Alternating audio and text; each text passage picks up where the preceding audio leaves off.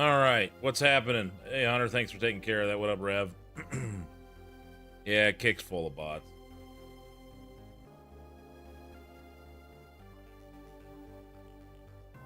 What's happening? So it's just me today. No Marty.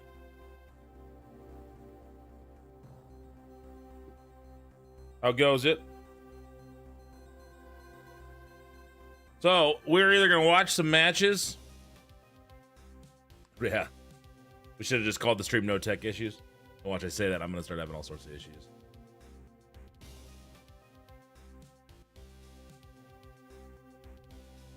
So I'm fine still breaking the matches down. We'll see if Two Name jumps in. He sent me a couple. I don't think there were any other ones that were sent. Unless some came on Marty's side.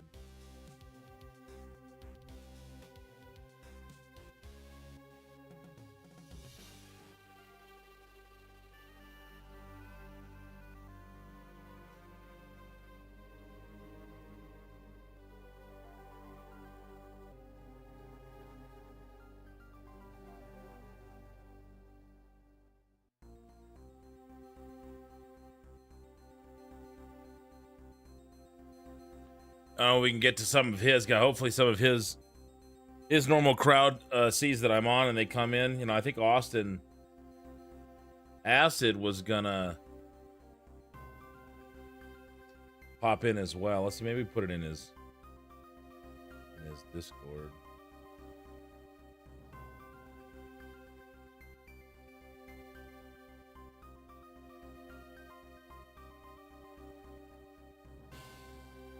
Those are his announcements.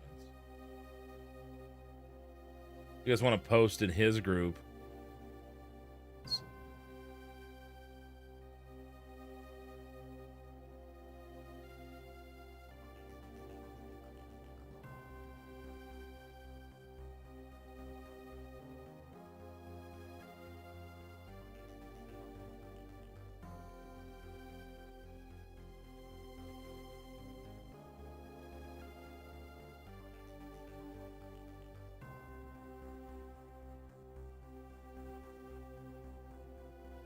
Rev, are you in his Discord?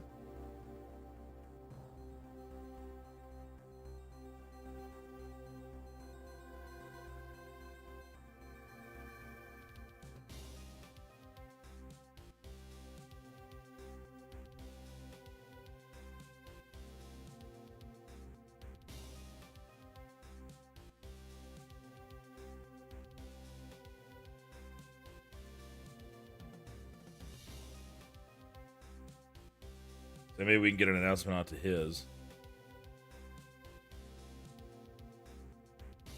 Never really gone through his Discord. I'm not very good with the whole Discord thing, so I gotta figure it out.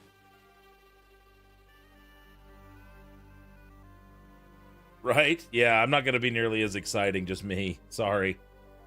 We'll watch some of these matches and break them down. I just want to make sure whoever we're watching is here.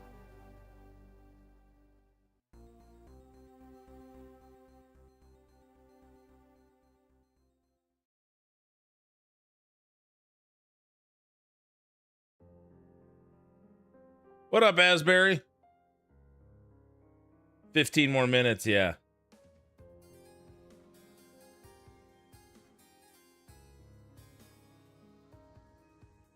So which one of his channels would I put in there that we're on?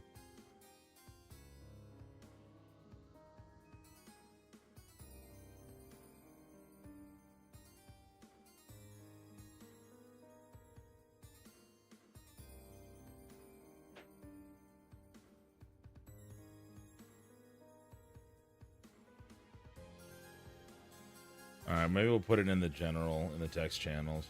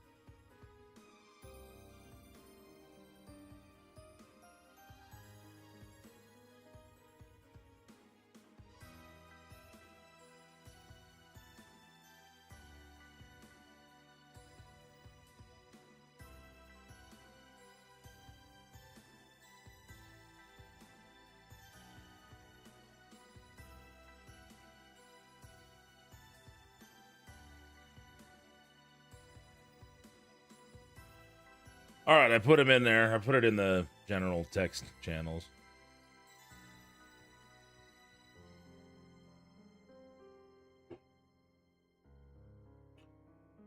So what's good, Asbury? Good to see you.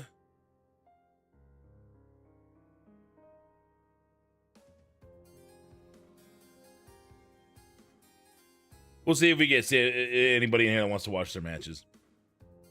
Hey, what up, Queen? How goes it?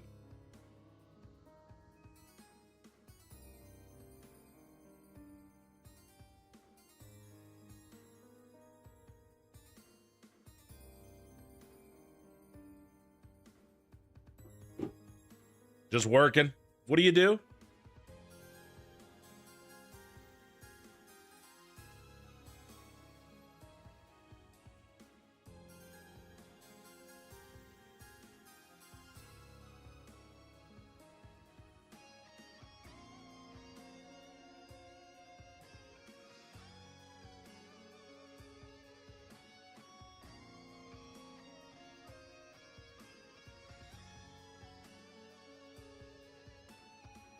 Oh, okay, nice. How's that going?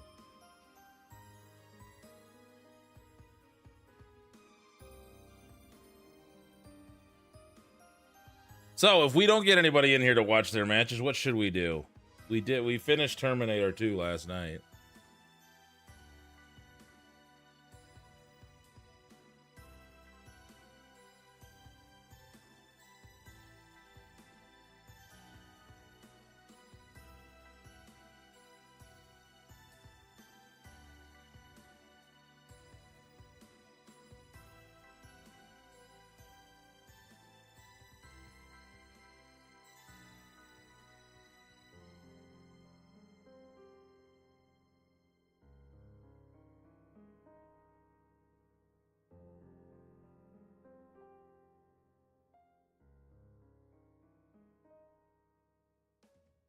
Sorry, guys, I'm still a little tired. I feel a little off today.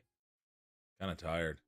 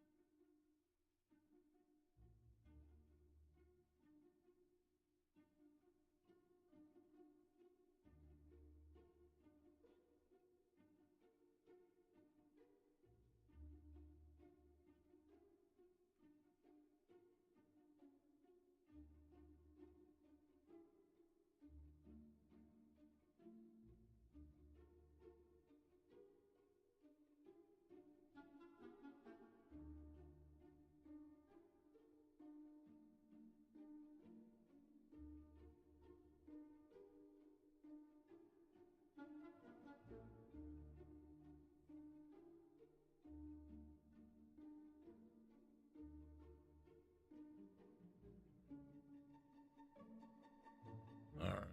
Well, what to do?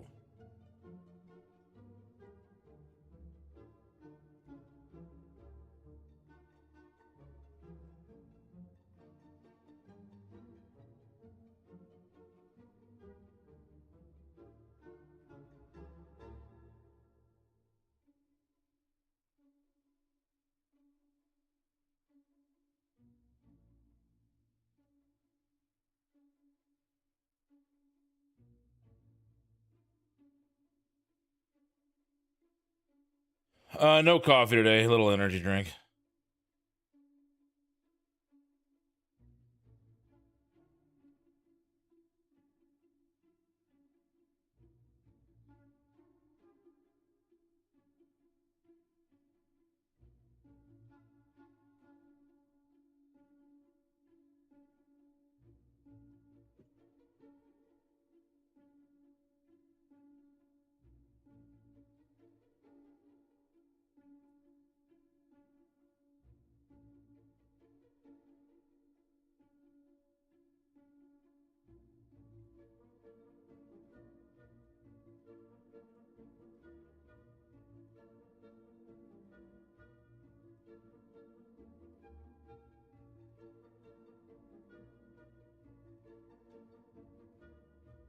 So we finished Terminator 2D last night. We got all 3 paths. Then there's some like boss rush stuff. We can unlock some other modes. Like there's a harder difficulty, which I don't think I want to run through. We ran through Hasta La Vista, maybe, which was the hardest one you could play out of the gate. I don't know if I'm really dying to play it on a harder difficulty.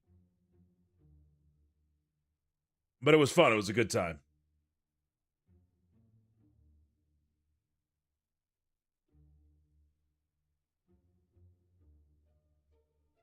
How you doing today, Hunter? What's new?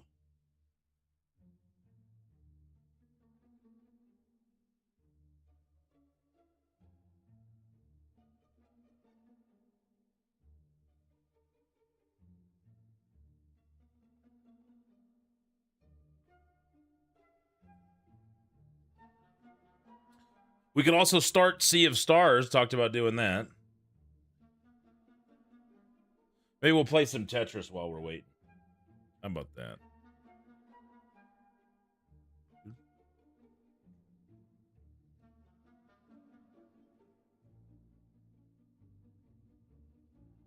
To do some Tetris. This Curse Castilla game seemed pretty cool.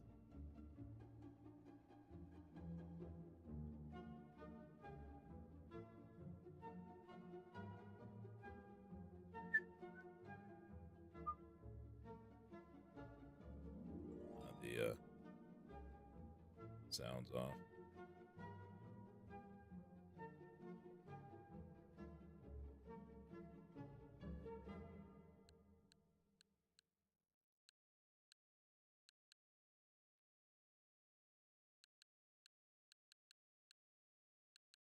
All right. Oh, what should we do? Or wait, is it 2Dame sent me one? But I don't wanna play the match until he's here. We can break it down with him.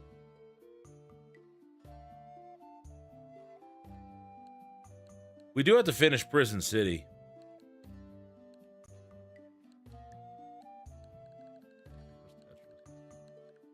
Where'd Tetris go? Did it not download? Am I just not seeing it? There it is.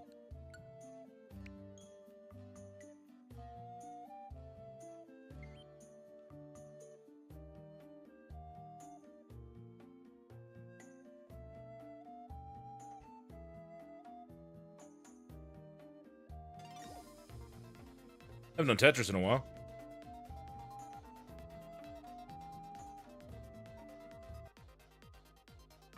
All right, so we'll just do this while we're waiting. If we get anybody in here with matches.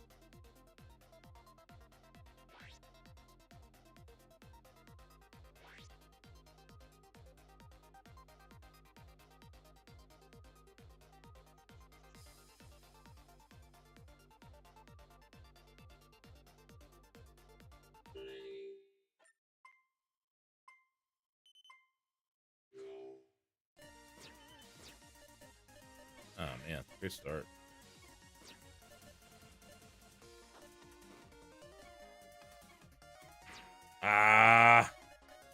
It's been a while. Well, I butchered this out of the gate, didn't I?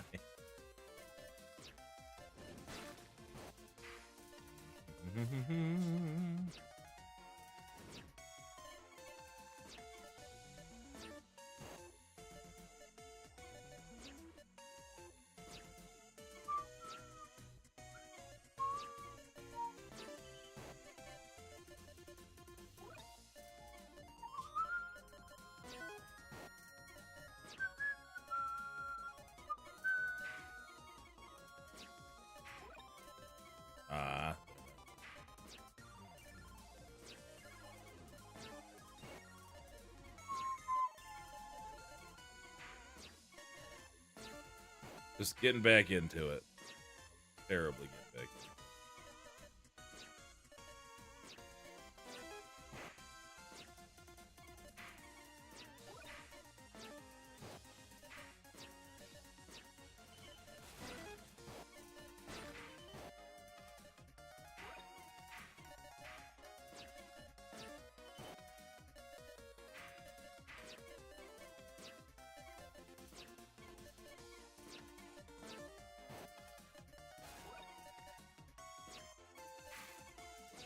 brain's not working this morning.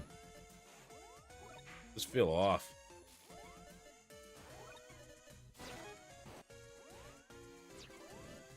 My apologies for the oh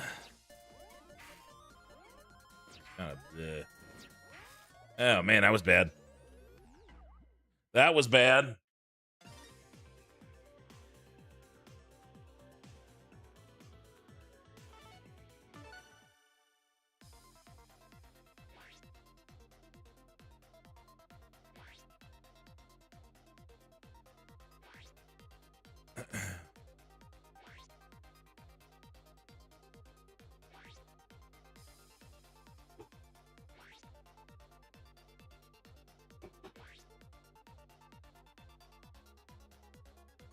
All right, so we'll give 2Dame about, I don't know, another 15, 20 minutes or so. Pop in. I got 2 matches from him.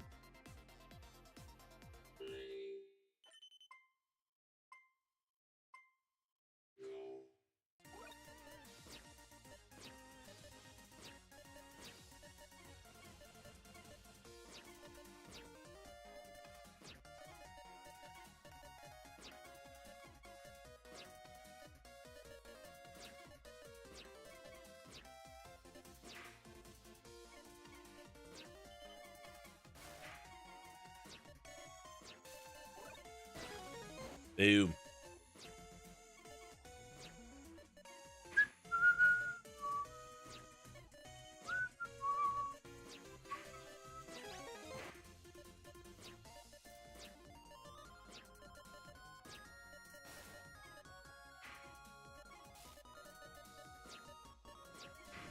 Keep getting those at the right time.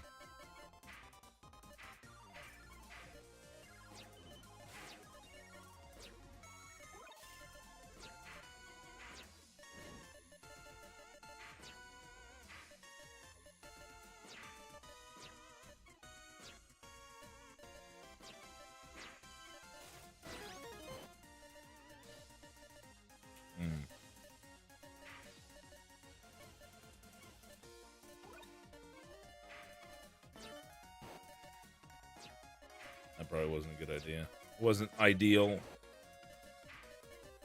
Right.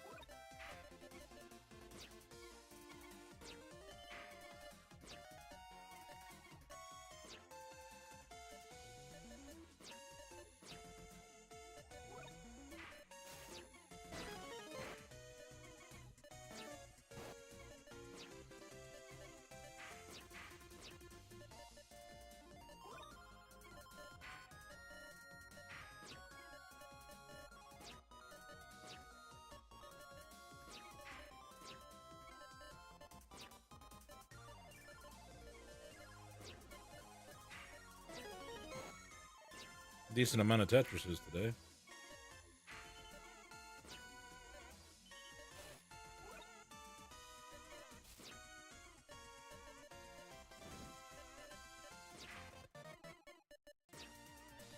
Ah, I itch.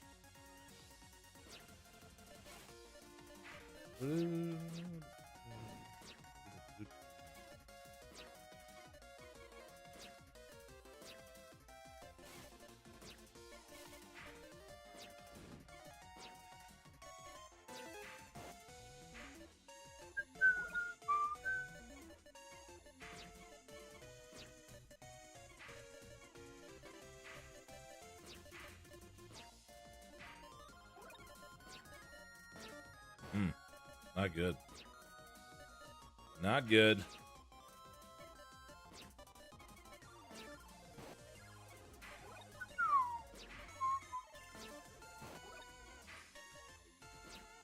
Damn it.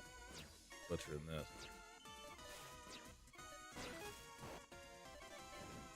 There we go.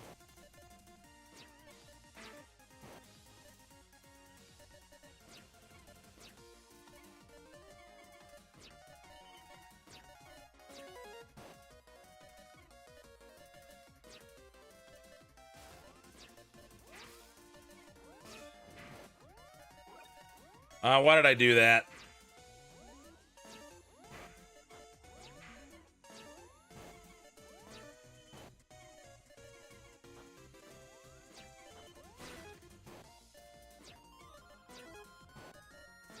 Perfect timing.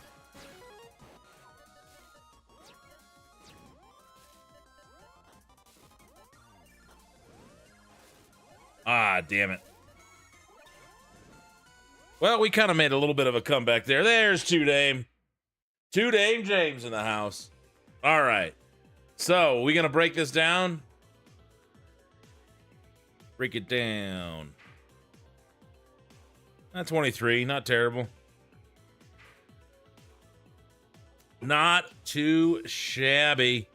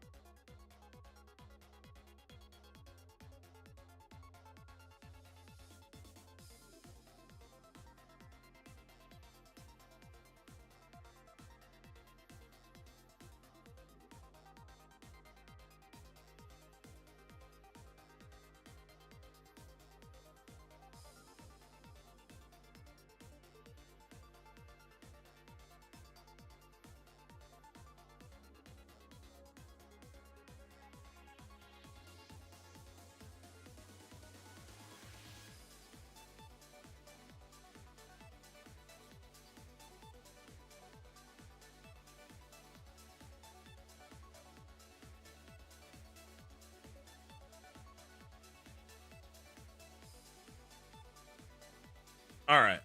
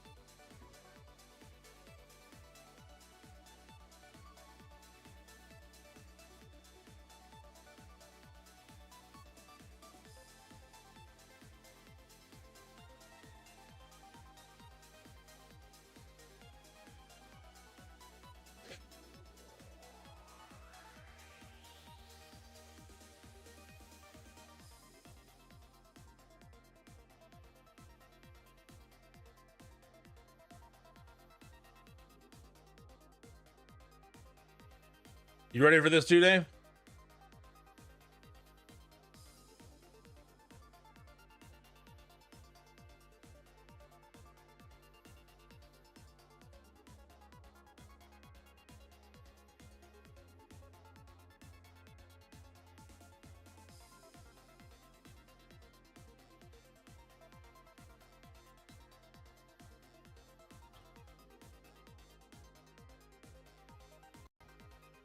Alrighty.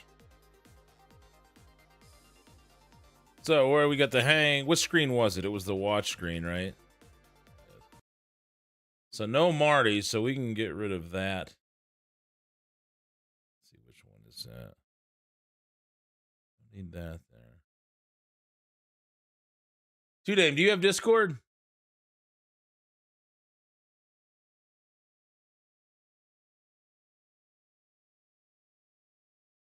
And when you do these, if you share these from the actual if you share these Two Dame from the YouTube on your computer, you can actually timestamp it. So it'll take us right to where we need to be.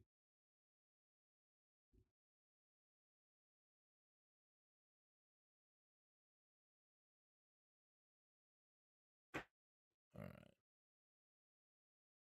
Thank you, Queen.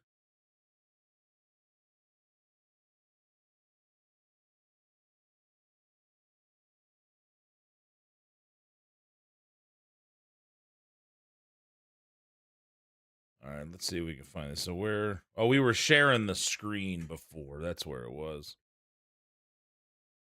Discord capture 1. A little different doing it without Marty here, huh?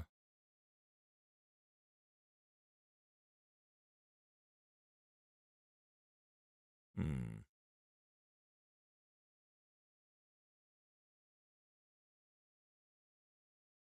What did we have that?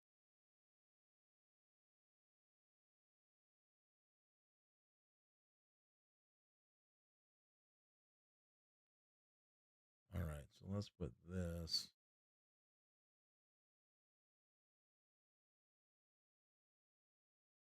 I want to move this over here.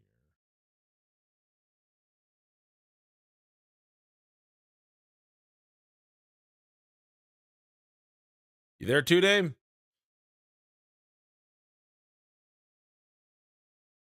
All right, so it looks like it's that one. No, that's the Discord.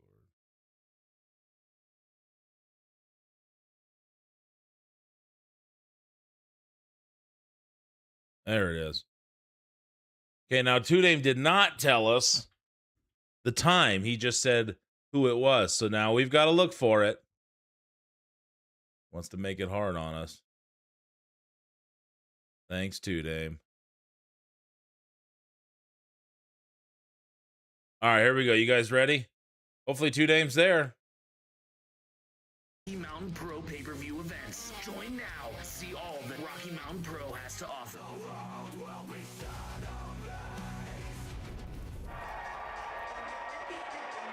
This is Ignition in August.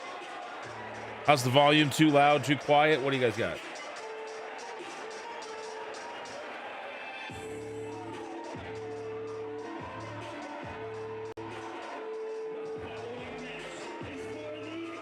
Will the real 2Dame please stand up? Please stand up.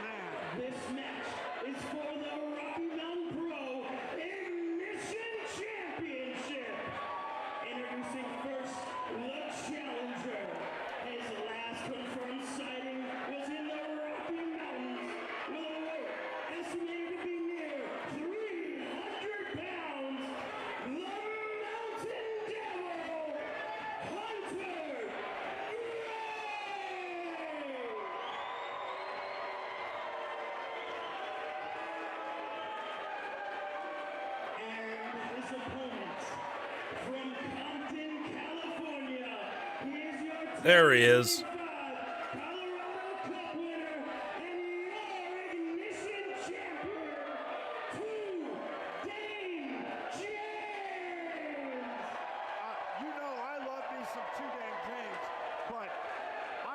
Say, I think we're going to have a new Ignition champion here tonight. This is a terrifying prospect if you're 2Dame James, someone who's spoken of like a legend, someone who looks like a legend. He's licking the belt. He already can taste the championship. And I think most importantly, someone who very clearly looks unhinged. And it's hard to know what your opponent's going to do when they don't know what they're going to do. And here we go. Ignition championship on the line. Charging after 2Dame. Yeah, already getting a little bit ahead of himself, but I don't think Hunter Gray really cares. 2Dame doesn't know what Gray really All right, here we go. And here we go. Charges him. Good sidestep. Good strikes, 2 Dame. Yeah, already getting a little bit ahead of himself, but I don't think Hunter Gray really cares. 2 Dame doesn't know what to think of Hunter Gray. And Hunter Gray definitely looks like someone who can take a lot of punishment. Slap sounded good. And 2 Dame James. I wouldn't turn away from him, though. You got a guy, I understand you want to get to the crowd and like, hey, so you could get, you know, but I wouldn't turn away from him there. You gave him the slap. Boom, get excited for a second, but you completely turn the back to him. I wouldn't completely turn the back. You might jump up, down, look at him, look behind you real quick. Yeah, get distracted for a brief second, but I wouldn't turn your back completely around, especially a guy like that. You've just punched him multiple times, and it doesn't seem to be having much of an effect on him. And then your punches didn't work, so you do the slap, and I don't think you would believe that slap's going to do more than the punches did, right? So you shouldn't turn your back on your opponent anyway, but just be mindful of that, especially in that situation. Is that his paint on your hand? It is, isn't it? Yeah. Commentary even says it. You're getting shot in the stomach, and look where your arms are. You got, as soon as you get hit, start covering that up. You can leave a little bit of space, but you got to cover that up. You got to look like you're protecting yourself. So boom, that's an immediate. That left arm should be going. Oh, even if they're rapid fire, you got to find ways to let him, you know, to cover that up. Because you're scarecrowing it. There you go. You covered up at least up top, but look, like, it doesn't look like anything really happened to your midsection. Like sell that. Like that hurts. And if Hunter Gray wins this, as much of a legend as Hunter Gray has, this will be his first ever Rocky Mountain Pro Championship. Yeah, despite all the accomplishments, despite everything I've heard, that is one thing that gets brought up quite a bit, is that Hunter Gray has had the title elude him. And personally, despite the affection he showed to the top on the match, I don't know if he really cares about the title. I think he more so cares about ripping 2 Dame James apart. You can see the unorthodox offense out of Hunter Gray. He is so hard to prepare for. Oh, but 2 Dame must have had that scouted somehow. Good heel kick. I don't think I'd take it. It's kind of backwards. Like I know there was momentum behind it, but I don't know what would have taken him off his feet yet. Here he comes. Boom. Stumble back. Bam, you pop right back up. Then you start working this. Trying to knock him off his feet. So far, Hunter Gray has just been running straight at 2 Dame James. And I think 2 Dame James would have waited for that last one. For the bump. He's going to keep coming, so I need to find a way to cut him off. Something even bigger than that jumping forearm, maybe. Not even a 1 count.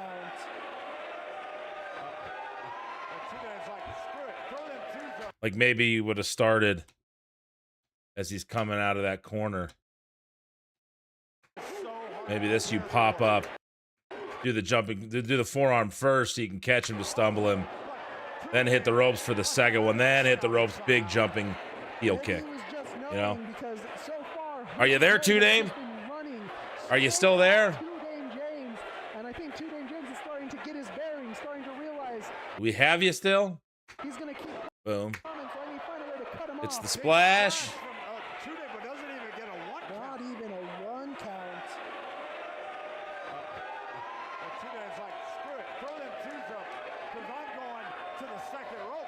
Throw him up anyway. 2 Dame, 2 ropes. Measuring up, Hunter Gray is 2 Dame. And you can see the unbelievable strength of Hunter. Little easier to catch if you're not doing more of a laser shot. So you're kind of directly at him. Get a little more, little more arc on that, a little more height on that. You can get underneath you. So when you land, you're coming down more versus just kind of straight at him. Hunter's a strong guy though, so no problem for him.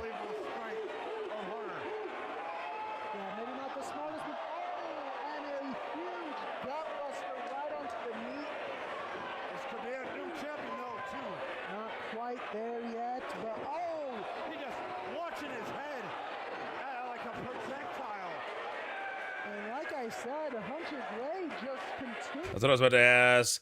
Well, should I have switched the sequence also when it comes to people suggest stuff? Just say, I'd rather not turn my back to you.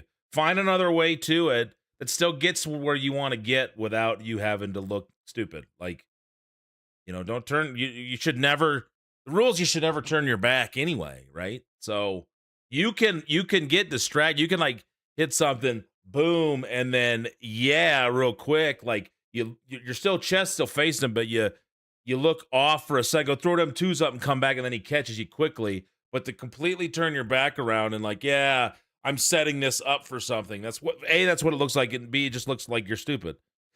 You're in there. It's not like you were rocking and rolling on him and you're putting the boots to him and you're whooping his ass, and now you're being cocky and arrogant, and you're pretty confident that the guy that you're beating up cannot come back on you. He's going to be down for a minute, so you got time to be cocky and go sell. You've just punched a huge mountain of a man multiple times, and he's barely reacting to it. So why would you turn your back to him, especially in that situation? You know, so you could have looked away for a second. It's got to be boom, hit the slap, yeah, bam, and it can be that quick. Like, obviously you don't rush it, but you hit it, you look for a second. He hasn't registered anything that you've done. So he's going to just kind of shake that off, and as soon as you turn around, he hits you. So does that make sense? It doesn't have to be his fist. Said if in my rambling trying to explain things as I'm thinking of it, trying to explain it, if it doesn't make sense, just say, can you repeat that? Because I know sometimes I'll start kind of jumbling things together, and it might not come out very clear. His legs, he will throw whatever part of it he has to. Here's a pin out at 2. Your favorites and use free right here on Rank. Go out and grow. Eating on some chickens and stuff. He's hungry. He wants to get this match over with, and he is just beating the hell out of Two-Dame. Yeah, I don't know how you stop. Oh, and the bite. He's biting. He's just biting Two-Dame. He's hungry. I told you he's hungry. He's always hungry. Hungry for Hunter, food. Hunter, it's not chicken. He's not chicken. He's not chicken. Hungry for food. Hungry for violence. Hungry for that championship. There's Two-Dame. Sunset. 1, 2. Almost had him there. Oh, eats a big beat though. There's a lot of eating going on. Oh yeah. Also, sell that head, man. He just bit the top of your head. Keep selling that. Hunter, it's not chicken. Let him see it. But that really hurt. Like, he bit the back of your head. Like, keep, I told you he's hungry. yeah, you stay on that. Kind of keep, you know, don't be afraid to, like, remind people what happened. You know, even throughout, like, the rest of the match. Like, oh, crap, you bit me on top of the head. Hunter, it's not chicken. He's not See, now Hunter kind of turning around here, you can buy that a little bit more, right? He's completely on top. He was clubbing you in the back of the head and in the neck. He just bit you. Like, he's in complete control. So he takes time to soak it in and look at the crowd. I'm still not a big fan of ever turning your back, regardless of the position you're in. But in that instance, you could see why he'd do it. And he's confident. And he's just playing with his food, as they say, basically at this point, because he knows he can come right back to you and get back in control. Again, I like finding other ways to get to that. Stay in close. You know, keep an eye on somebody. Maybe a quick distraction. You look off into the crowd, and you kind of get them going, because it's work. Because you hear them, they're going crazy. But just don't rely on the other guy not to do anything. So he comes charging in, taking some time. Up and over, got it hooked, looks good. Get him a little higher on that, Two-Dame. So boom, you've got it hooked. You roll through. You got the shoulders down, right? Now, get those arms around the waist, pop him up. So pick those hips up. They're up there, but you say you're not completely underneath it, so your hips are back. If you slide forward, then you can get underneath his lower back and keep his shoulders down, and you get a much tighter pin there. But here, you see how he kind of falls back. So you can just kind of scoot it in underneath, and then when he kicks out, you can get some separation.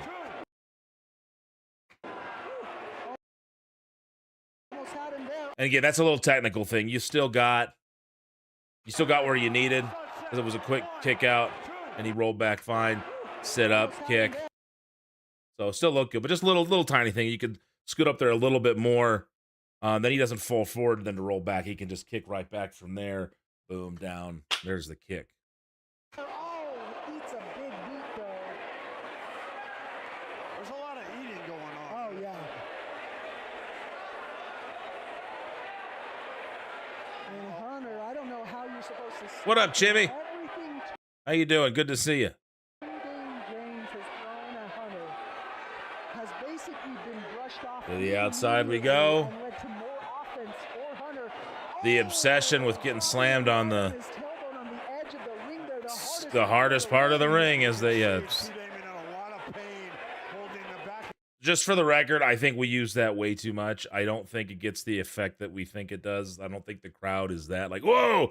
I don't think it really, I don't think it means much more to them than being slammed in the middle of the ring does, because they don't know what that feels like. They've never felt it. They don't know that's the hardest part of the ring. So it actually sounds less impactful just because there's less noise there. It's a thud. We know it hurt. We know it's solid. There's some assumptions that could maybe be made by somebody as they go, oh, the corner must be the hardest part, but I don't think people process it. I just think it's something we do because we're out there slamming the head on it, gets them to pop, it makes that noise. And I'm not saying you can never do it. We do it all the time when we're out there. And I've done it too. Like we all do it, but I just think it's something that as soon as we get out there, you kind of just go, oh, they're going to do the old apron bump. So just something to think about. Again, I don't know if it's worth it because it can hurt. Like it does. There is no give there. So got to land perfectly on that one. His leg, and the tailbone. Yeah, his Sure. Yeah. We can work on him. pain holding the back of his leg. And the tailbone. Yeah, that was again. That was an awkward. Like you're on the opposite side, Dame, and it's just. I mean, look at how you land there. Like that's unsafe right there. I wouldn't do that again. Like taking a butt bump, you got both legs spread, you're landing one side. That's a lot of uneven distribution of that impact through your ass, through your spine, your leg. Like it's easy to hurt yourself doing stuff like that. Landing on your ass in the middle of the ring is uncomfortable enough as it is. So right there on the outside, like I don't like that as much. Look at that. Look at where you're landed. Just right on. You're now right on the corner. Not even the flat part of that apron. Boom. You're right on that corner. So be careful about that. Holding the back of his leg. And the tailbone. Yeah, his butt's hurting. Big massive kick there. Dame has to just be wondering what he's supposed to do at this point. Again, everything Dame has done, Hunter has just brushed off. And now Hunter kind of feeding to the crowd a little bit. Not something I would quite expect. Maybe more confused than anything else. Did you see the unbelievable athleticism out of Hunter Gray? Out of everything I could expect out of Hunter Gray. No, he is not. Again, like you see what Jimmy said. Like you remind people what happened. He got bit on top of the head. You don't have to hold on to it for the rest of the match, but just remind people you got bit. A springboard elbow drop was the last thing, or he might have been going for a headbutt. He was going for a headbutt, but Dame, thankfully for him, he got out of the way.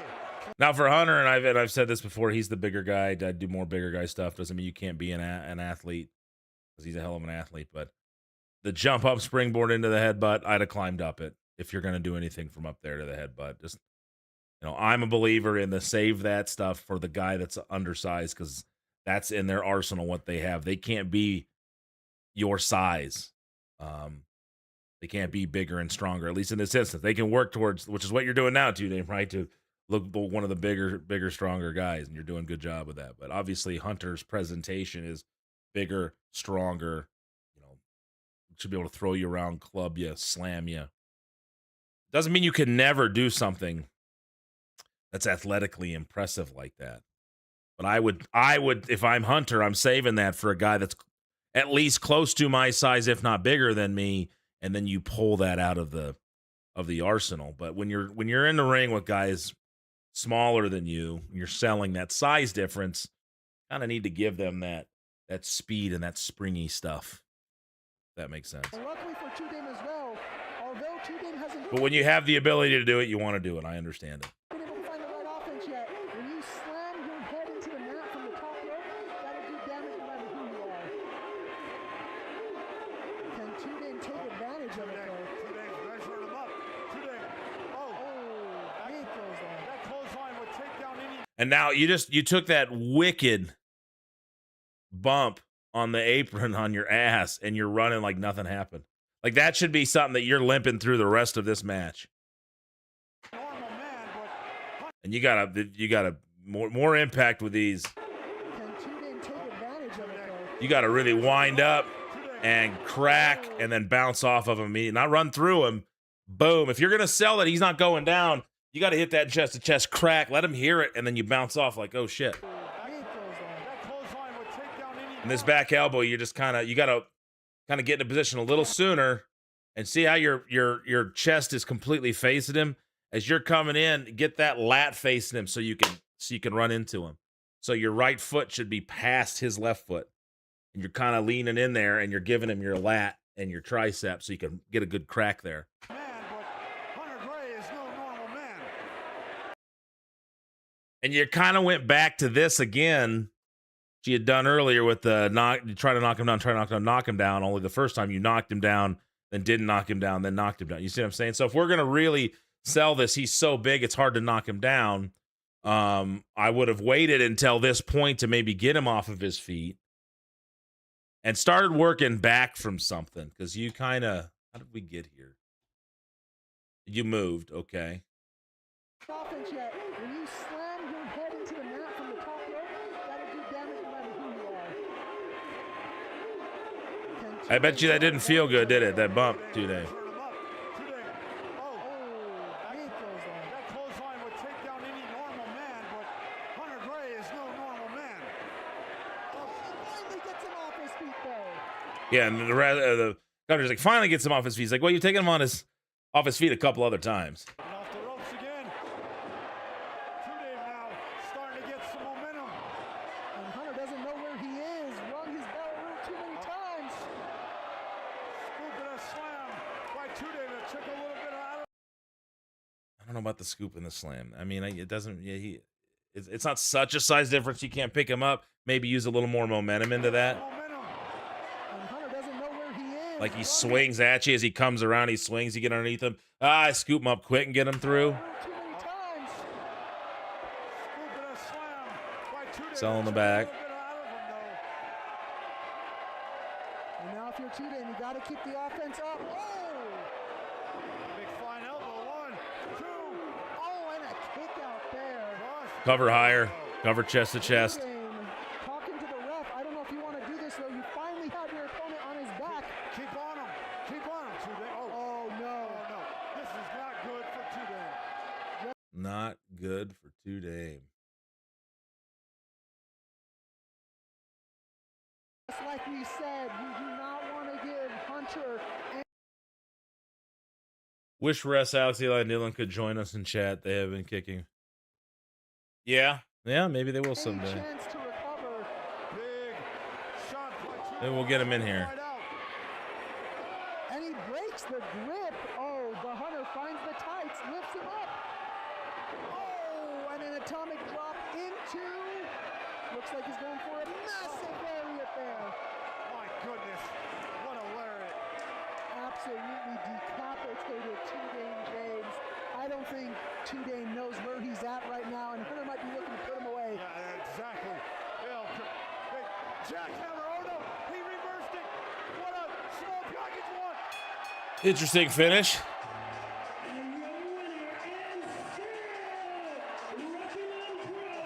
Right.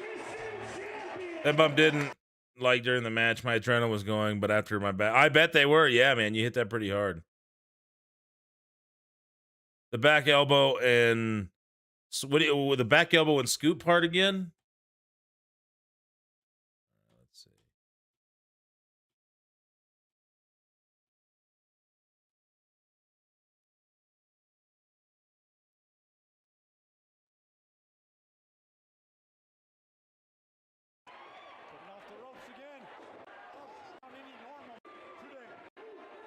Okay, so he missed the headbutt. Boom. I would have, if I were hit, I'd have hit, and he pops up a little bit. He's shaking off the cobwebs. You come up, I would throw something at you. You come underneath it, hit the ropes first, then come off with that clothesline. And again, that's just a little preference thing. You could this works fine as far as waiting for him to turn around. But would you wait for him to turn around, or would you just try to jump on him when you had the chance?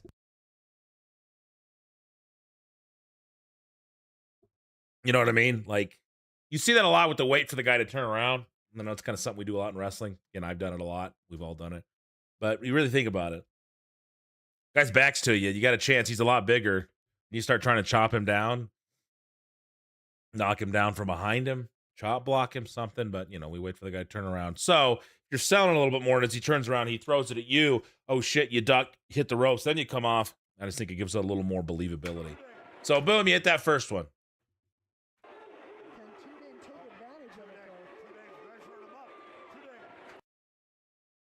Not terrible on that play. Just get a little more chest in that.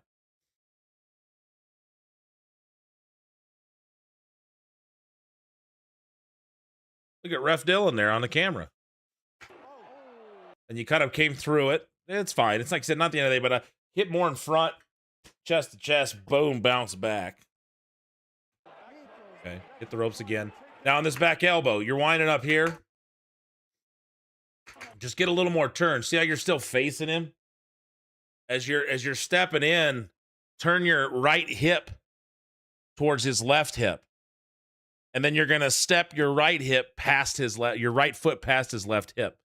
So when you hit him, you got all this that can hit him. You got your lat, your tricep, all this, bam, you can run into his chest. And then basically your hip, here's his hips facing, you're just kind of stepping past him. So your right foot would step behind him, and you just kind of lean just a little bit to give him your lat and your tricep. And then, when you hit him, if he's bumping, he can bump through nice and easy. But you can make good contact there. You're just kind of still facing, so you kind of just roll right off of it. You don't get as much contact. That position you're in now should be how you make contact. Does that make sense how I'm explaining that? Like, you'd rather have stepped through and be able to plant the foot, everything's planted, and you hit at the same time, versus kind of rolling into it. Now you hit, you do the big jumping one. That looks good. Careful on that bump down, though. Just make sure after you're hitting, you're not taking an awkward bump. Just kind of on the hip. That'll start to add up. So either kind of roll off of it. Try not to bump that hip too much. I mean, do the jump and hit and then try to land flat. Maybe on your stomach. Forearms.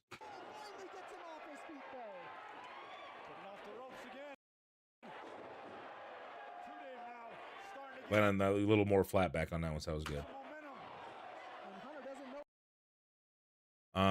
What else was the... And then as far as the scoop, it's fine. But you've knocked him off his feet. He's stumbling around. He swings that one wildly. If he stepped around with that right foot, stepped back, and then was swinging wildly at you with the left, and you got underneath it, that momentum scoop, you duck underneath, scoop it up, and slam him pretty quickly instead of, any stall. Like, you get him up, brief stall, which is good. You're switching the hands there. I'm just saying there's other ways that you could sell this size difference. You're finally getting on him. You've knocked him off his feet. He's stumbling around. He swings well with one. He tries to turn around to swing at you. As he's swinging through, you duck underneath the swing, scoop up, and his momentum's taking him. Bam. Could have added a little bit to it.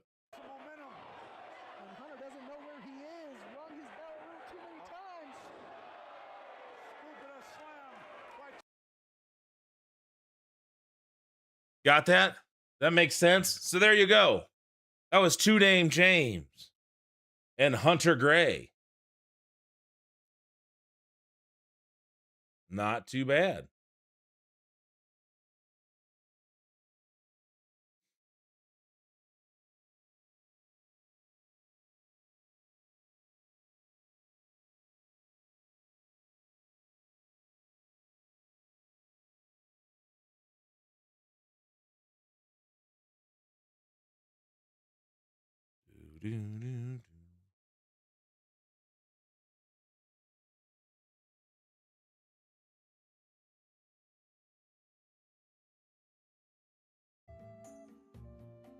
Any questions, concerns, anything that anyone else saw? Just kind of me solo tonight. No it would be nice if Paradise was in here too. You got something delivered.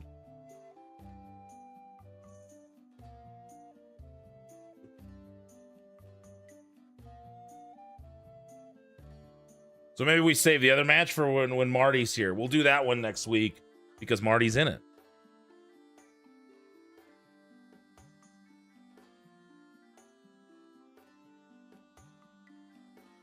Where you at again, Shimmy?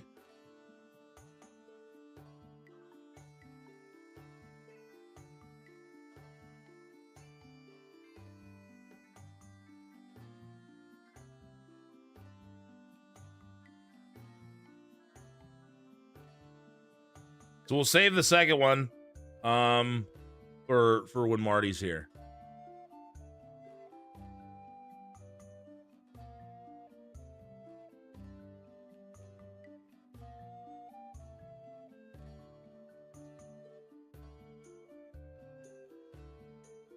Give me 1 second, everybody. I will be right back. I got to take care of something real quick. I shall return in a few short moments. If you have any other matches, Dame, go ahead and throw them this way. Like I said, we'll save the Marty one for next week when Marty's here. I'll be right back. Here we go, Jack Johnson. Jaden Matthews back in the sawmill.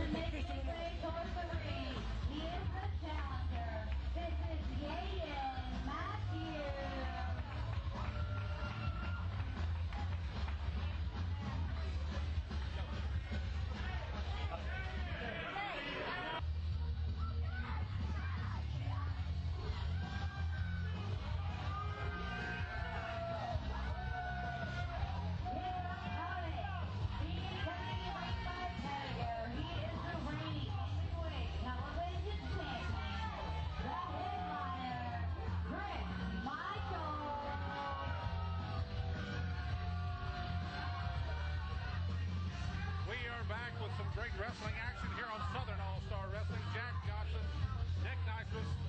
The television championship is on the line. Chris Michaels is in the ring with Yaden Matthews. Well, welcome to the main event, Jack. Chris Michaels, Yaden Matthews, television title. Two great athletes in the ring right now.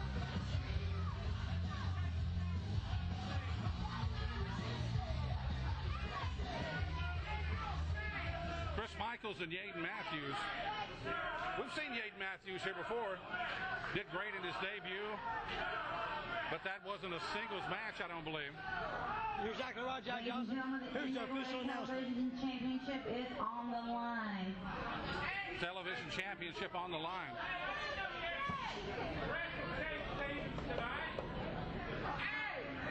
You know, anytime you get a title shot, you've got to be thrilled. Here in the NWA affiliate, Wait a minute, Jack. Southern All-Star Wrestling. Step out here and get the view from where I'm at.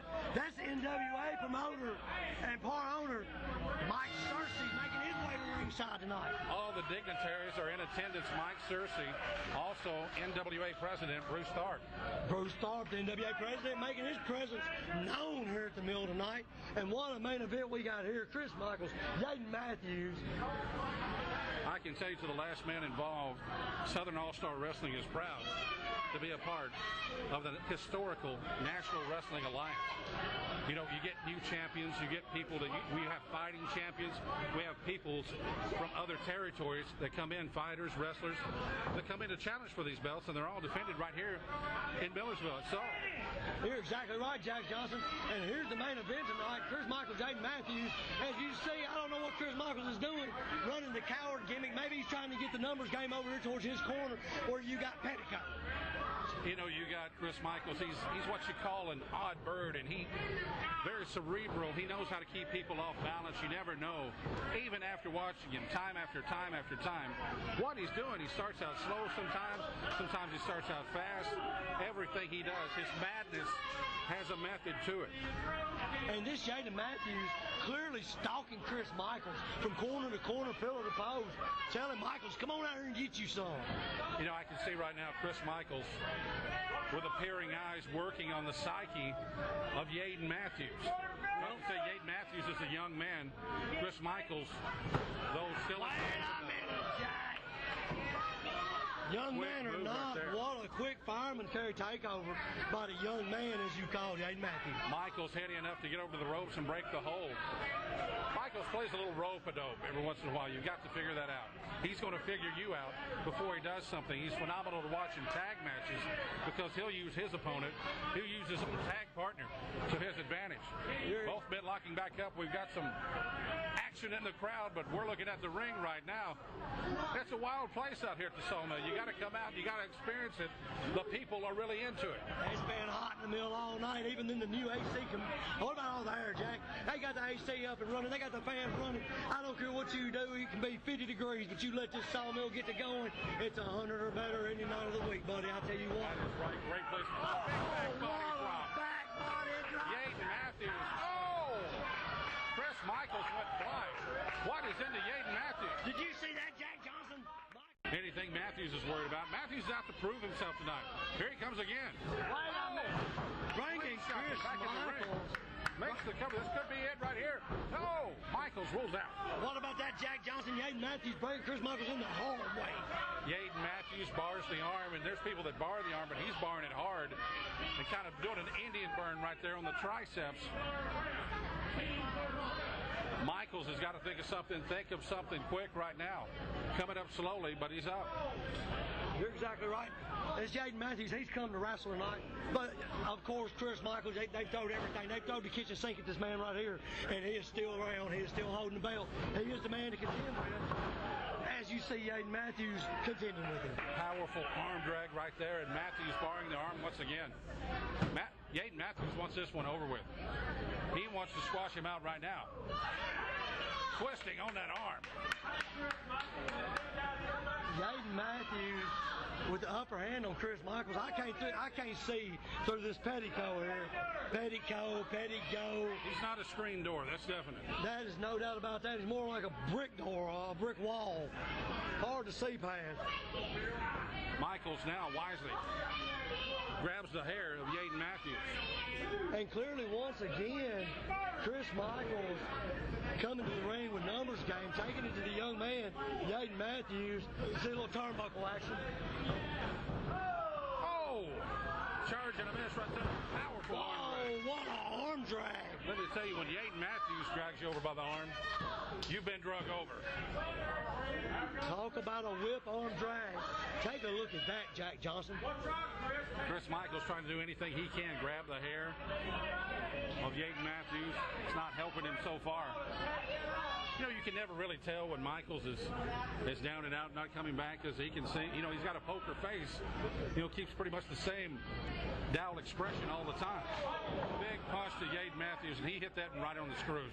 That was a jaw shot by Chris Michaels, clearly. Close fist. And as you see, our referee, Anthony Wayne, telling him, open that hand up. High kick to the solar plexus by Yaden Matthews, followed by a flurry of blows right there. Petticoat trying to grab him from the outside, couldn't do it. Petticoat trying to get involved in this match any way he can to help out Chris Michaels. Yaden Matthews just one step ahead of him. Matthews with a bread basket buster right there.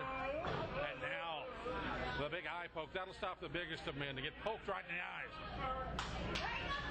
You can't see a guy you can't do much with. There goes Yaden Matthews spilling to the outside, and Petticoat is over there kicking on him. Petticoat putting the boost to Yaden Matthews out here on the floor. Or maybe he's just trying to help the man back in. Well, he did both. I do believe he got the boots and the roll back in. And Michaels is ready for him. Just the break Michaels needed. Michaels on the big comeback right here on top of Yates Matthews, throwing him to the floor. You see the numbers game, Jack. We talk about that numbers game all the time. Chris Michaels does not walk alone. And wait a minute, what we got here, Jack? Oh. Who's the man, cries Chris Michaels. Yates Matthews wants to be the man tonight. Oh, what a chop. Every move Yates Matthews has is executed powerful. Wait a minute. What's going on here? Reversal. Oh, Pettigo grabs the boots of Matthews. Matthews stares at him intently, but here comes Michaels. Oh, with a big knee right in the middle of the back. Wow, listen to our referee get on Pettico. Anthony Wayne is trying to keep control and doing a good job here. Now Michael, neck breaker right there. And that could have been the turning point, Jack Johnson, that Chris Michaels was looking for. Yaden kicks out once again. Oh, there you go. It's Garvin stomp time. And Yaden Matthews is getting old schooled right now. And you heard Chris Michaels once again screaming in a rant, "I'll kill him." And what are you doing over there? Pettico over here interfering every chance he gets. Now he's pointing at you, Jack Johnson. I don't know why. I have no idea why. Chris Michaels comes with a big charge and that'll make you sing soprano. Yaden Matthews in the position right now to win this match as Michaels slumps down off the middle rope. He's backed up. Devastating clothesline. Big back elbow. Yaden Matthews going up mid-rope. Double axe right over the top of the head of Chris Michaels. What powerful moves by Yaden Matthews. And wait a minute. Oh, it looks like he may tap right here. He may tap. It looks like a front headlock with a leg scissors by Yaden Matthews. And Chris Michaels is tapping. He is tapping. No referee. Oh, Yaden Matthews, young and inexperienced. Let him out of the hole. That was a clear tap, Jack. Did you see that? Clear tap. He's upset that Anthony Wayne didn't see it, the referee, because of the interference by Pettigo leads to that super kick. This may be it for Yaden Matthews. Here's the cover. 1, 2, and there 3. it is, Jack Johnson. Chris Michaels once again. Let's see that super kick. Oh, what a shot. Still NWA Television Champion.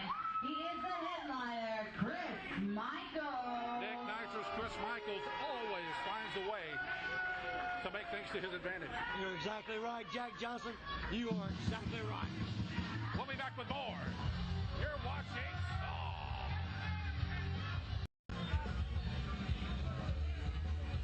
Here we go, Jack Johnson. Yaden Matthews back in the sawmill. Here's the pistol in the ring. He is the challenger. This is Yaden Matthews.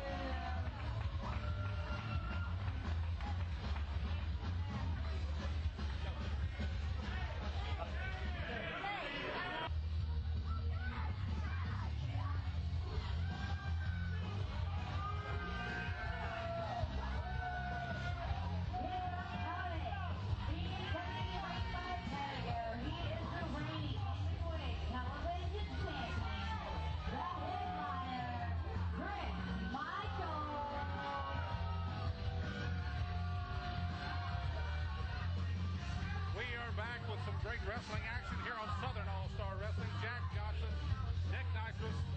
The television championship is on the line.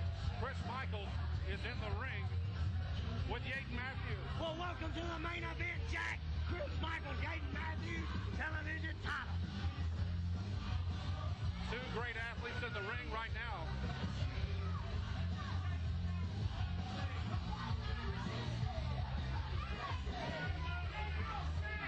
Chris Michaels and Yaden Matthews. We've seen Yaden Matthews here before. You've seen me there before. But that wasn't a singles match. All right. Sorry about that. All right. Two Name, you still there? Any other questions? Yaden Matthews.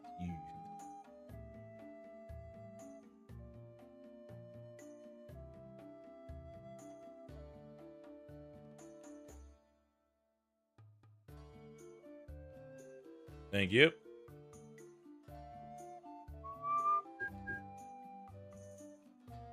Again, we do the other match too, Dane, but I'd like to save that one for when Marty's here, because then he can kind of talk about some of the stuff he did. We have anything else? Put it in our group too if anyone wanted to send anything over.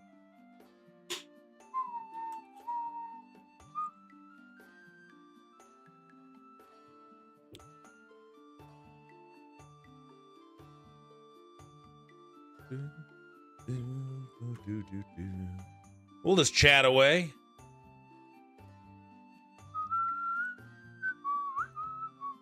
You guys are watching on YouTube. If you could like the video, also on Rumble, I would greatly appreciate it.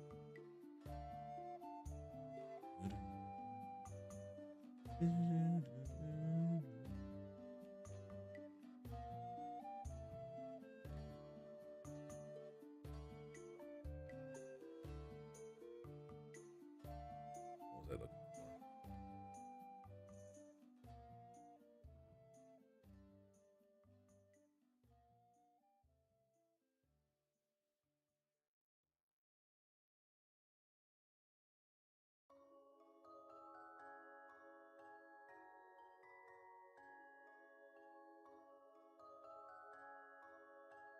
Yeah, it's me on YouTube. I'm also on Rumble. There's a song from Trine 2. JC and I got to play through that. Oh, you know what? I'm going to look and see if Trine 2 is if it's oh, Fire Emblem for the GameCube is on the GameCube online now. Let's see if Trine has an online multiplayer.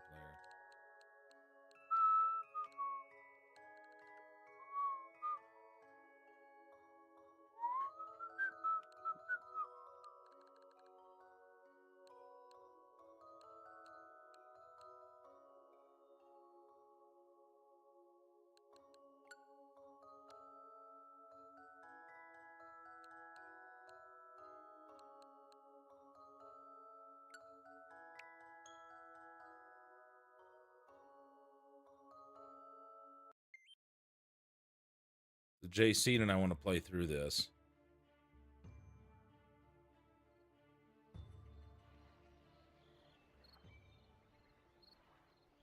You guys ever played Trine?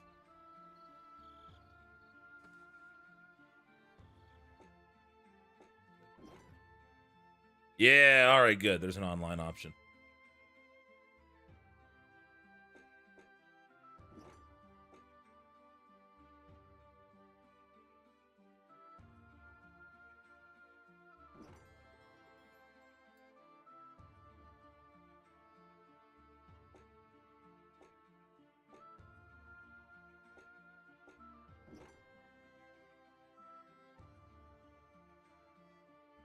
So hopefully that works.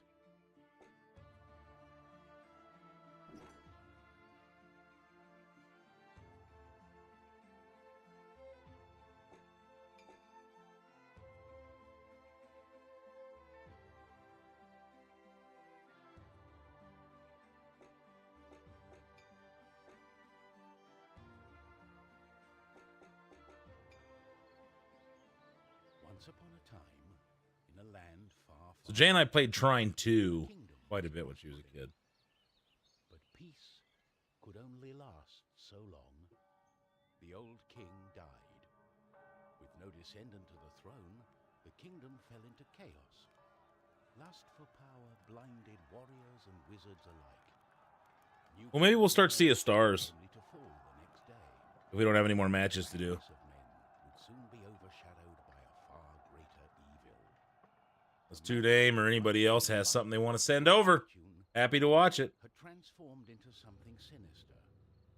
One by one, grave by grave, the dead began to rise, feeding off the energy that grew stronger with each passing night.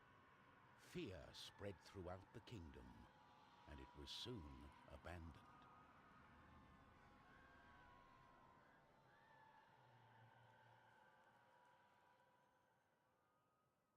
Got anything else to Dame you want to watch?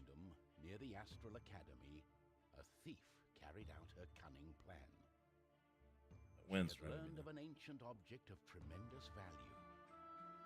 The Astral Academy, left to rot in the face of the terrible enemy, had no one to keep the treasure safe. The time was right.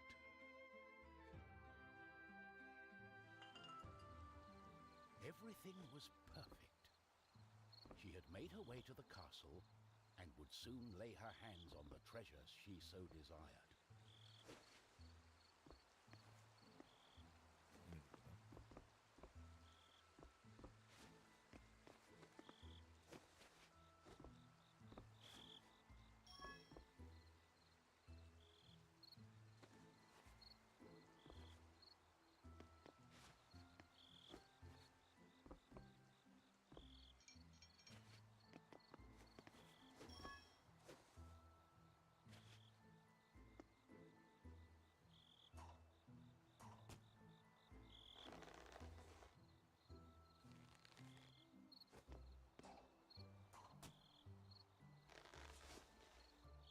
Here we go.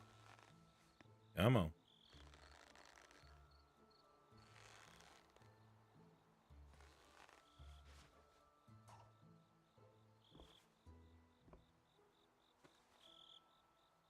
I didn't get it. Try that again. See if there's anything down here.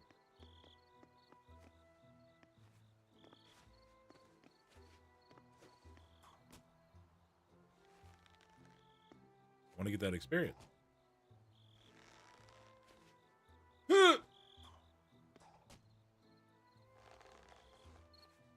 Got it. If you got something else you want to watch, man, send something over. Got anything obscure from a while, from like early on, maybe?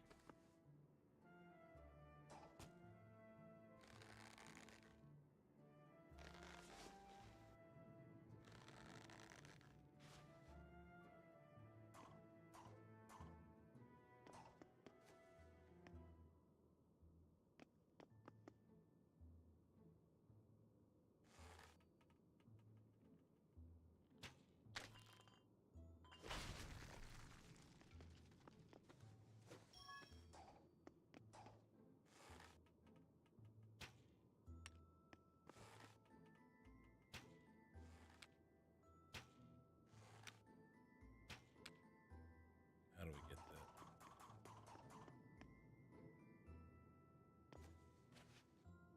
I don't like B not being jump.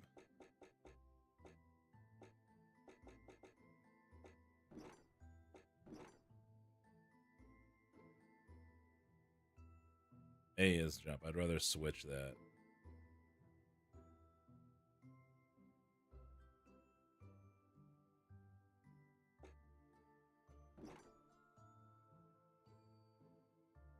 Can't change these. See, I don't. B needs to be jump.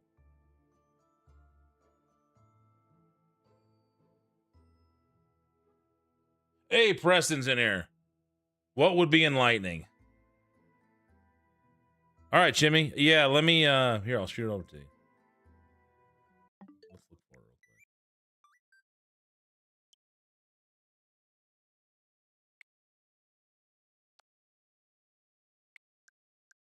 Do you see it down there?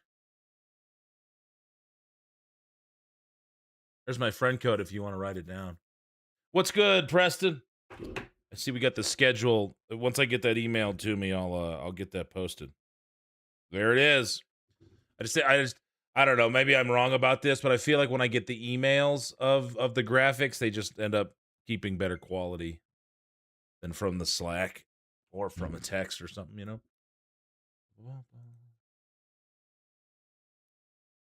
Got it?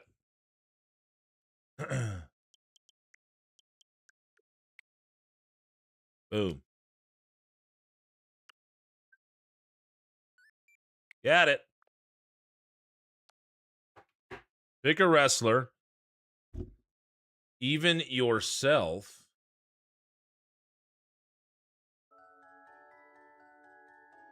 Or someone whose matches, well, one good match, one bad match, so we can see with the same person when things are clicking and when they are not. That'd be cool.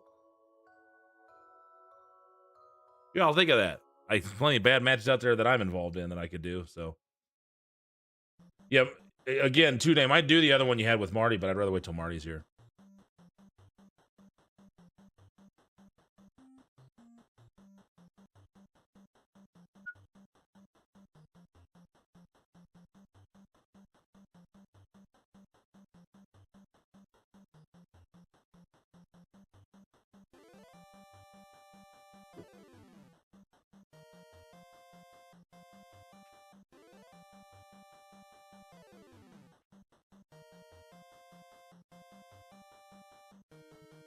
Then his king, yeah.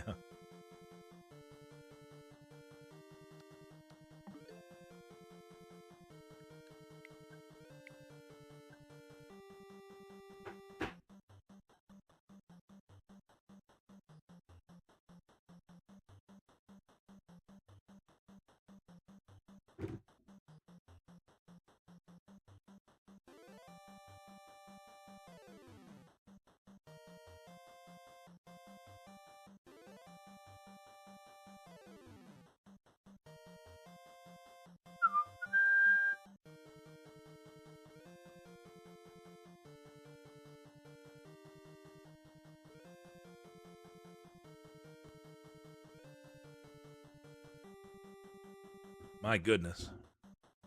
Do you have anything you want to see broken down, Preston?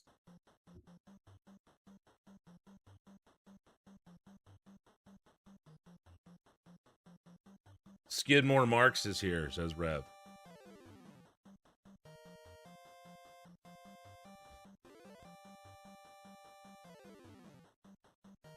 Damn it. Ah.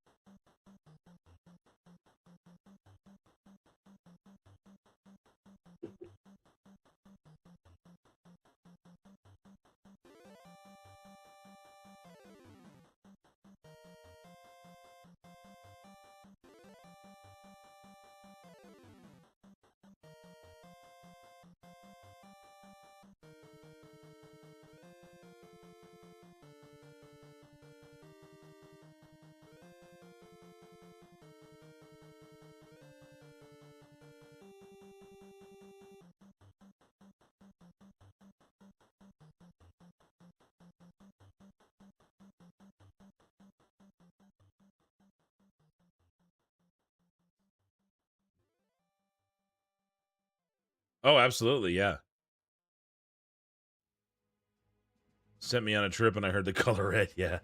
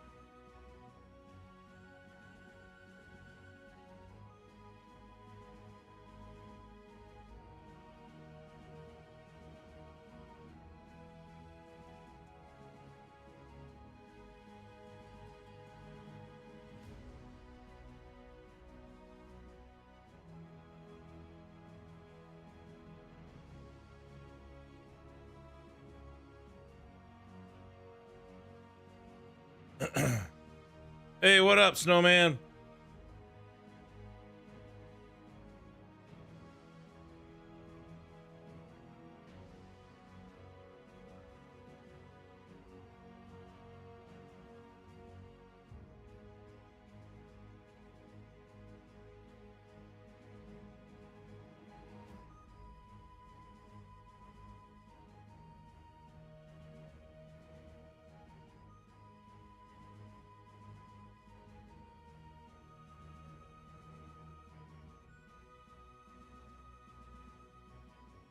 How's life been? We're just going over some matches here. Just waiting for Two Dame to send me some. And if he doesn't, we'll start playing some other stuff.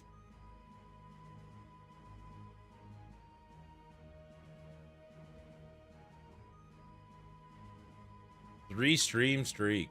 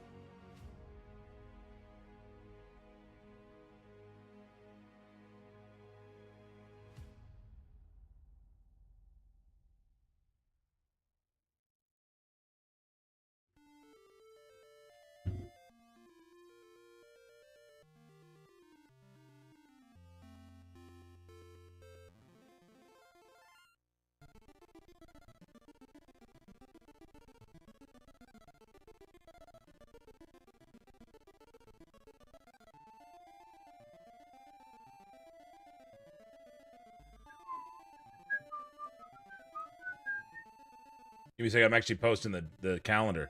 What up, Jay? Did you?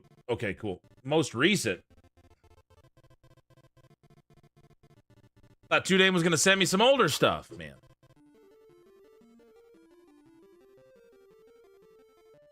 But I went live.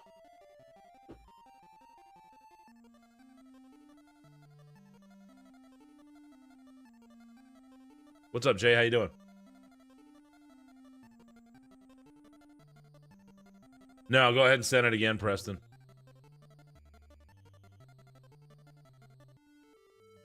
Give me a second. I'm just going to post those.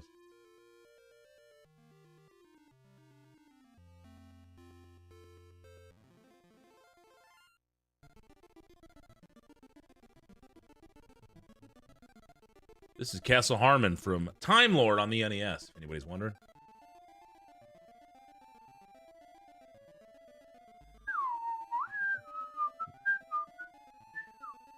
Here's the little calendar.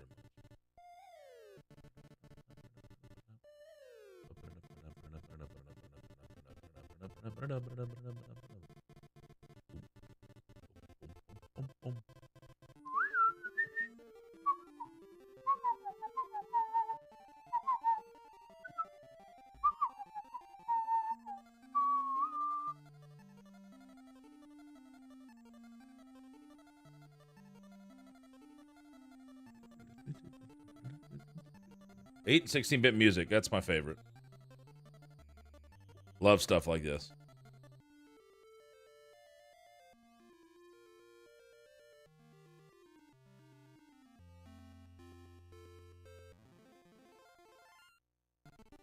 What were you streaming, Jay?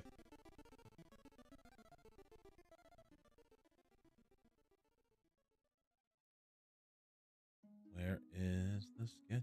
Well, there we go.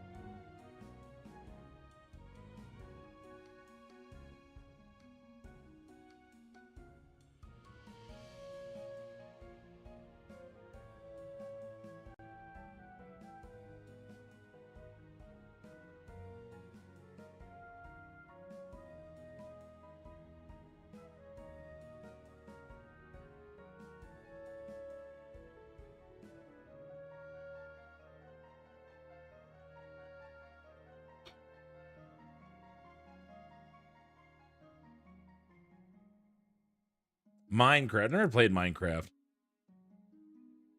Loving the new thumbnail designs for Charged. I'll let them know that. Yeah, they are different. You like them better? You think they stand out a little bit more? I think they look cool. Much more eye-catching.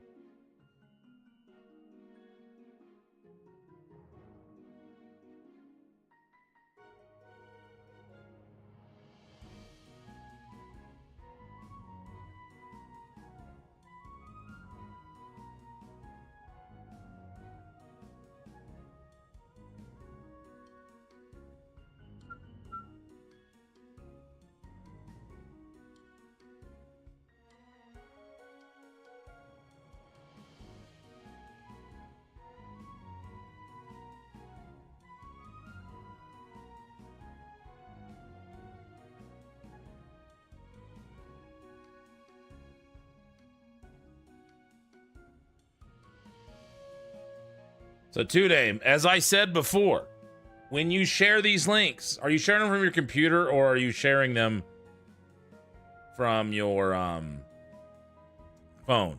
You're sharing them from your computer. When you go to share, it'll give you an option to start it at the time of your match. If you're sharing it from your phone, if you could put the timestamp of your match for us instead of just the match itself, I would greatly appreciate it. It's just easier to find.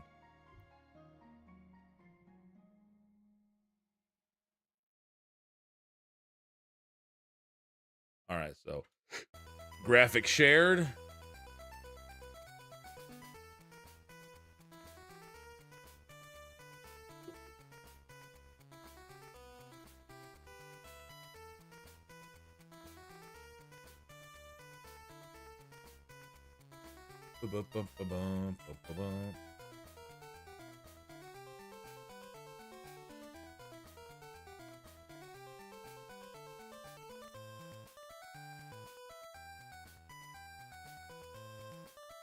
So what's new, Snowman? What's good in your world?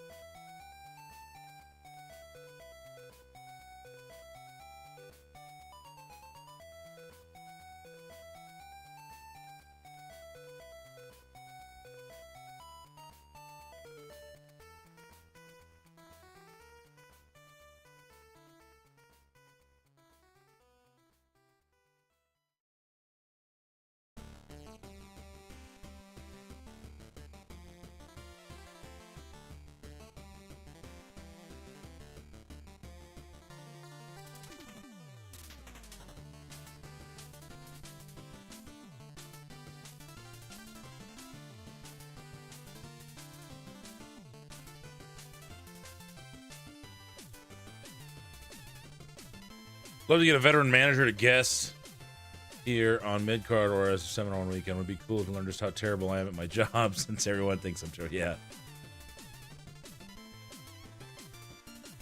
Oh, Jesus. Now we got having issues over on Rumble.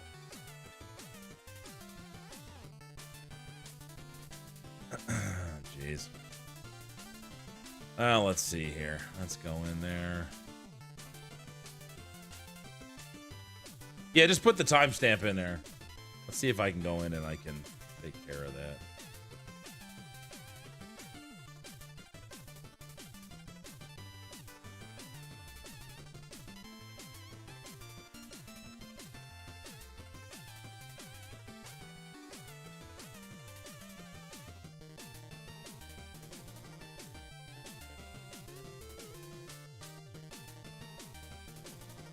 All right. It still shows up. Unfortunately, I don't know how to delete it on the restream.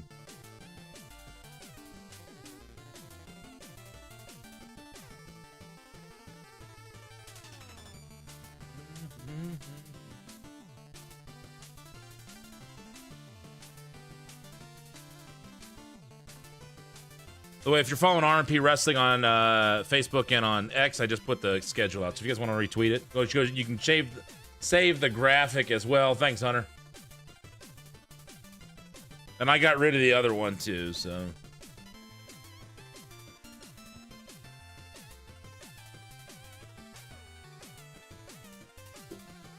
Thanks, I appreciate that.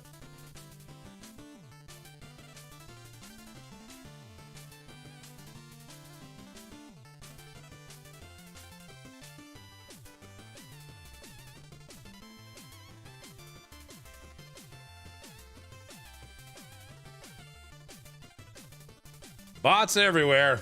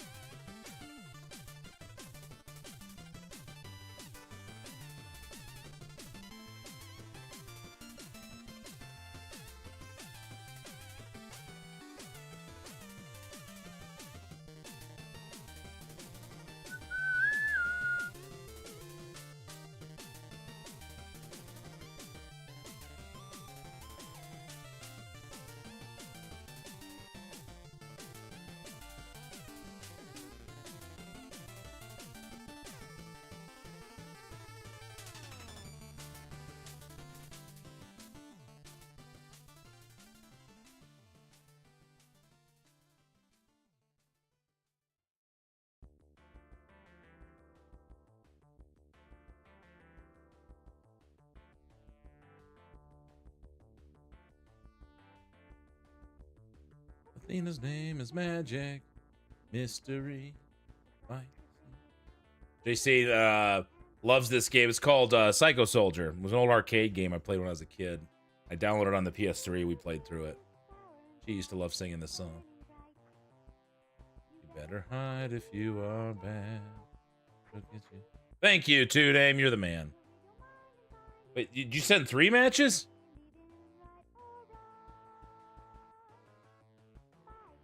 We did one. We did one. What do you prefer to be referred to as? IW? You say that.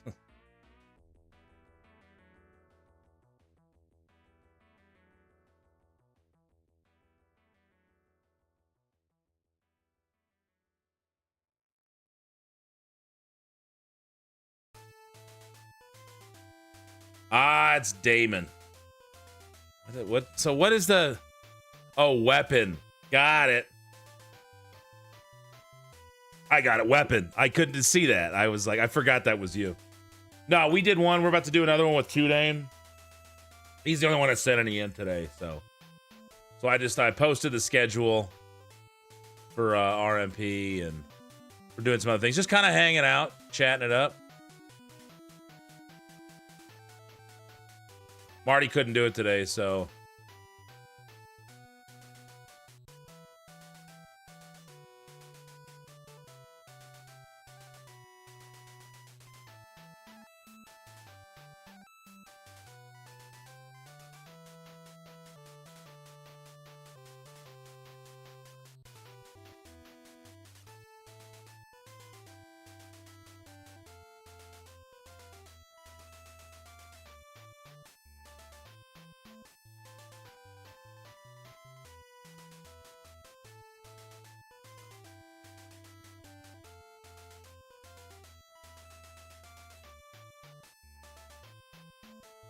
Alrighty, so that was there. Is there a second one?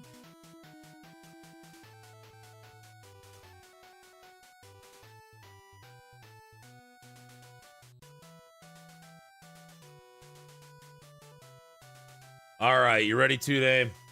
So we're gonna do Two Dame versus Mick Diamond here.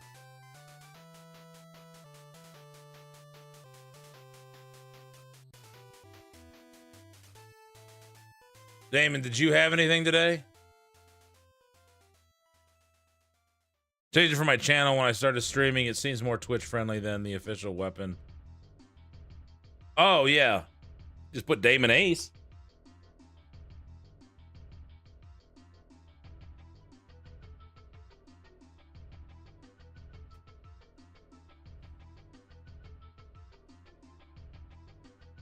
All right, let's see here. You got something? No, I don't want that. What the hell?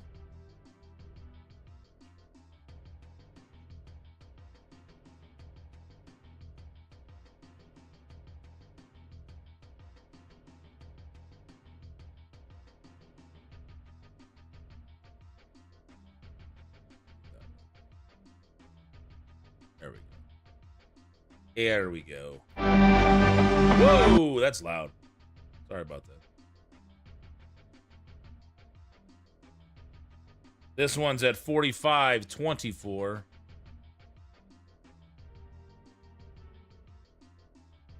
All right, here we go.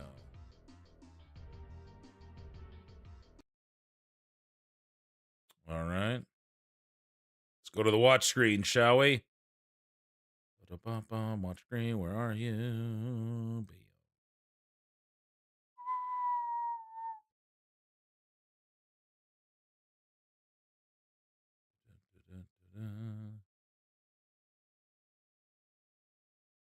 All right, here we go.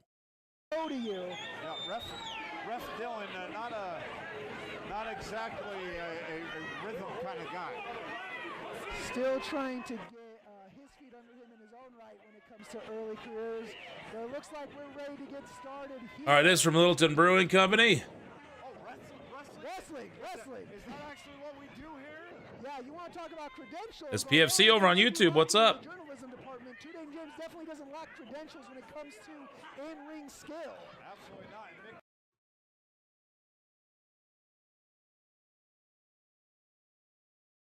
Diamond, he has some credentials too. Former tag team champion. Okay, hold on. Let's start this over. Let's start at this lockup, shall we? Okay, from that angle, looks all right.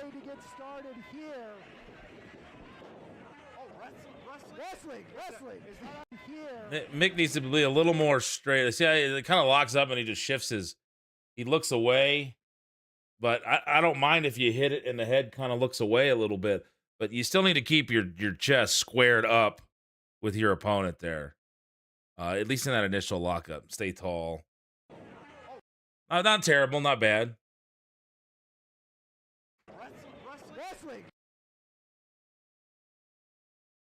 And if you're wearing trunks, you got to wear under trunks, or something underneath it that isn't gonna stick out. So be mindful of that. If you got gear, don't wear anything underneath your trunks.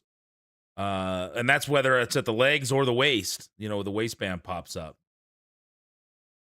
Make sure it can be completely hidden by your trunks. Wrestling. Is that actually what we do here?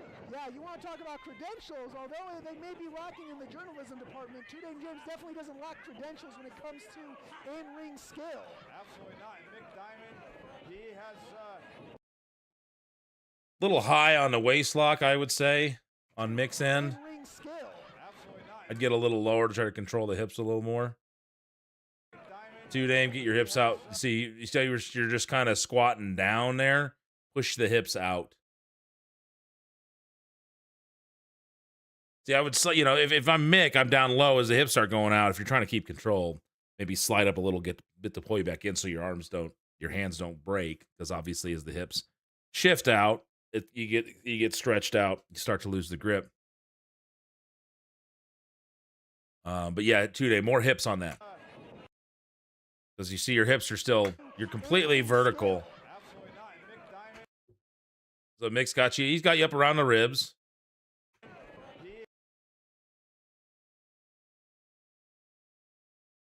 If I make, I might try to come a little. Hey, thanks. Hey, over on Rumble. Thank you. Twice the knowledge. So waist lock, try to get around that waist. A little more, a little lower. Control those hips. See, as you're reaching here, pop the hips out and go at the same time.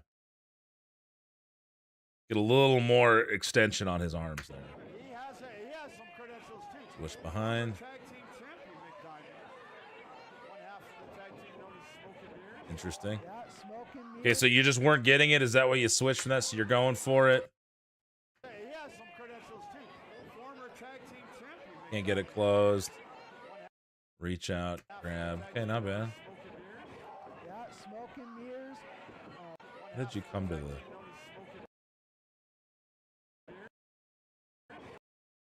Just a little thing you can do is you're ringing that around. Once you get here, take your left hand and just kind of put it above the elbow.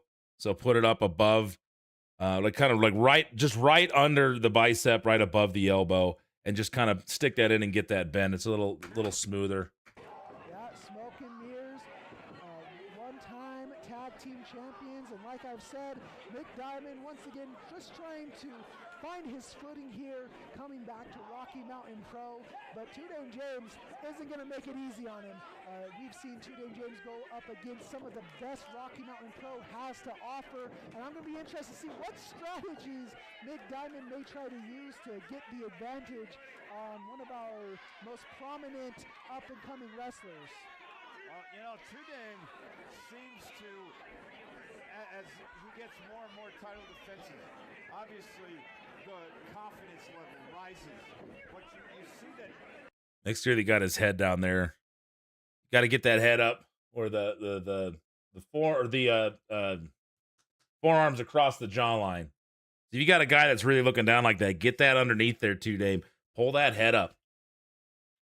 Get the head up. Mick should get his hips underneath him a little more, and he needs to get his head up. If he's not there, get him up there. Yeah, it's just easy. It's just safer. It looks better. It's safer. Smoother to get into it. You see how you're up, you're up on top of the head. Yeah, not the end of the world, but it just looks better and it's easier to control if you get down under here and you kind of get him up. Right now, he's just kind of staring at the ground. I don't know if I'd let him go on those strikes.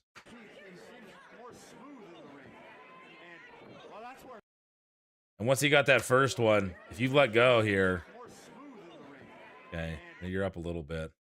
But there's enough separation. I don't know if he really needed the second one. I just don't know if he got you hard enough for you to let that go. Mick should have hit. And there's some room there so you're up. So you could have just grabbed and tried to roll you out from there. Get the hand up in between the right arm and your left wrist. He could have grabbed that and then dropped down and used the momentum to pull it off instead of you having to let go. Needs to keep that in tight instead of pulling it up. Once he's got it up, if he's going to do that flying mare there, that kind of wrist throw, instead of picking it up there, he already had it down. He should have just dropped. He gets big, but should just drop down, keep the arm over the shoulder instead of picking it up and doing it from there just to bring it right back down. Now, if he was going to pick it up, jump out to the side, and then snap it through with the arm maybe, but I think that was just extra movement that was unnecessary. That didn't look bad, though. Good flip through. Got the arm. If I'm Mick, I flip you through. I try to get a quick pin because you're down on the mat. You kick out, and then I grab the arm from there. One interview and one interview only, right? Exactly. And don't you get any crazy ideas either, Isaiah. I like talking, I'll admit, but right Roll through now, single, looks good. Looking for that submission hold we've seen him put a couple of people away with, but Mick Diamond having it well scouted, not going to let Tudane get it back. Mick should have rolled, I don't know, he kicks away. But Maybe right roll now, backwards, get some space. looking for that submission hold we've seen him put a couple of people away with. Boom, as you're stumbling back. Up onto the left knee. He could have gotten onto the left knee or right either way, but he's already kind of facing there. Instead of this awkward kind of get up there where he's got both legs crossed, maybe get up and around, like up onto the left knee, spin around real quick, open the chest up in the arms, and then grab the head. He just still got there. He got up fine. They're not gonna let It just looks a little awkward. that easily. But yeah, Tudor was looking to And as he kind of pushed you back, you could have stumbled back, turned away for a second with that momentum, gives him some time to kind of work up. And then you've come again that accordion. I say the accordion all the time. Get that accordion, boom, step away, selling it, come in, grab. All right. Got it in the match critiques. Cool. We'll do that next. put it away early with Into that the ropes. Oh, and a big shoulder tackle by Mick Diamond. Shoulder. So again, and I've said this to many people many times on the international. We were talking about it last night at training. Like I don't the sequence itself, fine. I never really cared for knock the guy over and then and then you run into the ropes. Make it make sense. So you knock him down and you either try to pin because they're flat on their back.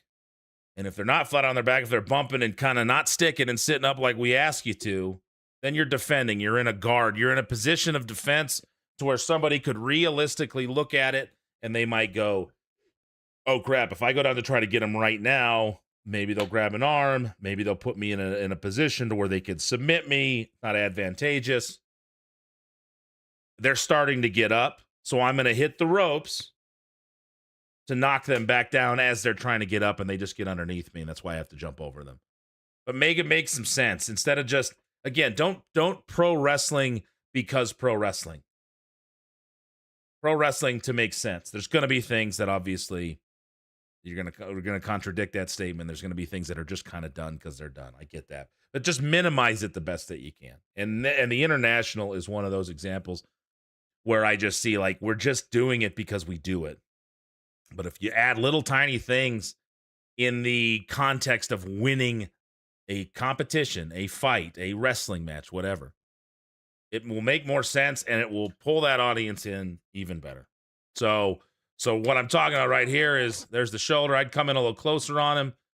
I like the one step off and then collision. I don't think you really needed to back him all the way up there too, Dame. Like, you're already right by the... You can get rid of him. You can get up in there, right there, and you shove him off, boom, you're right in a position. And it's tight.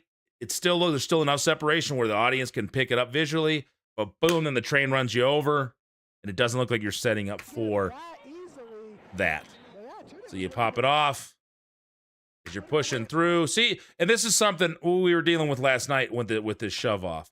An easy way to get yourself into position here is as you're shoving off, you got the left foot forward, you're out of the way, boom.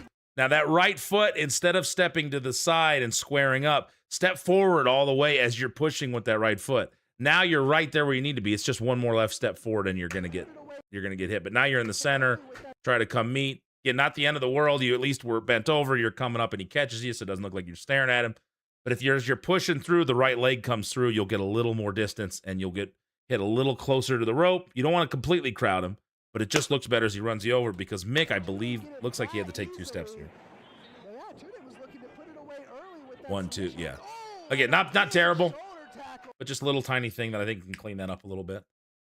And if anything I'm saying is not making sense or you need me to re-explain it because I ramble, please let me know.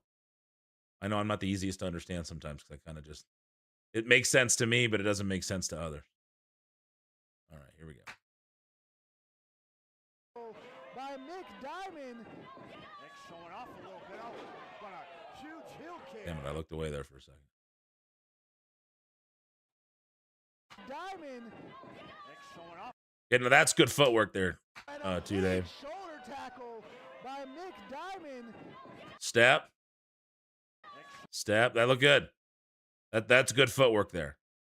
Oh, and a big shoulder tackle. You're waiting for it. By Mick Diamond. Now, the only thing, they could clean that up just a little bit. Yes, what Damon said, looked like you're going through the motions.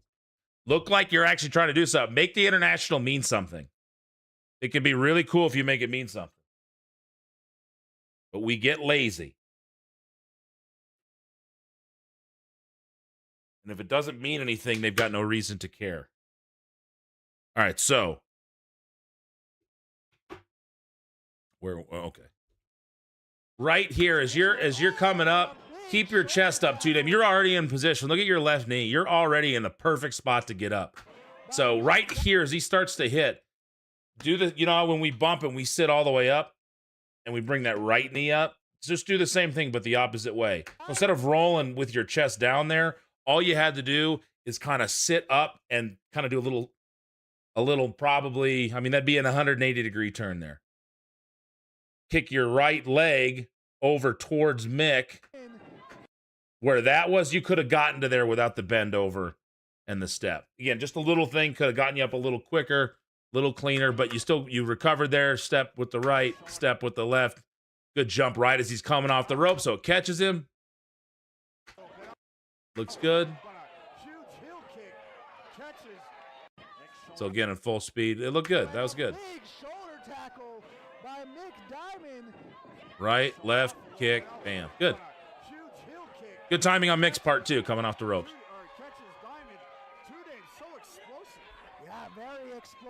That was clean. Yeah, that was clean, Dan. That looked good. That looked really good. And a little bit of an edge here for Tudane in the early goings, both in the grappling department Good strike. and in the striking department. Because like we've said with Caden Koyama and cease and desist just coming into the Wind that up a little more. Don't be lazy with those shots in the corner, Tudane. Kind of slowed it down a little bit.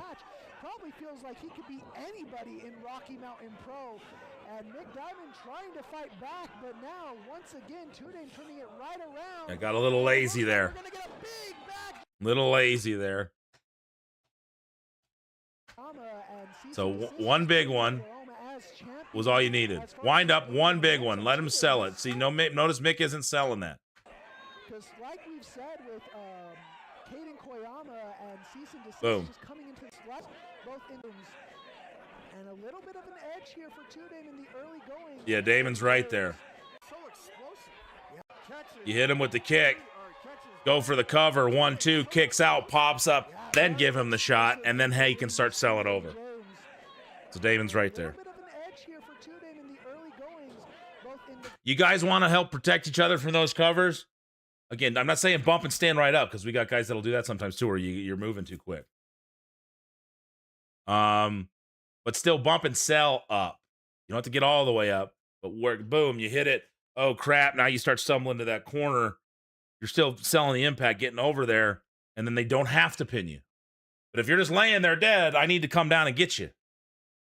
Come down and get you, boom, it kind of stunned you, you kick out, now you sit up, you start selling away versus just kind of laying. Okay, so now we're working over towards the corner here. And okay, you got a shot there. It doesn't look like not much impact. Mick covers for a second, but then just lets it go. So this is where you get a big shot, boom, body shot. Oh, he sells it. Give it a second. That's where you measure the face. You get the forearm, you get a punch to the face to where he opens back up. But you're going back to that same spot. So he opens back up here again. Just the lazy shots, Tudane, lazy shots. And then another one. So now you're just kind of doing it because you're there. You don't want to do that. You want to do that because you're trying to get maximum impact. As you guys know, I'm not a big rapid fire, repeated punches, kicks type guy. I'd rather less mean, more snap to it. So Mick comes in, gets a little shove off there. That shouldn't bend you over like that because he just kind of tapped you, which I'm not against. He's just trying to get something up, and it kind of shocks you a little bit. Stay big. Don't bend all the way over. If you're going to sell it, squat down a little bit, keep your chest up. Here he comes with a shot. So he goes high. We need to change that gear a little bit, Mick. Block. But again, that you see what I'm saying? I'm trying to think of the best way. Maybe you can help me describe this, Damon. Like, it just seems like you're just kind of going through the motions again, kind of just doing it to do it instead of, big shot that he covers, and then a big shot to the face that it hits him. He tries to swing. He gives you a little shot, tries to come back, gives you one big shot. You block the next one. So you're just kind of going,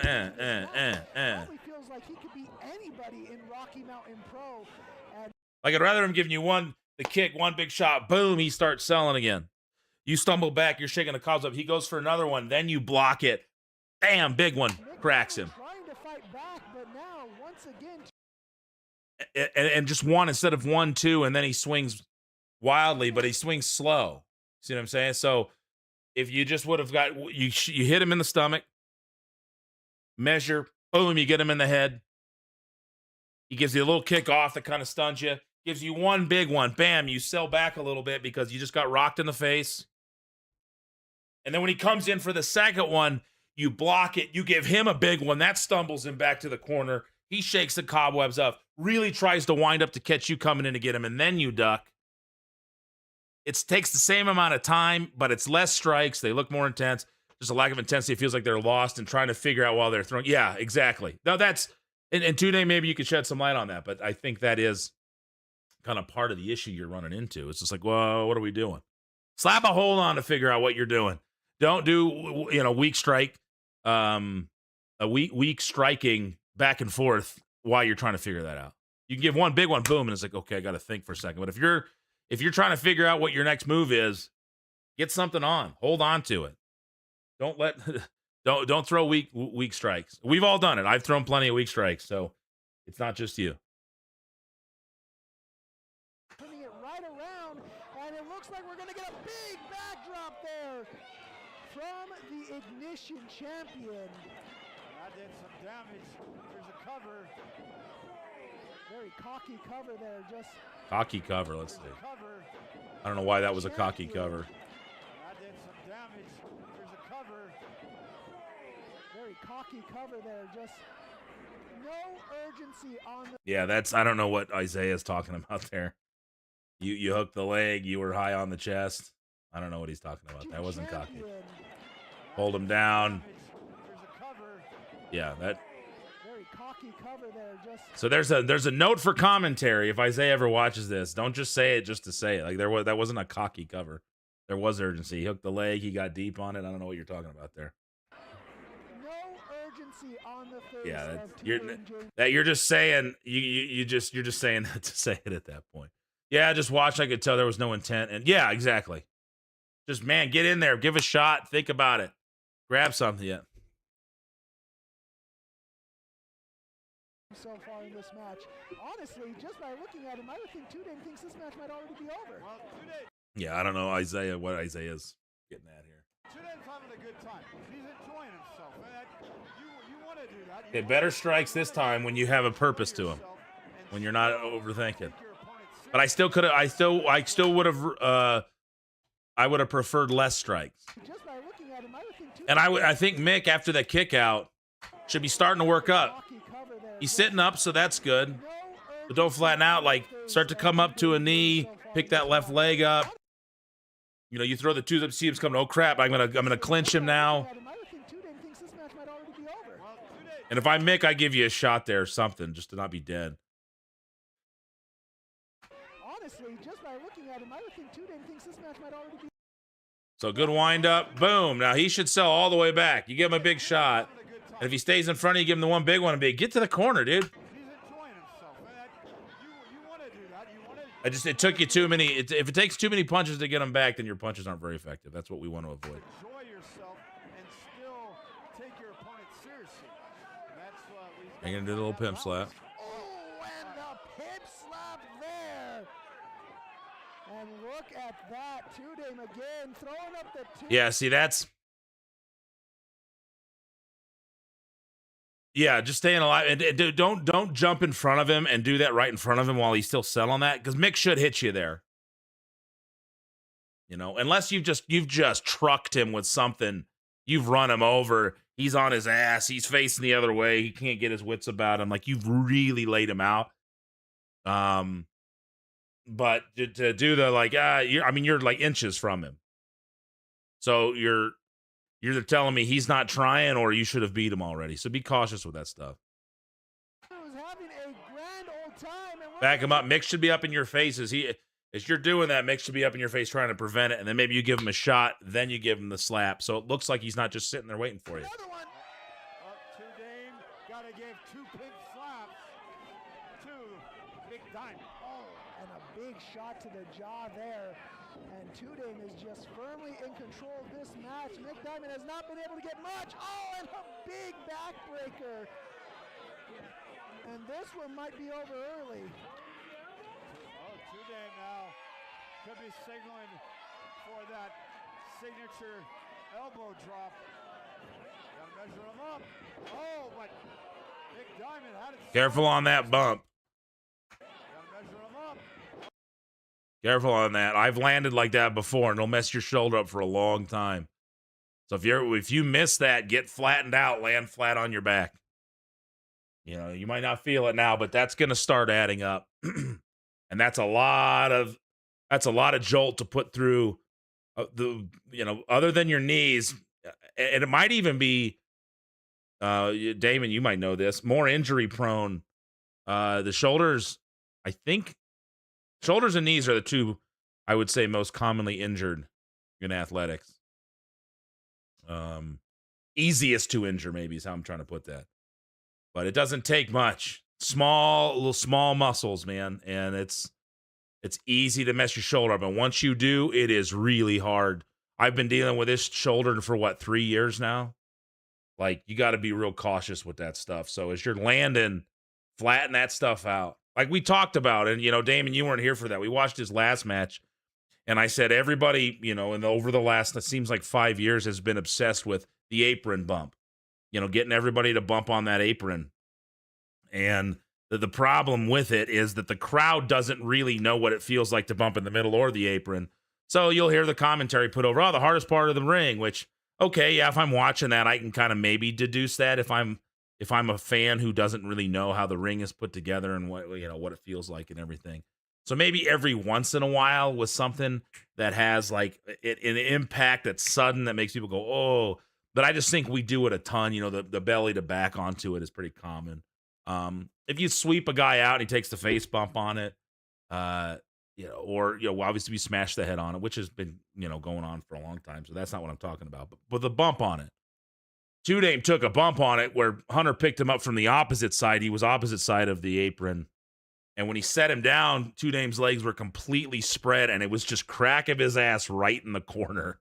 That'll jar the hip, the lower back, and just stuff like that. You might not feel it at the time, but like Two Dame was saying, once that adrenaline wore off, he was in a lot of pain the next day. And that stuff starts to add up early on. So be real careful. Yeah, dude, it looked really bad. Like it right up his ass. Boom. And if you're going to do it, you got to land flat. Like when guys do the belly to back, get as much surface area as you can. I just don't know if it's worth the risk. I haven't seen a ton of guys get injured on it, but I just feel like with no give, there's really not a lot of room for error. So just be careful with stuff like that. That's going to get you. Shoulders even easier because your knees are built for the load bearings, but shoulders are not so much. Obviously they can, but I can squat 400. I'll never press it over my, yeah, exactly. Knees get messed up a lot, but shoulders are very easy to injure. So yeah, just be cautious with that. Yeah, a little overzealous there. Oh! Now, if Mick's going to do that, he's got to be able to sit all the way through, and the left heel has got to hit the ground. That's got to be you got to, if you're going to do that like a famouser like that, he's got to get the contact across the back needs to happen before the deceleration. So as he's jumping up onto it, Two Dame, and you got to be aware of that too. As he's jumping up, your shoulders need to be in contact with the back of his leg, and then you kind of go up with it slightly, and then come down while it's in full contact. Because when he lands, Mick's, see how, again, same thing we were just talking about. Mick's laying back, so he's landing on the elbow. That which is going to hurt, which can mess up his elbow, can send a shock through the shoulder. He's not making contact with you with the left leg anymore. That left leg, your head should be in the pit of the knee.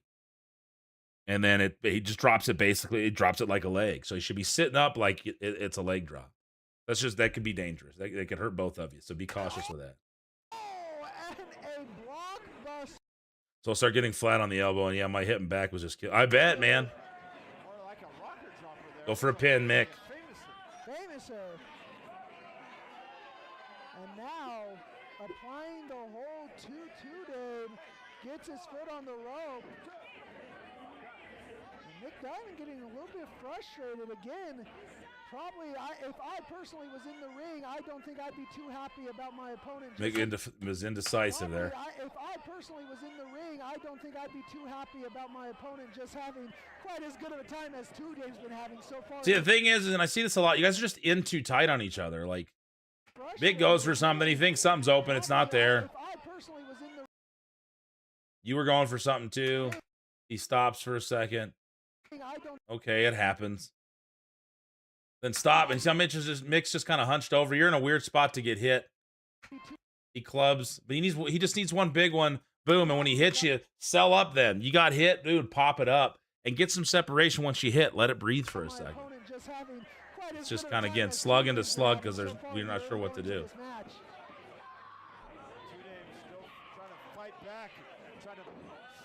Mick's not selling what he's doing. Not even a big deal. Small pet peeve. Baby doesn't grab the ropes to get out of a hold unless it's a moment. Yeah. Yeah, no, I agree. Again, these are these little things, you know, as you break down Baby's heels, what should be done, what shouldn't be done. You know, we talk about do the heels have to cheat? Do the heels have to be underhanded? Can they just win clean? Can Babies use some of the shortcuts when they need? But these are things that you can do that can really that make it obvious to an audience what you're doing. And they don't even, again, the audience, most of them don't understand that type of dynamic. It's up to us to make it so visually understandable that they don't have to think about it. They just get it. You know, you didn't take the shortcut, you fought out of it. Now, obviously, if you're underneath the rope, then you might, if you're right there. But to Damon's point, you fight out of it. It gives you something to fight out of, get people behind. Whereas the heel's like, oh, crap, and they reach for the rope. Again, that's just a little thing that it's within the rules, so it's not illegal or anything, but it's like punching. You know, the old thing, like the Baby shouldn't start punching until the heels turned it into a fight by punching them. And then you up the aggression. So if you see, where was that? There it is. Oh, yeah, so, yeah, I mean, you're not, like, directly underneath it. So in that situation, like Damon's saying, like work up to that left knee and start working up, getting his face. And start fighting back that way instead of the rope break.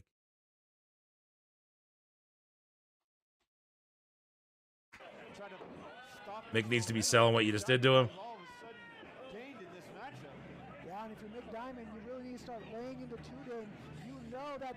And see, so this is the corner stuff that to me, this just starts to look sloppy. In slowly. Grab, kind of, oh, what are we doing? And now I got to take this, and now I got to wrap. Like, it needs to be more distinct movements. Guy stumbling, you go and you get him, boom, you get up in his face. You isolate the arm, you kind of trap it. He's trying to fight you. You get it. Then you ring underneath. You keep it tight so you don't leave it up here.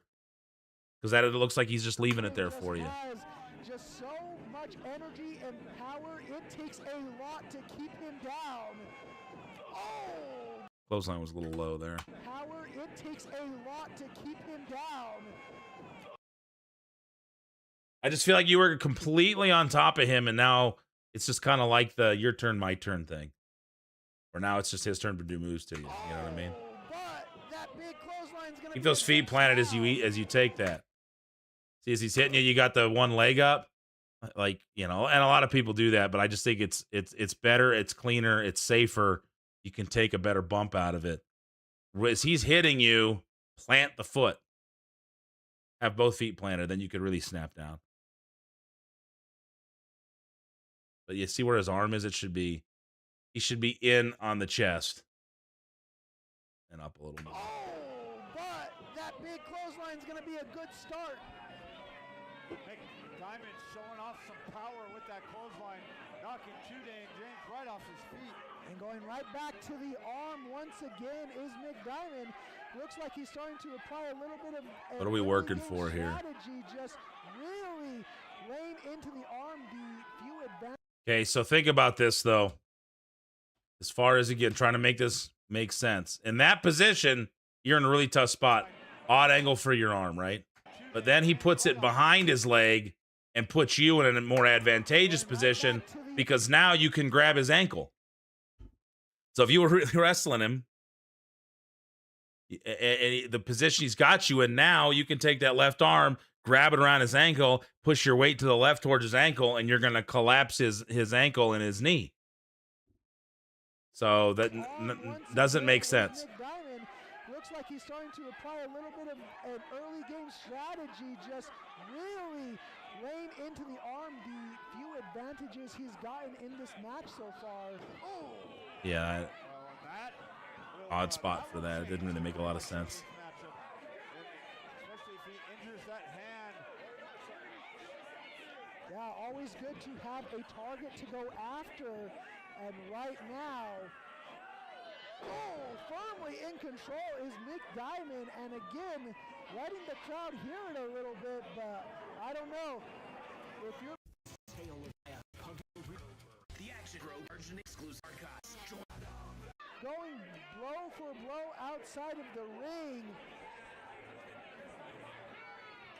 and it looks like Nick Diamond using the barricade. Yes, you just kind of look like you're just wandering around doing whatever. Like there should be a fight back here. And it looks like He hasn't done enough to you to get you this out of it. barricade as a weapon. Face first goes. Did that kid just say hit him in the diamonds? Face first. Yeah, goes. kid said hit him in the diamond. Still barricade. Yeah. This match starting to break down.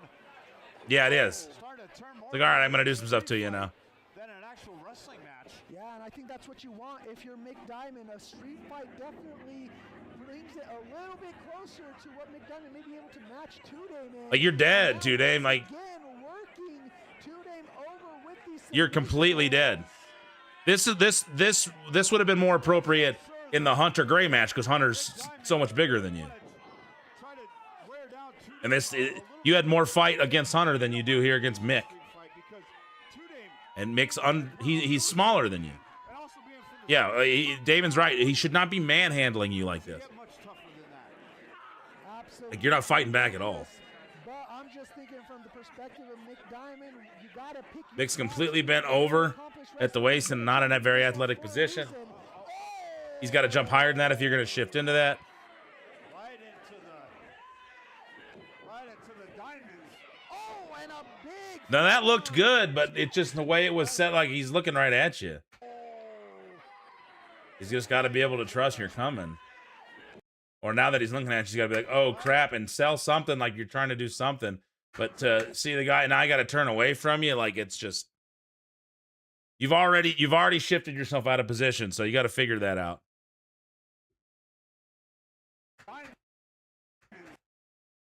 Like you could have still done that, and he could have bumped off if he was facing you. I mean, you looked like you killed him. Was he okay after that? Like you didn't catch him, did you? It looks good.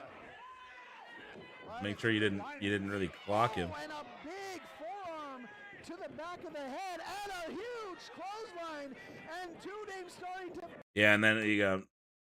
If you're gonna do the whip off, it's got to be a bump, and you grab and push right back into the next into the whip. Don't get fumbled up on him.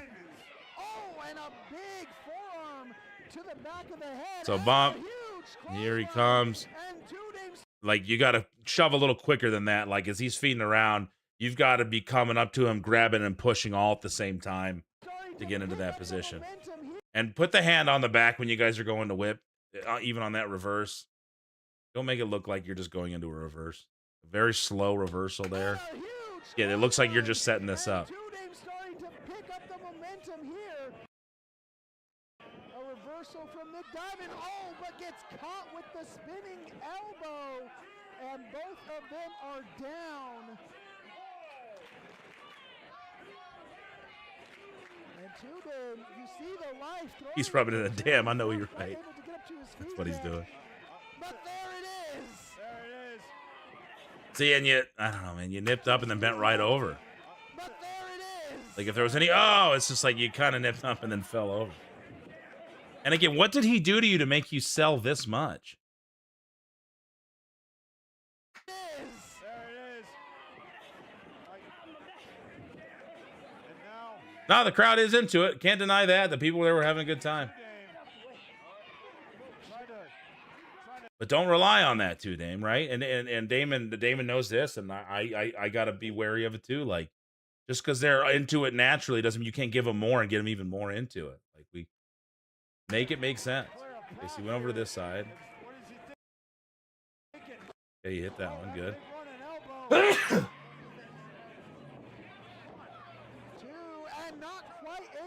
get the pin there. But this is vintage Today. We are starting to see him close in on this match and looking for the submission hold. Yeah, no, they've been into it. Nick Diamond again having it well scouted, going for the code breaker, but the strength of Today catches it, and once again looking to lock it in. See, Today should have been flipping out trying to fight that. Could be it right here. Diamond though, very quickly making it to the ropes. Great Thanks, job Queen. by Nick Diamond. And now looking for a big roll. Today with the duck, and now, oh! Looks like he caught him with that code breaker that time, but Nick Diamond a little bit too. But notice when we talk about the crowd now, but there's no reaction to that. Like, oh man, we think he's got him now. Like we're just kind of, because they're a reactionary crowd to the moves and the sounds, and that's cool. There aren't a lot of wrestling fans in these crowds when we do these pop-up shows like Littleton Brewing. But they still want to see wrestling. They want to see action. They want to hear the sounds, and they know what they think wrestling should look like. They remember seeing it as a kid, or they have a friend that likes it, or a family member that likes it. But if you don't tell them a story to make those moves mean something and to make those sounds mean something, when you get to something that is like, oh, he almost had you, boom, you come out and you hit him with a desperation code breaker, bam, they don't make any noise. Listen. For a big roll. Today with the duck, and now, oh! Looks like You just get a little, So they don't get that story. They're like, oh, he almost had him, and then boom, and oh, like you gotta paint that picture for them visually, or they're not gonna understand that.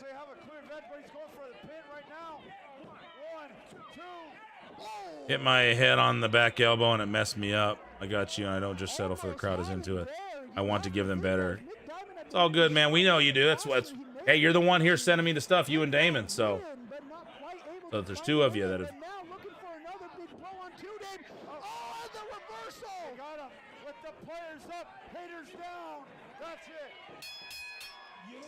Now, again, you got a kid that jumped up, but notice like just the lack of like, oh, we wanted to get them more excited. Like it looked like Mick had you.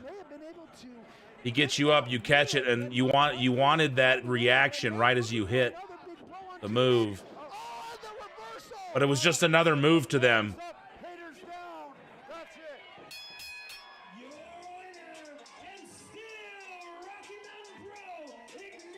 You hit that boom out of nowhere. They go, oh, we think he's got it.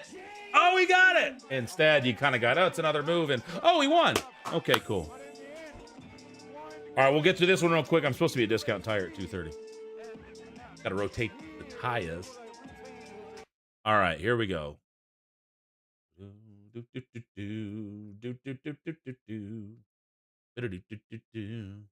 Any questions today? Concerns? Damon, you got anything to add?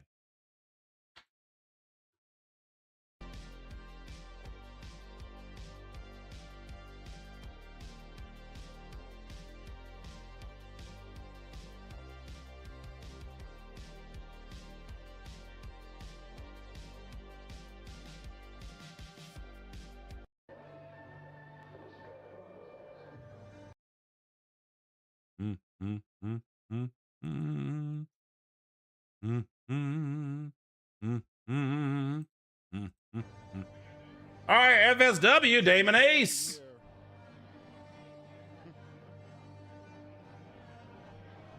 Of course, Damon Ace back here at Future Stars of Wrestling after a impressive showing against Shogun himself back here in Future Shock, Jake. Yeah, one look at Damon Ace, and you know this man isn't all there. You know that he is not exactly. Okay, so this is past Friday. Nice. How'd you feel about it before we watched? Like, how'd you feel about it? I've never been in the FSW arena. How is it? In the past, most recently, that match you mentioned was Shogun. This man gives me a weird feeling, Jake. An unhinged kind of feeling where he just doesn't care. He doesn't care about his life or anybody else's. And those are the biggest kind of odds. His opponent from Atlantic City. No, Damon was saying this match is from last Friday, too, Dave. It's not always about you two, Dame. Yeah, and here we go. Here we go. Morning statement earlier this week, letting people know that he's going to get his regardless. But what a huge test here tonight for the Bloodhound, Jake. If you look at it for skill level, I would give Morningstar the edge, but he's giving up a lot of size in this matchup, and that could be the deciding factor. Morningstar, the fans of FSW are more familiar with him, but Damon Ace, he's being brought back for several reasons. It's the potential he has and the danger he brings for everyone that steps in his path. The danger he bring. Oh, crap. Didn't mean to do that. It's going to be a situation where Demir's got to move, stick and move, not be afraid. But he's got to be smart here, too. Again, he's going to have to create some distance. Like you said, stick and move, the Little Mac strategy. And look at it, it's getting right up in his face.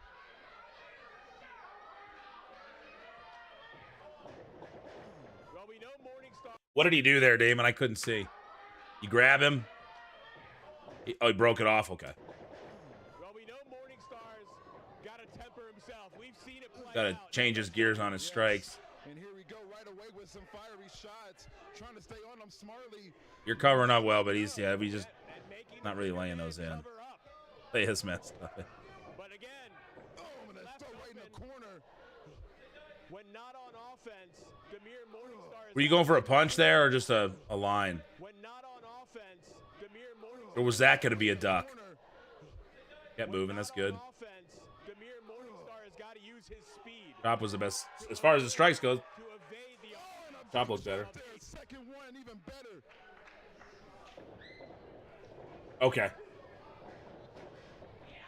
Oh, and an enziguri kick there. This is what I'm talking about, Jake, here. See, and it's just little stuff like that. Like, so you're the bigger guy. We've established that. Grab it, but he breaks it off. He's giving the strikes. Again, we could snap those in a little bit more. But I would, if I'm him, fucking break it off, strike, you throw something, kind of like sticking and moving, do some Ali stuff, just getting out of your way. And then once you get to this point, boom, he gets the kick. Like, I'd stay on you, but I wouldn't like be right on top of you without doing anything, because now you're still a bigger guy. We've established that you are a weapon, that you are dangerous. He knows this. So just kind of like the kick and then the lazy, with no intensity. Don't say lazy like he's being, but he's lazy. You know what I mean? Just like the kind of nonchalant clinch here to pick you back up. Like if I'm him, I'm probably not picking you back up. Oh, really? So he caught you with that Enzy. Okay, yeah. So he nailed that one. Let's see. Okay, so it took you a second. Goes to pick you back up. Yeah, see, and I'm not a big fan of that just because you're a bigger guy. You're more dangerous. He's putting himself in a dangerous position. And he's going to do the 10 punch. And if you're going to do those, they got to be 1, 2. I'm not a big fan of the 10 punch. We've all done it. But when he catches you, what I was going to say was he catches you, boom, and if you settle down, he gets back, and he's kind of assessing it. Then he steps in and snaps something in, tries to clinch you, changes the gear to clinch, get you back up, gives you a shot. But instead, he just kind of like, he kicked you, kick, and now it's like, okay, what do I do next? All right, I'm going to kind of pick you up here, and I'm not going to give you a shot. I'm just going to climb up and leave myself open as you're still in a position to give me a shot. So I think he could have done something else there to kind of stun you for a minute to then climb up and start the 10 punches. A well-connected enziguri will knock anybody's equilibrium off. No. Oh, leave 6-7 in 2025. Such as he gives you the enziguri. If you stumble down like that, then maybe I snap Mary out of the corner quick and try to get a pin. Boom, and then you sell over to the other corner, run in, get an elbow, then go up. Now I'm feeling it. Boom, giving the shots. Then you shove me off. Oh gosh, here he's trying to. Because he's not a tiny. I mean, he's athletic, so it's like we can't believe that he can get in there with you and hold on to you. But you're gonna win the war of strength if it comes down to it. German suplex. It looks like no into a cover too. The waist lock's not a bad strategy. And a big drop kick there puts him on his feet to the outside. Again, like you said, he's gonna have to stick and move. Stick and move. The commentators, but no, that's agree. The stick and move strategy should be. I'd like the better shot of that. Tries to dive out, catch him. And he meets him with a forearm for good measure. If you can, Damon, when you're doing that, and if obviously you'd have to go over this with him, with anybody that you do it. But as he's trying to stick his head through, right, like here, you know, that works. But if you can Euro that, you can give him your the bend of your forearm, and you can use your left hand to kind of stop it, kind of like on his right shoulder, like up on his shoulder blade, because then you can get some contact there. If he comes out and he keeps his chest up, then you can pop the chest and hit the back at the same time to kind of control it, so you can get a little more impact. Because forearm, that's hard to throw from there. And you got it. It looks good. But if you want to get a little more pop, because if he comes in and his head's away. Damon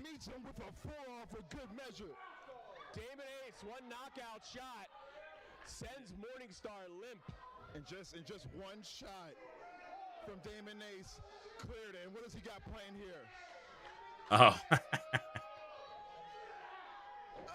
There's the apron bumps we talked about. But that's flat. See the difference too, Dame? Is as a flat bump and not an ass bump. So we do them a lot. I'm not a huge fan of them, but it is what it is. And it's not because I don't think they can look good, or like I haven't really seen anybody get really messed up on them, but it's just I think they're done so much, any impact is taken away from it, and you really have to explain it to people what it means to bump there versus the middle of the ring. But I digress.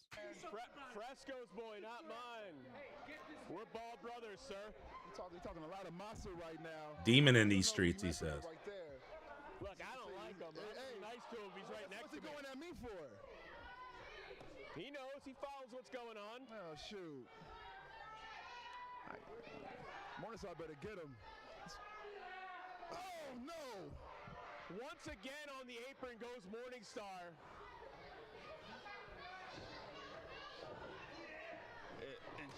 Oh. Just a hard shot to the back. Sounded good. Followed by a knee lateral press. If Isaiah was on commentary, he'd tell you that was a lazy cover. Not taking it serious. You got a problem with me or something? What you got an issue with? Yeah, if you land flat, you're fine, as long as you let the air out. But well, you stay here, or at least don't bring. And there's just no give for you, and the crowd doesn't really know the difference. I don't think you get any more impact than just slamming someone's head on it. If it's not every once in a while when someone's on the apron and the leg gets swept out and they take the bump, then maybe. But again, it's something people do. It's not a big deal. As long as people are okay with the risk. As I've said, he's been used in a bounty hunter role in the past. We don't know. There you go. Come on. Maybe there's a reason he's here tonight. Oh, kick him. Going for a German again here. Again. Oh my gosh. Just a simple turn of the hip. Oh. Nice. And a boot to follow.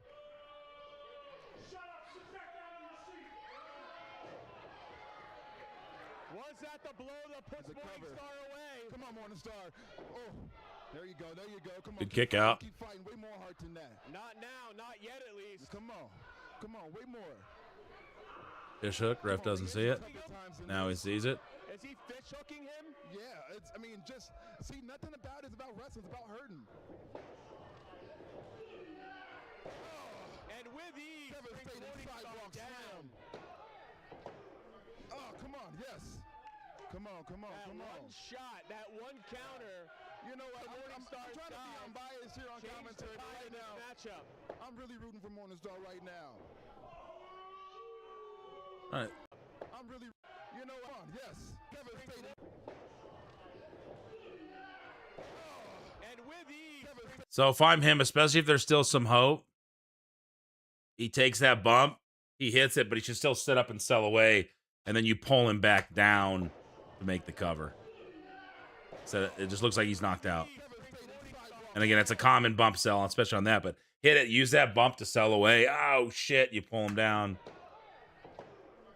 You know what? I'm trying got a problem with me? And the methodical They're booing you, Damon. They don't like you. of Damon Ace has been trouble for Morningstar. Come on, we're gonna fight. We gotta fight. Come on, man. Put them hands up.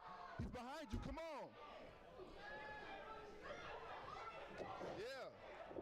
Right to the midsection. Oh, big that shot to the face. Yeah. Open hand. Yeah, you line well. Damon. Yeah, see, and again, these are the little things, because this is where we look like we're setting stuff up. Like, he gives you the shot. He's smaller than you. He's still selling. This shouldn't be a leisurely walk over to get you, push in, and then whip off. Like, he didn't get full extension there, which just looks better if you do. But he gives you that one big shot that rocks you for a second. So, boom, stumble back, and now he needs to accelerate towards Damon. So, accelerate towards him. Oh, did I lose you guys? Can you hear me? Sounded like it popped off real quick. All right, we're good. Accelerate towards Damon to try to use those ropes. Am I peaking the mic? It seems like I'm peaking it a little bit. I'm gonna need to reset some of my filters, although I'm maybe a little too close. Anyway, runs over to grab him, tries to use the ropes, leans his weight into him to use the ropes as something to spring Damon off, jumps out, and then Damon reverses it. But instead, it's just kind of like, I went to whip, and he's not fully extended before Damon starts to go underneath. Like, you should at least get it extended. So then as he tries to whip, Damon pulls him underneath.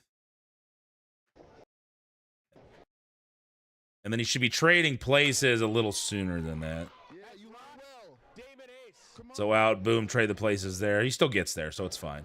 But look how quickly he countered. Oh my gosh. A quick counter. But if it would have been a shot, boom, he stumbles back, runs to get him. Desperation, pushes all of his weight into the bigger guy, gets the guy into the ropes. And as he tries to whip him off, Damon gets underneath it, hooks it quick, bam, and then you shut it down. It gives the people a little bit more to get into than just kind of walking over. Once again gives Ace the advantage. Come on, man. Oh, and he doesn't go for the cover. He wants to drain Morningstar. I'd have covered him there, Damon, if it was me. Here. This is what He wants to Like he sat up, I'd have grabbed him just like you just did. again gives Ace the Grabbed him, pulled him down. 1, 2, big kick out, and then grab it on him. Just again, little tiny thing. Come on, But I think you already knew that. This is what you gotta find it right Make him now. do a big kick out. Plenty of Goliaths. And as he sits up, I think he got him. There'll be plenty of bullies, But this looks plenty of good. monsters, plenty of adversaries. It's up to you to find it within yourself that I know you got it. And right now, you put momentum right now, trying to get it. Oh, and a cover. One, two, stack. Oh, almost had him right there, smartly. Wish the ref would have gotten to position a little faster than that. This is one of those positions where I think the ref's got to drop down right away. I was like, oh shit, the ref needs to look as you can see me try to pull him down, and then okay, so he wasn't going. Was he fighting against it? Well, then if he's not going, I guess you're grabbing the headlock. Or if he's not going, just slide over to the other side and take your right arm. So you grabbed it. You're trying to pull him down and he's not going. Just either shift your weight back and don't, you kind of force him to go down. Oh, I got you. So you got the wind knocked out of him. So he wasn't in the position to. I got it. Oh, and he doesn't go for the cover. He wants to drain Morningstar. I got it. Momentum right now, trying to get it. So, but right here, boom, like, oh, he got him. The ref should be down now. Like, just instead of slowly dropping down, like I'd get down a little quicker. If I did that. Get to that fast. Almost had him right there, smartly, but getting some distance that he needed. Yeah, now that he's And a big kick there from the corner. Morningstar has to start stacking the offense. Oh no, caught. Quickly though. Sell in between. The Morningstar, is that his name? Yeah, now that he's So he hits it. He should still be selling what you done to him. Sell the bag. Just kind of look like he's still hurting, but trying to gut through it. You catch him. Ace can change the tide of a match. Fall away. Fall away slam, last call. Morningstar sent to the outside, and that's a dangerous place to be against Ace, as we saw earlier in the match. Come on. All right. They don't like you. Come on, Morningstar. Damon Ace right now soaking it in. He's out of the ring. Well, like he done did something. and he's looking at me again. He's looking at me again. Handle your business if you so big and bad. Well, he's exiting the ring on the opposite side of Demir Morningstar. He's not realizing what's happening. Morningstar. Oh, and he got him. Morningstar has swerved. Yeah, see, but now nothing happened to him. After outsmarting Damon A. Like, still do that. And he should have gotten in the ring. He's still selling. He runs. He does the flip over. He hits you. He pops up, still selling, getting the people behind him. Like, just everything you did to him is being sold as if it never happened. That's something a lot of people forget to do. And knocks him down. Back up, brings him back down. Trying to slay this beast. Just two I I don't know about him Germaning you, unless there's momentum behind it. Was that a your call or his call? I mean, he did the pop, I guess. Not that it can't happen. I mean, it just, Trying to slay this beast. you tried to swing, Back up, brings him back down. Trying to slay tries to this get behind beast. you, sidesteps you, pops it up. The third time, will it be the charm? I just don't. Okay, so he wasn't able to. It was the momentum idea. Okay, right. Boom, behind. Maybe you're stumbling back, and he just grabs and goes right away. Okay, he's selling something a little. There we go. So he's going back to selling what's happened to him. Needs a little more speed on that if you're gonna move him. I mean.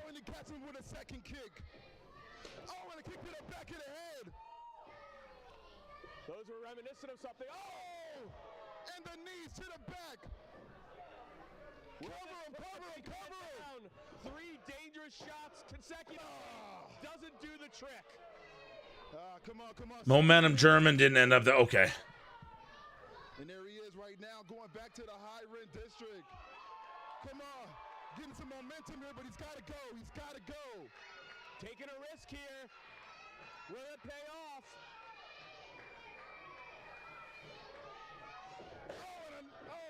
No one home. Well, that's what he should be saying. And that's what he is. Oh, my goodness. Got to roll into. You got to get up from that. Oh, and he doesn't get himself. So he goes for the jump.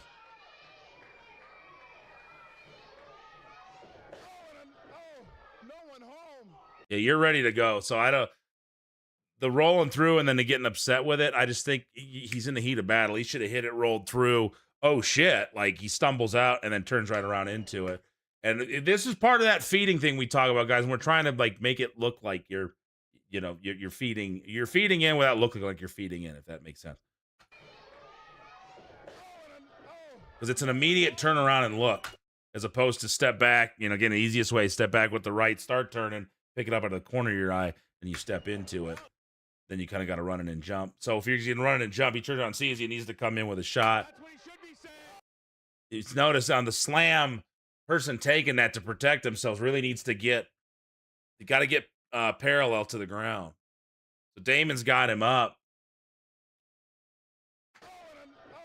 No one home. Damon gets him up here. Now, once you're up, as soon as you start to descend, you gotta open yourself up. You gotta come off the shoulder and get parallel to the ground so you don't land with your back a little rounded and your lower to mid back first, because that's when your head comes loose. So you see, he's still, like at this point, you see where Damon's head is? He should be lined up with Damon's. Like he should be just in a straight line. His shoulders should already be parallel to the mat. Holding on the back instead of posting. Let's see that again. So yeah, good call. So completely wrapped around instead of up on the shoulders. But even if you're here, now you got to let go. And you got to extend yourself out, because look, now he's vertical. So when he hits, he's got the left arm down, bam. Oh, that hurts. And again, he's a young guy. This stuff's going to start catching up to him. So you got to be real careful with that. Rolls through. He's got to roll through and pop right up. Kind of got caught on his head there. And same thing on the power bomb. Gets up. Once you start going, he's right here. Damon's come down. He's still sitting vertical. He's got to get himself back. And now he's putting that left hand down. And he's going to bump with his lower back first. Ah. And then watch the head. Boom. Actually, he didn't even snap the head. He just hit all lower back. Got to be careful. Like, get up, tighten the core, tighten, and then open those hips up, man, and straighten yourself out.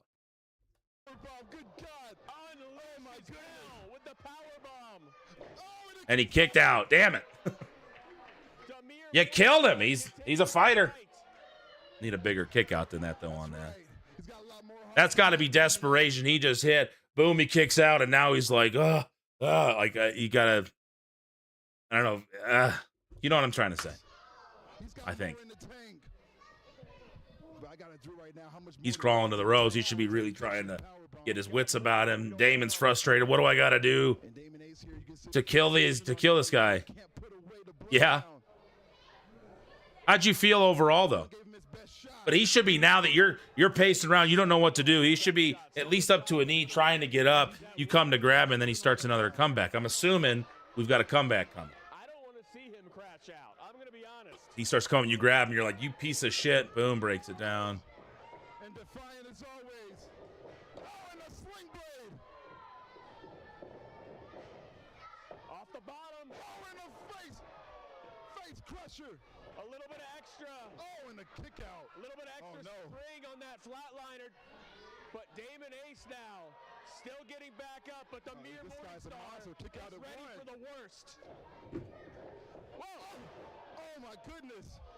Wrenches him down with the cutter. Oh my God!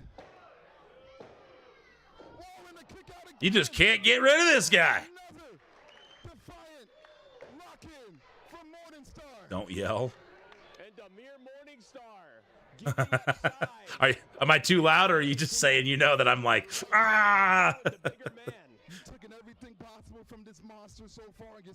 I guess just the only thing is, it's their guy, so you got to make him look good. I get it. You do what you're asked to do wherever you are. I think you guys can get the same thing across with a lot less. He's doing. I mean, you've had to kill him. Now you've hit him. You hit him with a big spine buster, which can be a finish. You've hit him with a power bomb, which can be a finish. You've hit him with your finish. We just can't put this guy away. I just, call me old school, as they say. I got to call Discount Tire, guys. I'm not going to make my appointment. Give me 1 second. I'm going to see if they'll let me come in a little later. Someone over off Kipling. I think it's this one, right? Yeah. I'm going to call them and just say, hey, I suck. I'm not going to make it. And then we'll continue this. Give me 1 second.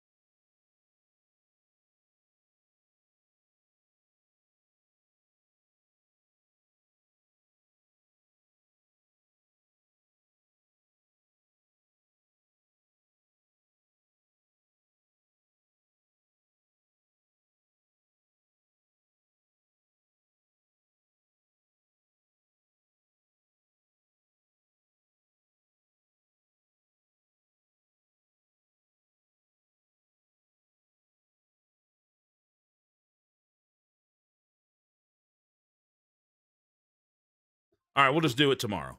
All right, here we go. It's a lot. Like I said, the style is just very West Coast there, so I tried to find a balance.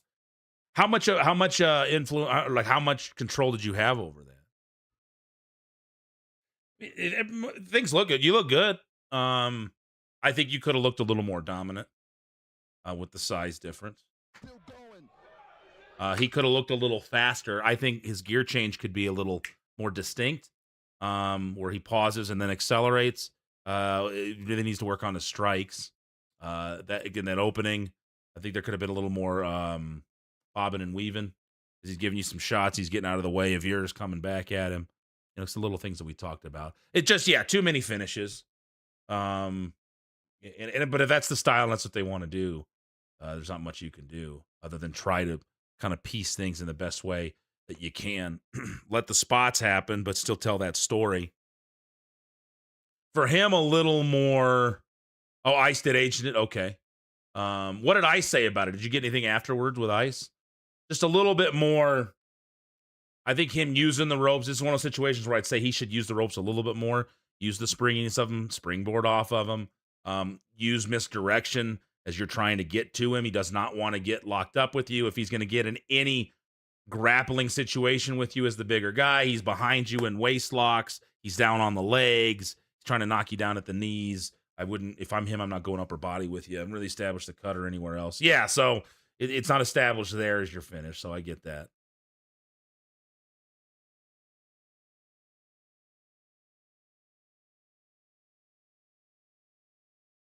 So they tell you no as far as using it? They tell you no as a finish? Yeah, it's part of wrestling, man. You got to do what there's a style and there's things that you can do at whatever promotion, whatever they're asking you to do. If they don't want you to use it as a finish, then, you come up with something else. That's fine. But you just do it in the best way that you can. You execute what they're asking you to do in the best, most reasonable way possible. 2026, you was going to get more. You was going to get it regardless. This is regardless right now. See, but on his kickouts, man, he kicks out. If we're gonna do, if he's Superman and he's gonna be kicking out of everything, then it better look like he kicks out big and he starts popping up and he's really feeling it and getting people behind it and they're like, I can't believe this guy's still fighting, and then makes you come to grab him. You come grab him there, but he's facing away from him. Like, he should be turning around, trying to come back to you, and then you're catching him.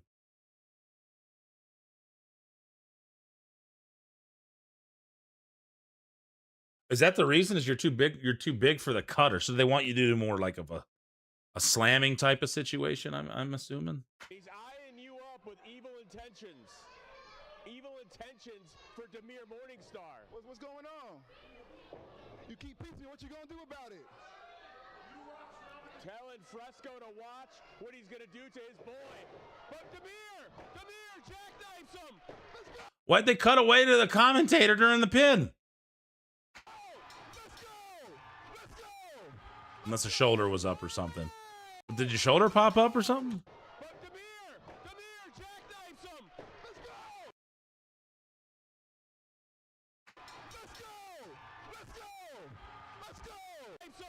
Watch what he's gonna do to his boy. But Demir jackknifes him. Let's go. Okay, so I like the idea. You know what?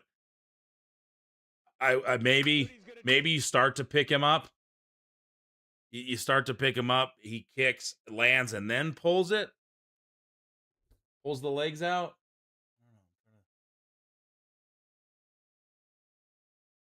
Because he's got to take you off your feet. That's the only thing I don't really like about it. You've established you're much more powerful than him. So we're trying to get that roll-up pin. Now he lands. His hip should be high. He needs to plant his feet and get his hips way up. But I don't know, Damon. Let me know what you think about this. I would have, if I were agenting this, instead of him pulling your feet, I'd have went for the power bomb, got him all the way up, and done the pop up over, slide behind into the backslide, not the backslide, the sunset flip position, to where he could then get really deep up on top of you and really look like he stuck you, and he doesn't have to pull your feet up, because either you pick him up and he's able to kick, and the momentum, you're kind of off balance, he pulls it and rolls. But if you'd have picked him up and it flips over, he pops up, you lose him real quick. You come down and he gets that sunset flip, and it's 1, 2, 3. I just think it would have looked a lot bigger, more surprising.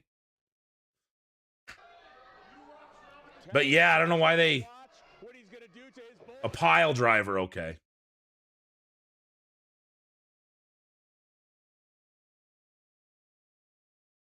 I mean, even if you pick him up for the pile driver, it comes down, boom, and it pops, and he's able to like get you off your feet for a brief second using the momentum, and then pulls your legs through and rolls through. Do you know what I mean? Does that make sense? Like, pick him up for the pile driver, don't quite get him up. He kicks, you come down. The momentum allows him to kind of get you off your feet for a brief second as he seesaws it, and then as you're coming back down, he pulls it through and rolls. But yeah, pulls away from it. I don't know why. I know they wanted to get his reaction, I'm assuming.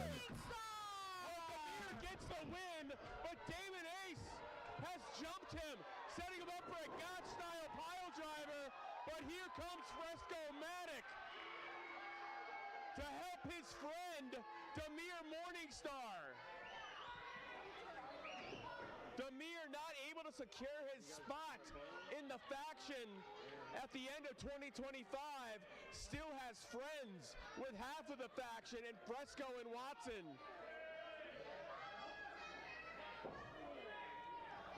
Does anybody else have anything else they want to watch? This match tonight, Damon Ace was sent here on a mission by someone to make sure Morningstar went through hell.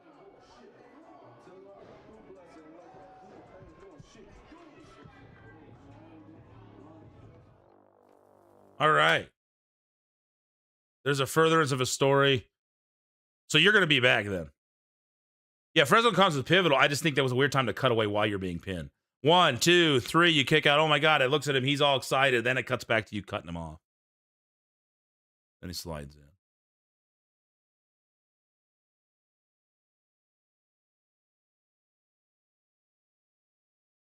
Nice. Once a month? I got to go out there with you one of these times. I like to go out and just hang out. I mean, we guess we'll be there in April.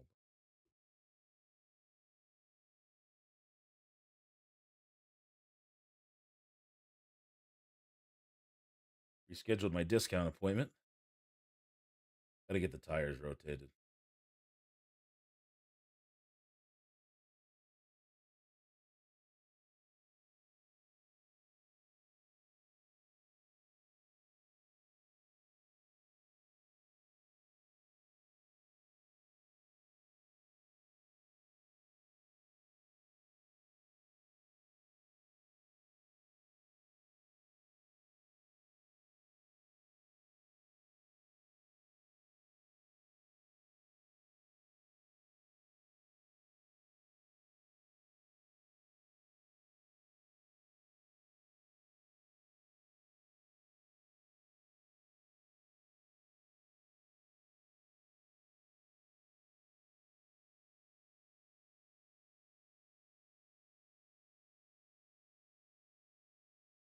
$24th.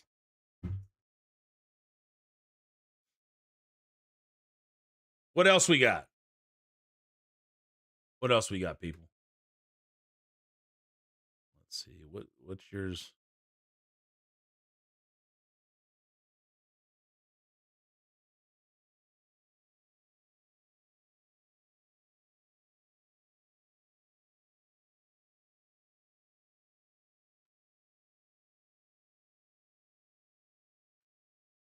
Any other thing else you wanted to add to that, Damon? Questions? Anything you think I got wrong or misunderstood, mischaracterized? Yeah, I don't know. I don't know who it should be. Two Dame's got some other ones.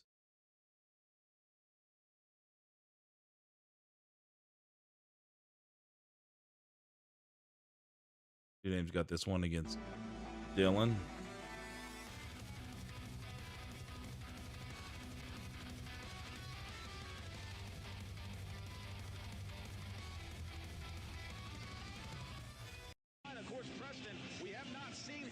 Since he ate the barbed wire at No Man's Land just over a month ago. All right, you and Dylan here. If I never see him again, that would be too long. And here we go. Two Dame James ready to get put in some work, but Dylan Anderson, he's not ready just yet. Well, mind games by the law office. They still haven't forgotten what Preston has taught them. He's got to keep coming into you on that arm drag. Just stopping his momentum. Okay, so like again, making stuff. Hey, what up, Steve? 941 out there in Lisbon, Portugal. How are things? Thought was I need to learn how to work bigger, better. Yeah, haven't let him do too much. Yeah, sell it, but sell it more. And they're like, ooh, that kind of hurts. Like you'd sell a bee sting. Like it's not gonna put you out, but it sucks, and you're reminded of it. And then this thing's getting hit in the ribs, no matter how big the person is, still sucks. You're still gonna feel it. Because a big thing I got wasn't the size, but the character is big and needs protecting even in losing, right?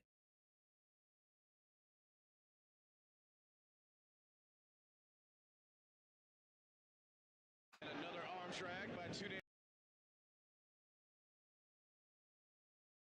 Okay, so he sidesteps that, so that's good. But look at the timing here. So you're out of the way. I mean, is he going for your head or your hand? Swatting it out the way, and a sweep by two Dame James. I guess it is. Dame James, drop kick, but swatting it out the way. Okay, no, that's fine. And a sweep by two. I think you could have timed it a little tighter. By two Dame James. Like he's going for the head and then move a little later. But Swatting it out the way. sweep, cover. Two Dame James. When you guys get kicked off, don't stay parallel and pop off. When you get kicked off, pick that chest up. Pick the chest up. Come up big. And the opening stages of this matchup, some very fast pacing here. We just heard. Yeah, see, that's the stuff we got to watch out for too, Dame. That's just I'm waiting. If it's not there, don't take it. Slide out and go after him. Or you got to start the jump sooner. Like there he is. You got to start going now. Because now he's just staring at you. Then he looks away. Then he's, oh, whoa, wait, hey. Like, we all make fun of the dive, the look up, and the watch, and the watch, and the watch. Like, do everything you can to avoid that. And if you can't, don't do it. Because it looks hokey as shit to everybody. Stayed where a little. Yeah, as far as the head stomp, yeah, just make it look like he's actually going for something that's there, and either he's trying to stomp your hand or your head, and you pull it at the last second as he's kicking down. But if you're out of the way super early, then it just looks like he intentionally missed. So you're over the top. If you're going to do the house show dive, land on both feet. Less chance of injuring a knee there. Like, watch your left knee kind of hits first. As you come over, you put that left knee down. Like, keep them together and then straighten up and try to land both at the same time, just because you can blow a knee out pretty easy, especially if you're not caught very well. It's kind of an awkward spot to be caught in. See how all that weight's shifted onto your left side, your left knee. Be careful. Like, the beauty of that is you can get over, you get extended, and then you can land on your feet and him at the same time. You ever seen two Dames fall like that? I can't remember it. Two Dame James getting a lot of air and taking the fight to Dylan Anderson, going to the ropes. Is two Dame and And there's that landing again, dude. Be careful with that. to Dylan Anderson, going to the ropes. Is two Dame. Look at that. Like, that is not a good spot to land on that side. Get flattened out. If he moves, you're missing. Flatten out. This is really good content. I'm glad you started doing it. I think the more often you do this, you'll get a great. Oh, I appreciate it, Damon. Look, it's just for me. It was something Marty and I talked about.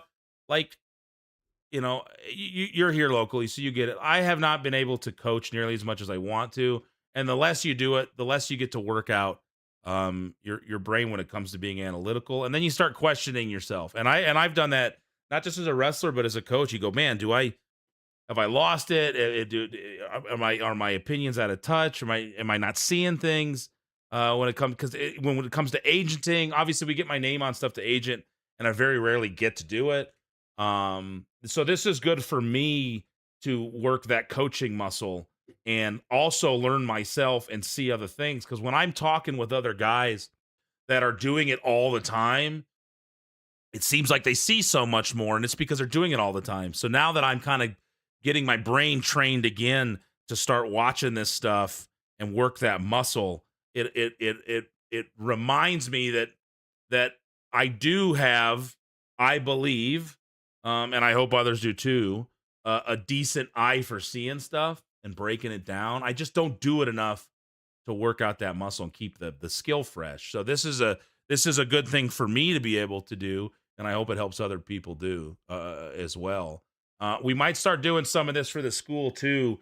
Do a Discord night film study like we used to. We just won't do it, in person like we used to. We'll do it over the Discord. And I'm talking to D'Lo about maybe getting that in there too. So, dude, I always learn something. I'd like to see people watch my stuff back. I don't know everything. Far from it. So I'm learning again. Like 2 Name's going to blow his shoulder out, stuff like that. See, now this is another one of those awkward getting into position things, 2 Name. So you miss. Boom. You start selling up. Oh, fuck, that hurts. You're working around. Dylan needs to already be in position. You gave him enough time. Dylan rolls. He's got to get to position where he's going to grab that arm. You start to walk over. He's still laying there. Like, he needs to be working his way up so you don't have to bumblefuck trying to grab him. Like, he needs to be getting up. You reach over and grab him, boom, and he stops it and then drops down. It could just look a little cleaner than that. Staying on the arm, though. Makes sense. But you see how long you're waiting for him? If you try to avoid this. If you need to check on somebody, don't turn your head to get the corner view. You can get that by selling around just enough to where you're still facing away from him, but you could pick it up and it looks like you're selling. You see it all the time. And again, we all do it. I've done it plenty. You don't even realize you're doing it. You're waiting for them to come, so you look. Mick did it in that last match where he looked, you weren't there, and then he looked again, and then he turned away. Like, once you've picked them up, if you've looked and they're not there, you wouldn't keep facing the other way. Ow, sell around, turn your hips towards it, get perpendicular to their spot. You can still see it, but now you're not turning your head. Don't turn your head away. Because if you turn your head, now this is you looking. This is you selling. And you can get yourself around to it. Like we say when we're in the weight room, right? That neutral neck. Like, keep it there so it doesn't look like you're looking for anything. You're just out and you're putting your body into a position where you can see, but it doesn't look like you're looking. Does that make sense, 2 Name? See, you look and then you look away because, we're not quite where we need to be. And the second time you did a better sell away from it. So you look, okay, that's a better spot. Just go right to there, like sell that, but don't look. And then as he's getting ready to get up. Now I picked you up. Here I come. Boom, blocked. Both could be contenders. You think about it, Tony. Absolutely, and you got to thank Kaden Koyama, Mr. Every Night, winning that NRW Classic. He has an open shot at the Rocky Mountain Pro Championship. He needs to wind up that knee a little sooner. So he hits the ropes here. Boom. One step off with the left at this point instead of the baby step.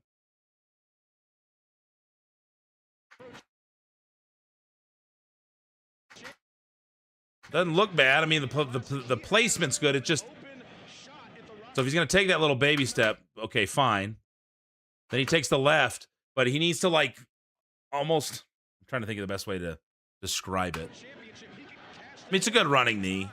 And maybe I'm being a little too nitpicky on that. No, that looks good. Say if he kind of would have gear changed that a little bit, like step, and then got a little taller and then brought it. I think that's what I'm kind of seeing, where it looks a little awkward. But the placement's good.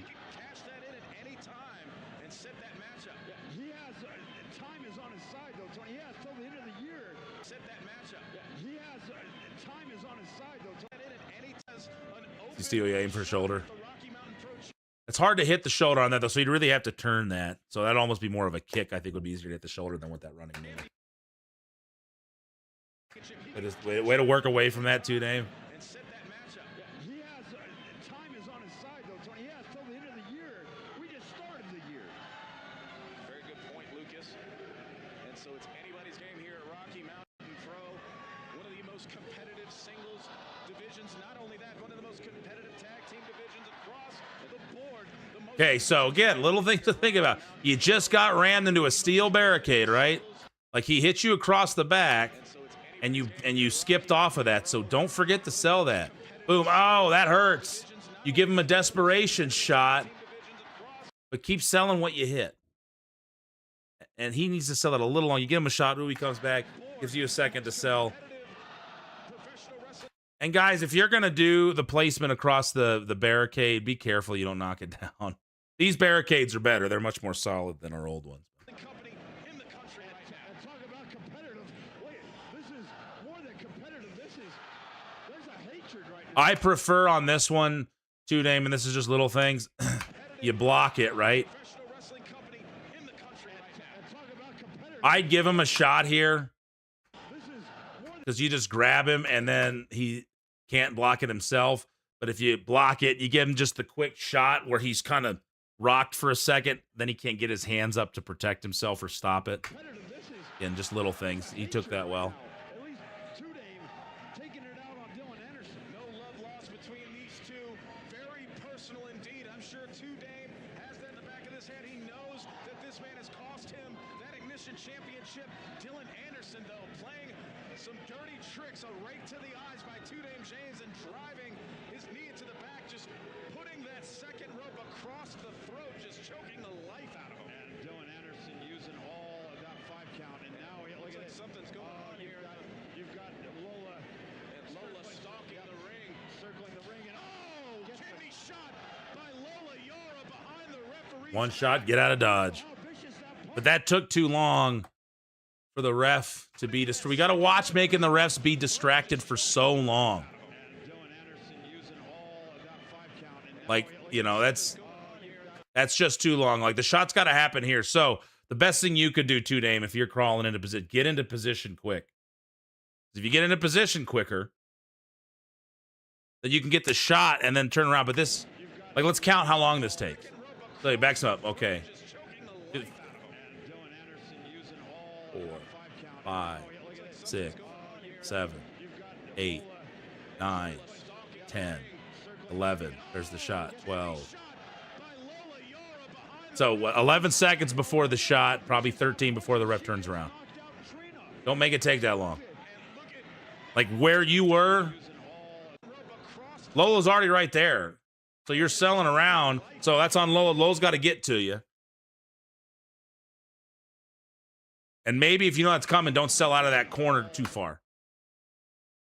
Stay there so she can get the shot in. Because you crawled all the way across. She runs across. Looks like she was waiting for something there. You didn't give it to her. Now, I don't know if you knew this was coming or not. But if you see there's a distraction there, put yourself in that position. She's got to come all the way around. Pop! That just took 11 seconds.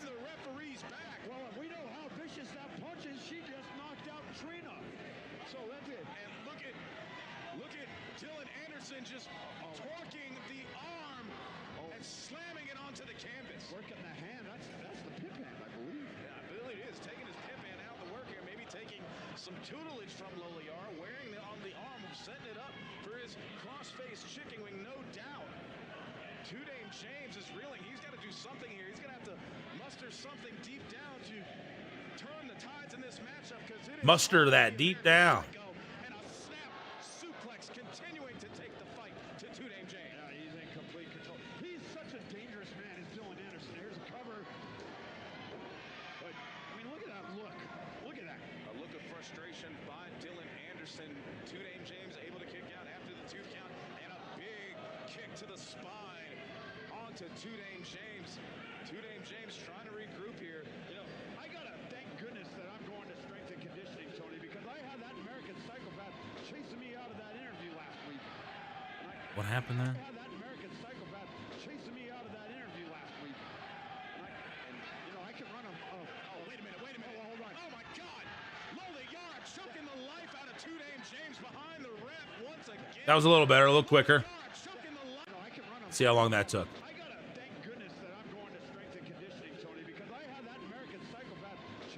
One, 2, 3, 4, 5, 6, 7, 8. 8 seconds from the turn, so still got to be a little quicker. And you know, and that's more if you don't have time to really choke it. I mean, Lola right there could have just run across with a shot right across the neck. The choke works fine, but she's got to get there quicker then. So if he sells this now, oh, I'm hurt. Go get him. She's got to go get you right now. Runs over, grabs it, boom, chokes for a few seconds. She can't do it very long. Come across, clothesline across the top of the chest or something. Quick shot. Don't make it look like the ref is waiting for a cue to turn around.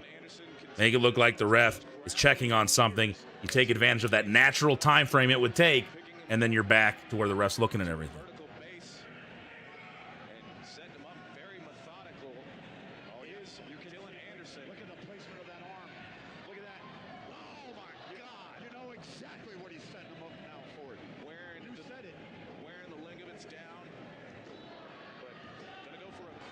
Wearing them ligaments down. Didn't know it was coming. But that positioning and putting myself in position was talk to me. Yeah, just get yourself where you need to be. And then if you put yourself in position, nothing happens, that's fine. Don't worry about it. Nah, splash could be better.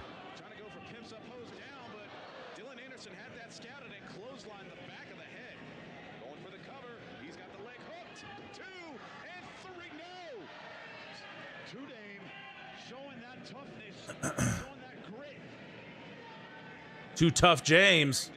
All right.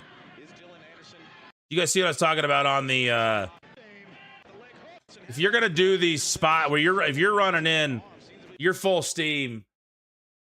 Like he started the jump too far off. So here comes the run. Starts the jump in the middle, lands and jumps again. And then you just don't have a lot of room to get much momentum. And then he just jumps straight up, puts the hands down, then they slip off. I mean, it could look a little bit better. I'd rather just eat that buckle instead of jumping. If you're gonna jump, run, step. First jump is you're flying towards it, and then eat it. That's an awkward spot too. That didn't look like it feels too good up in the armpit, but that's just me. Give him a little more space too, Dame. Hit, stumble out. That's where I think running at it and then winding up, missing, boom, hit it with the chest, step back, 1, 2. You can time that better, but you're a little tight there. See how you're off position? I'd almost come out of it, get another step or 2 away, turn and face him, and then time that as he stepped back 1, as he's stepping back 2, you're turning into it to grab it. That just, again, that little spacing, a lot easier to time that. You guys are just a little tight there in the corner. Now, good clothesline there across the back. I like the idea of it. Could be executed a little cleaner, but not bad, not terrible.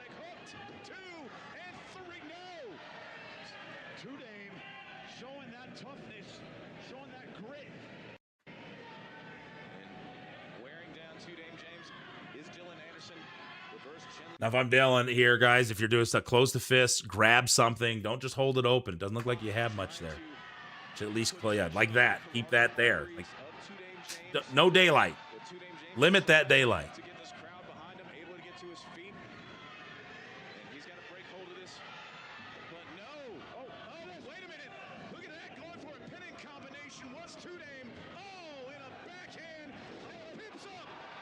Timing was a little off on that.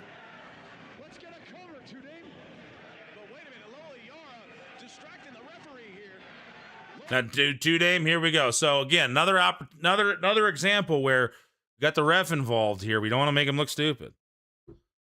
Here comes Lola. That's got to be a quick distraction. Get off of here. I get that. You should be selling the living shit out of your shoulder here as to why you're not covering him. And that gives the ref a reason when he sees it to take a little more time because you're not covering. I'm not a big fan of the spot where the ref sees the pin attempt. If you hit something, the ref sees you're going for the pin attempt, someone jumps up and then they get distracted. That's got to be something I got to be wary of. But they really should be able to slide in a position maybe on the other side where they can still keep an eye on the apron and still go for the pin. Does that make sense? So here it comes, hit it. Oh, there's the slap. You landed on that shoulder, dude. You should be freaking out. Ow, ow, ow. Okay. Now you're not pinning there, so you still, at least the ref doesn't see a pin and he ignores it to go cover that. But you should really separate there now and be selling the hell out of that arm. The ref's like, okay, he's hurt, he's there. I'm gonna go get her off the ring apron, turn around. Good job by Eli. Didn't take too long. That was good. So that you still got the dead arm, which is good. But man, really be selling that. Like when you hit the ground, bam, that should have been like, oh my God, let him know. That's the reason you're not covering him right now. Dylan's got to step in a little more aggressively on these. You go to whip him off with that damaged shoulder. Not sound. They say, oh, okay. I guess your shoulder's fine now. Right. Like everything should be hurting. You are obviously thinking about it because you're dead arming it. So that's good. But man, really like, oh crap. So don't go to whip him off just to get to a reversal. Like from here, why would you whip him off here? You got him against the ropes, right? And if you're going to, then this is you body into him, you get the head up on the back of the head, and you give it all you got. And if you do end up getting reversed, you got to sell that shoulder like, ow, this was a bad idea. Or you go for it, you sell back, oh, this was a bad idea. Hey, what up, Amari? Drag out bloodbath. Things could get ugly here, Tom. Thanks, Amari. Good to see you, man. Thanks for popping in. Appreciate you. You go to whip him and you weren't thinking, and it hits and he holds on. Oh, my shoulder. You sell back to the center. Here he comes. Now he's going to knock your block off. You duck underneath it. Then you hit the ropes. Now you start that comeback. Then we haven't forgotten about that shoulder. And every time you land, that shock should be killing that arm. Yeah, you still sold it a little bit, though, but even a little more, like, and switch it up to the right side. Can you throw that elbow from the other side? I'd throw it from the other side because you can throw it from the other side, still hit it, which makes sense because you're protecting this arm. That shock's still going to hurt it, so you hit it, and you're still reminding them now why you weren't using that side. A good job on the dead arm and still letting people see that your shoulder is hurting. Again, every time you hit now, you don't even have to land on your shoulder. We've all hurt something and had an injury where just the gravity will hurt it if you bend over. If you bump into something and it's another part of your body is injured, you still feel it on that part of your body because the shock goes through your body. You get that the what's the word I'm looking for? The impact, my brain's not working. What is that? All that force goes through your body. So you still feel it in the injured spot, even if you don't hit it. So sell that appropriately. People understand that. If you have a sinus headache and you bend over, just that pressure, just being bent over, that gravity makes it hurt worse, right? You have something hurt and you lean a certain way, and any pressure is put on it, or there's gravity that pulls down on it, you feel it. So it doesn't necessarily have to be direct impact. Reverberation. Thank you. Okay, hold on. Let's see here. So this is what... I guess he looked away before he started rolling over. But we need the distractions. I get it. Just find ways to make it look like he's not just ignoring the pin.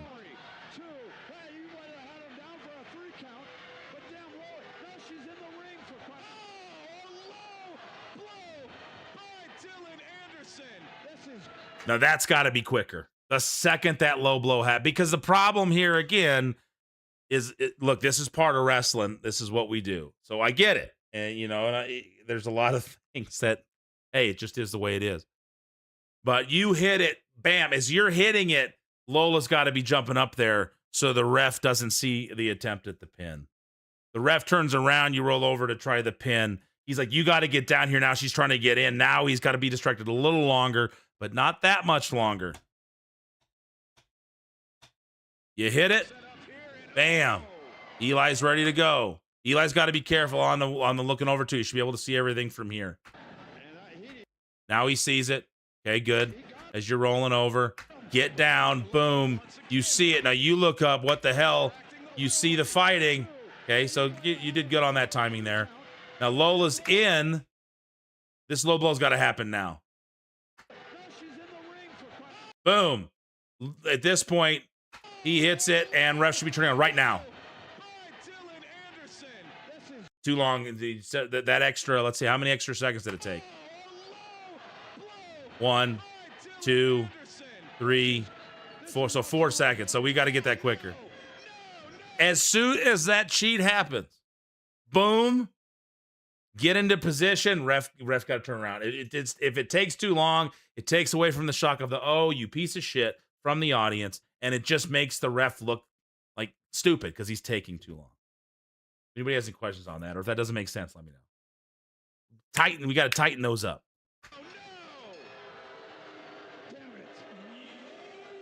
Yeah. Work on hit with that right arm.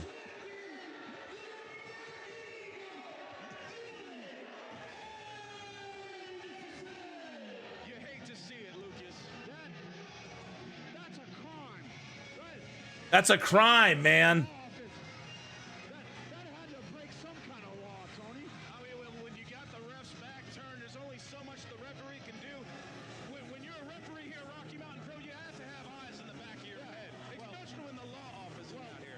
Eli's got too much damn hair on the back of his head. Lola Yara proving to be a huge factor here in this matchup. Oh, did he? I didn't see that. And unfortunately, Tudame not able to get the redemption that he was looking for. I don't think this is over by any means necessary, though. 1 second, guys. What a night. 2026 is 2026 has already been a great year, and we're only less than 2 weeks in, Tony. Less than 2 weeks in, and we still are way ahead. We got a couple months in April. We have Never Broken coming up. And we're also going back to Cheyenne in just a couple months. Well, hey, that's all the time we have, ladies and gentlemen. We'll see you next week on Charged.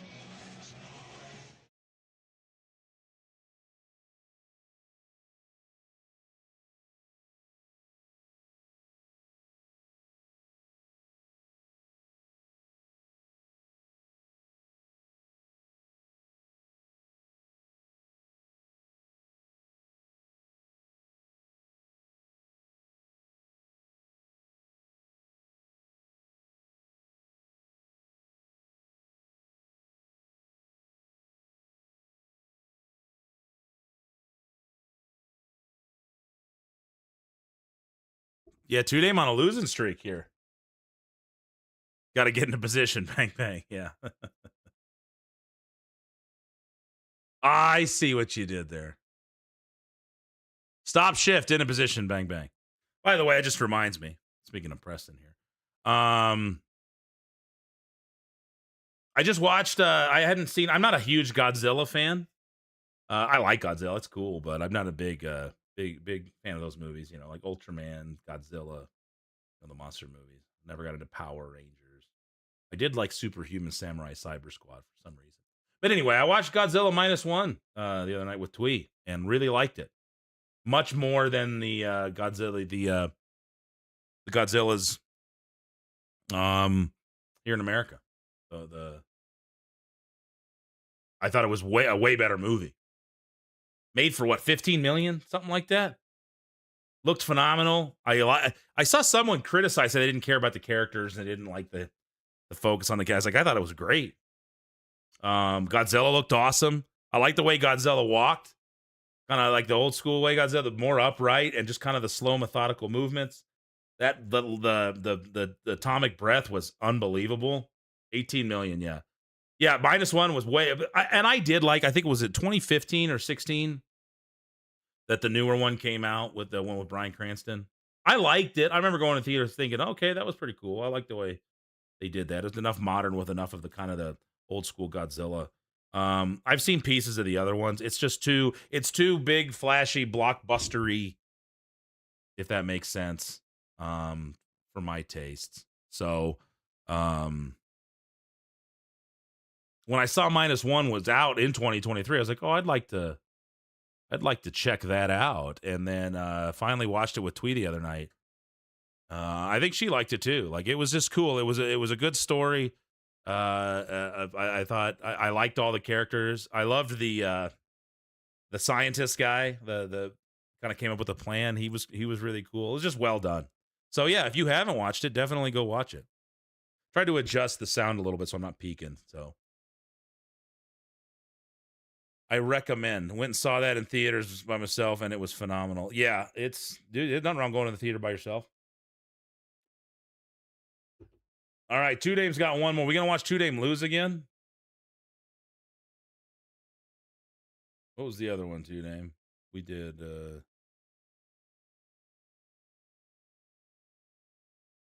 or wait, we'll save that one for when Marty's back. Does anybody else have any recommendations? Let's see here. I'll look at some stuff. What do we got?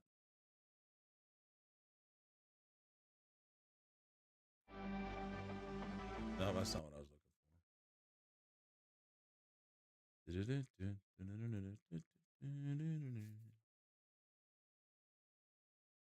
Mm-hmm.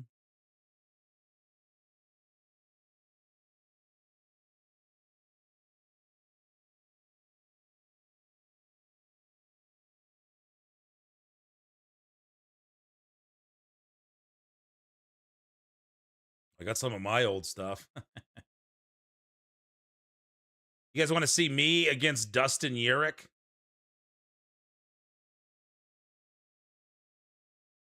That's just the first half. Where's the second half? Where's the last man standing? Ian Jesse, last man. Yeah, tag match. 9/12/2010. There's Dustin and I's first half. Where'd the second half go?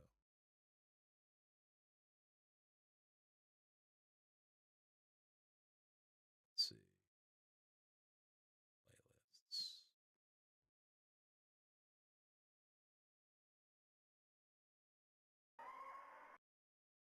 Playlists. There's Shocktober 2001 clips. Most of you have seen it, but I've got it. You guys want to see me be an idiot? We could break this down all day, and it would be, don't do any of this stuff. All right, here we go. So I'm on the left there. Oh, yeah, I'm having issues with my mic here. Cutting in and out. Hope everything's good. Check, check. We good? We good? Check, check. All right. So that's me right. Oh, wait a minute. You guys might want the. There we go. So there I am right there. Can you not see the cursor? How come the cursor's not showing up? Weird. Anyway, left side. Here we go. Because why not? Most of you have seen this, I think. The first ring I was ever in was that one. It's a 16x16. See the NRW on the side there. This is me yelling at some kids. The only time I've ever done this. This is at my old middle school in Mansfield, Ohio. John Simpson Middle School. No longer standing. I didn't have the eye pierced yet, but definitely the Hot Topic days, choker chain days. No eye piercings yet. This is the first ever Shocktober. It's where I got the name from. Me eating a post. What up, Alvin, over on YouTube? How you doing, bud? And then here's the dive.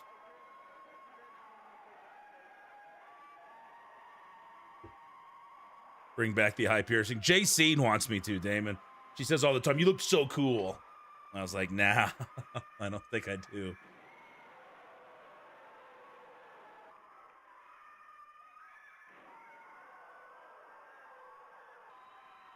Bounce off the floor like a basketball. Boom.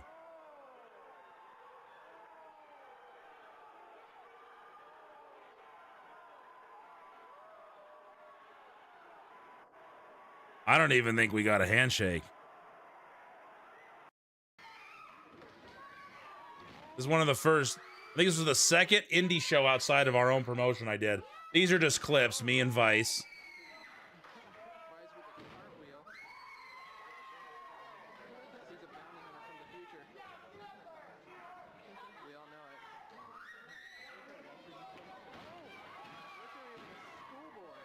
This is 2002.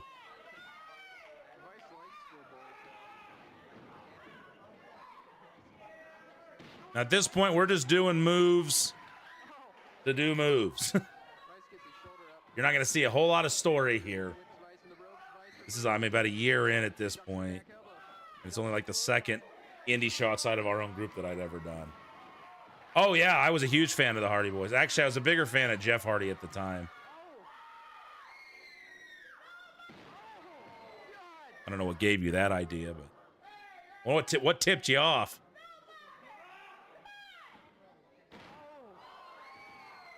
This was at the Mansfield Chamber of Commerce building. He just smacked his bitch up. Mercury, oh! Mercury ducks the clothesline. Oh, back elbow. Shoulder tackle. Terrible pin there. Vice gets his shoulder up. My arm is getting tired. Suplex, textbook. Oh, Tazplex. 24 years ago this is. It's crazy. Time flies, man. You get old quick. Go after your dreams now. Don't wait. Oh, thanks, Steve-O. He just hit him in the face. Oh. Oh. Manhattan drop. Close. Could it be demon drop?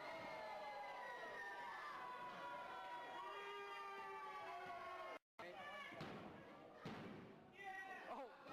Vice, what an arrogant jerk. What is he doing? He had me dead to rights. Puts him back down. Vice's arrogance may just have cost him the pinfall, right? Vice whips Mercury ropes. Mercury reverses to the back elbow. Mercury comes at him with a clothesline. A backslide reversal. Oh, the backslide looks like it's getting reversed. Could we see it? Oh! Mercury rising! Got him. One of the early Mercury Risings.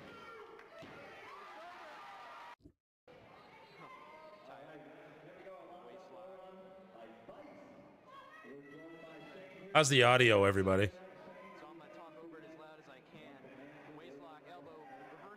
Having some connection issues on my end. This is in Massillon, Ohio.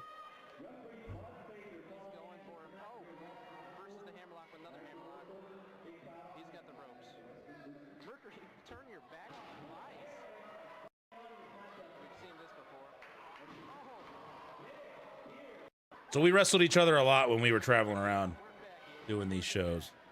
Punching the Vice. Oh, atomic drop. Oh,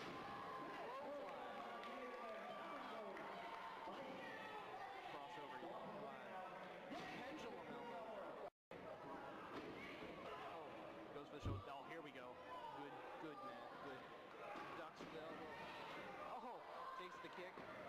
Oh, punches him down. Changes the ropes again. One. Pushes him into the ropes. Lazy whip there. To the face. Ducks it.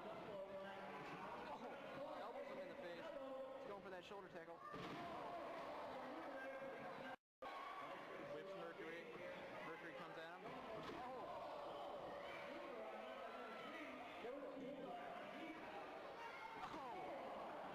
Picks him up. Oh, looking for the Northern Lights. Here comes the white ET. I don't do this much anymore. I think I weigh like 210 pounds here.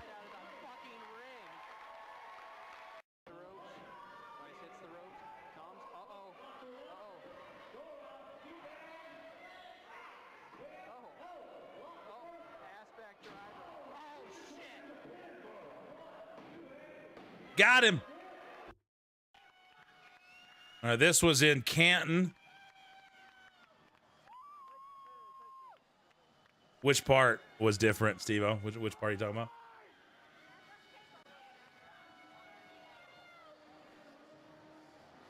They're booing him. So this was a pretty big show. This is the biggest crowd I'd ever been in front. I think still today. Like there was, I think, nearly 7,000 people at this show. Maybe 7,000. Sponsored by JD Byrider. Buy here, pay here. Oh yeah, the white ET as we called it.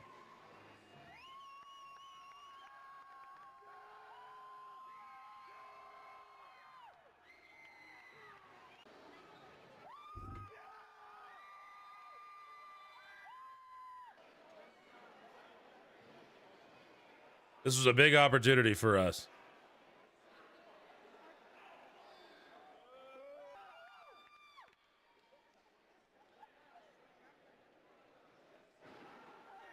So this is September of 2002. I think I still have the poster for this. It's pretty bad shape, but it's our friend Levi. He was another wrestler too. He was reffing the match.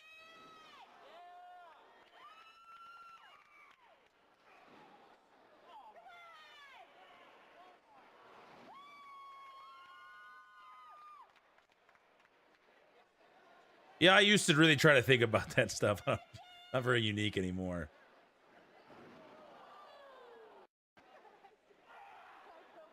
That's all Bill and I did, though, man. We sat around and talked about wrestling and moves and things, you know, sequences all the time.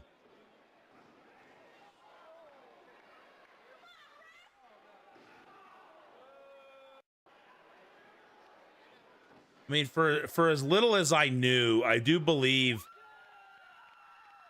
you know, footwork and being in a good position was something I always really focused on and wanted to be good at. And I feel like Bill too. Bill was excellent at being in the right place at the right time, taking the appropriate amount of steps, not wasting movement. So I was able to establish that pretty early on. And then as I learned things and I got coached up even more, I was able to apply the stuff that I kind of figured out on my own, with a reason to do it. I was able to make more sense of it. And then clean it up, make it even better.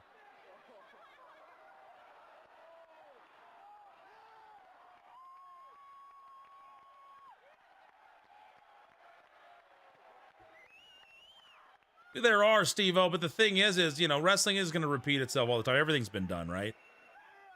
I think if you just make it all mean something, you can do the same moves. People are going to see the same things.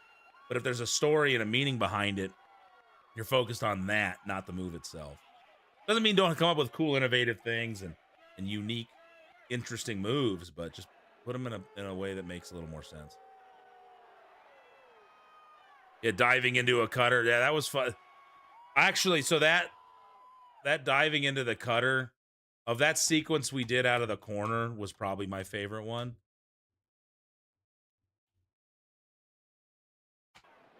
Because we would change, the finish would change each time. Hit the shoulder, sidestep it, cutter.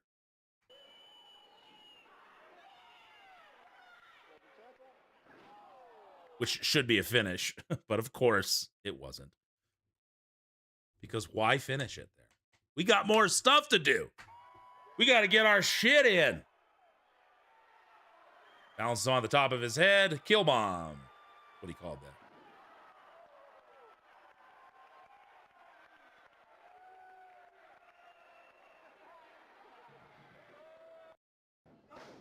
Okay, oh, this is interesting. So this is when I first moved to Colorado. This would have been from, I'm going to say, probably spring of 2004, maybe? No. I think this is winter of 03. This might be around October. So this is at the Buffalo Rose in Golden. I actually just went and had dinner there the other night with Twee, and it was completely remodeled. So this used to just kind of be like this event area was very dive bar-y, and now it's very nice back there. I'd like to do something there. Damon, did you ever do anything at the Buffalo Rose when New Era was running there? I think they ran there until the remodel. But there's a gentleman named Corpse. He was awesome. I wish he was still around. Had some good matches with him. And a lot of these are just clips because I don't have a lot of full matches. There was no Rocky Mountain Pro then where we had everything recorded and cut and edited. So to the other guys' match, these sequences seem like they're coming in smoothly. There's not a lot of hiccups time in between. Like you're not waiting on the ropes. Oh yeah. And that's the thing is I do think that I had a pretty natural feeling for that early on, so I was lucky in that regard. And then I had a good coach out of the gate, Jay Kilgore, really cleaned up a lot of our stuff because we were all backyarders before Jay came along. We did a couple years of just screwing around in the backyard. I did a couple years. Those guys have been doing it longer before we came across the ring. But that was a big making things look crisp, believable, and smooth was always big to me, even before I had any clue what I was doing. So once I started getting further coaching, I was able to double down on that, make more sense of it, and clean it up even better. Once people came along that there weren't seminars so much and he entered, it was just started. Yeah. God, my first seminar wasn't until I think 3 or 4 years in with an internet. Yeah.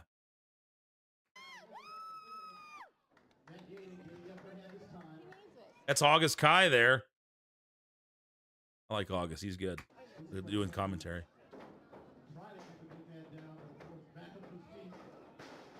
Now look how skinny I was.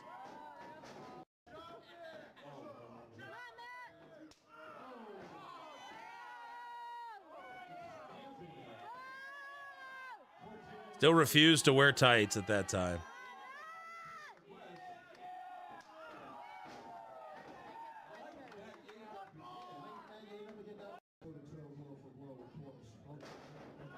I bleed all over the place here. So I had wrestled that morning. There was a show at 11 a.m. at What the Hell Saloon, I think was the name of it.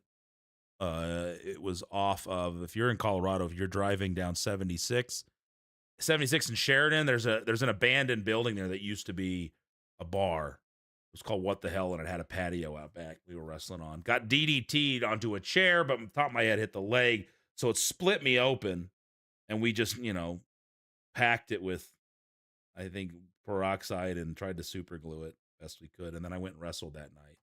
You'll see I bleed all over the place because I'm an idiot. Then we went, and I got, I think, like 13 staples.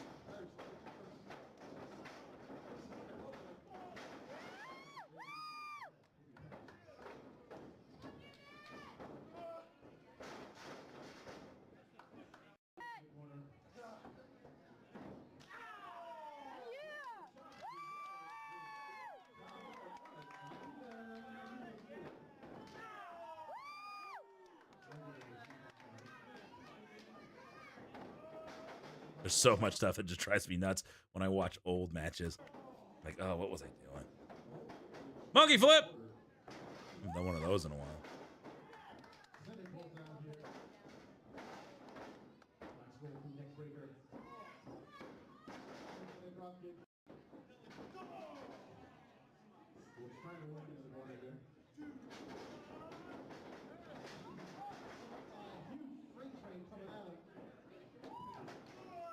Having a good coach really helps. There's the blood.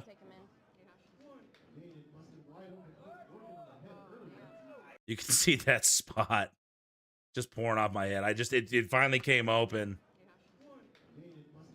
And you can see, boop. Start leaving spots on the mat. Yeah, we were pouring pretty good.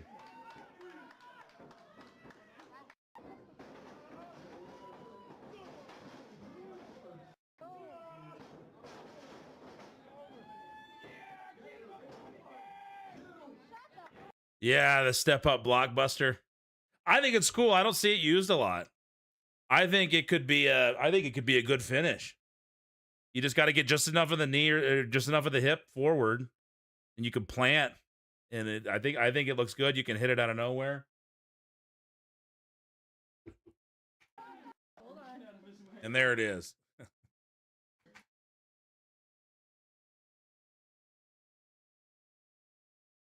Look at that choker chain.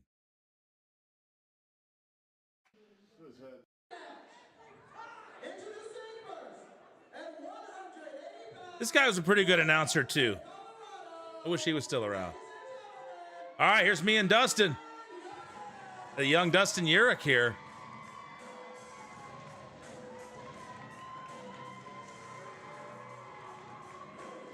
This is Fusion. This is at the old Red Lion. I don't know what it is now. If it's a DoubleTree or... We used to do shows in there. They had nice little banquet halls. It was nice. Fusion drew well, man. That was fun. A lot of the things I've learned, a lot of the ways I've done things at NRW and Rocky Mountain Pro, was what I learned from Jeff and Billy and Val running. Look how skinny Dustin is here.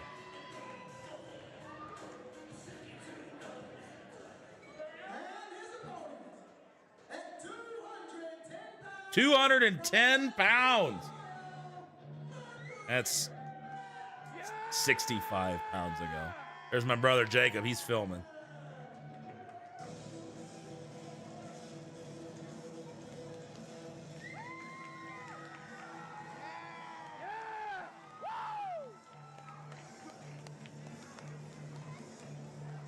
I think we were either opener or second. Hey, it's Ref Eli.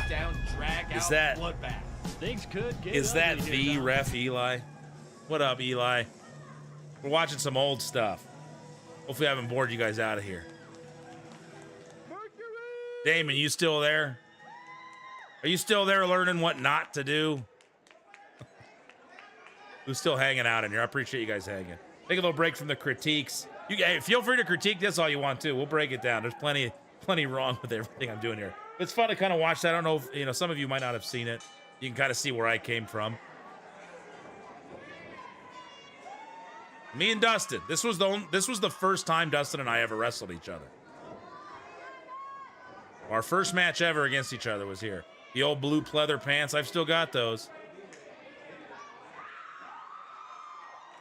I love those pants, man. Easy money from ECW. He had a site, easytights.com. He made those.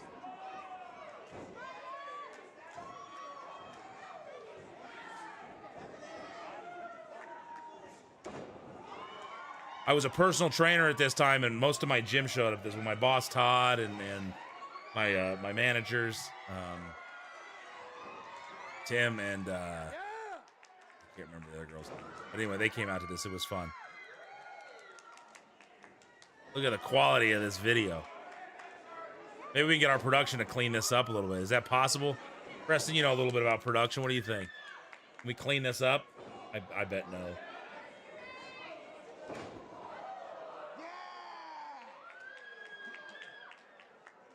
I hit him in the thighs, ref. Pat was a good ref. I wonder what Pat's doing these days.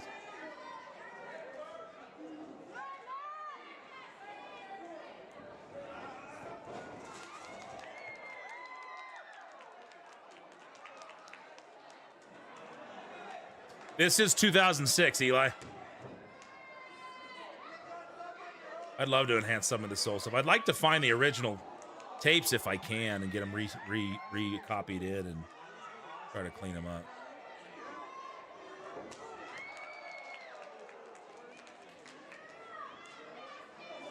Come on, Matt!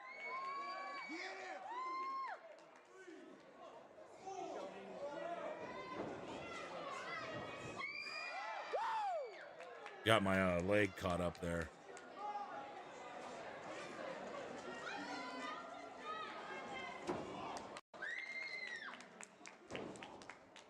This says first half, so I uploaded this eons ago when I couldn't upload more than I think 10 minutes at a time. The early 2000s seems so long ago, yeah. Crazy, man. Tapes are moldy, not all. Or some VHS-C, but it is a process, yeah. I think I got a box of them somewhere.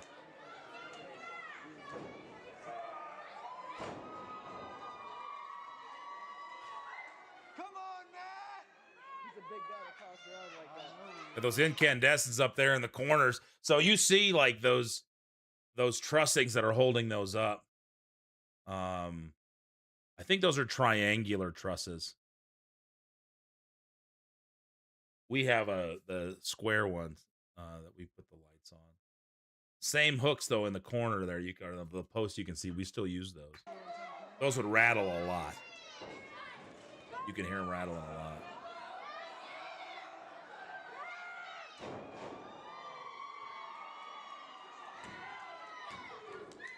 Get him, Matt.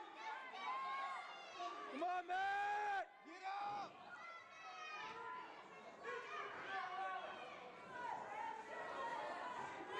All right, Queen. We'll see you.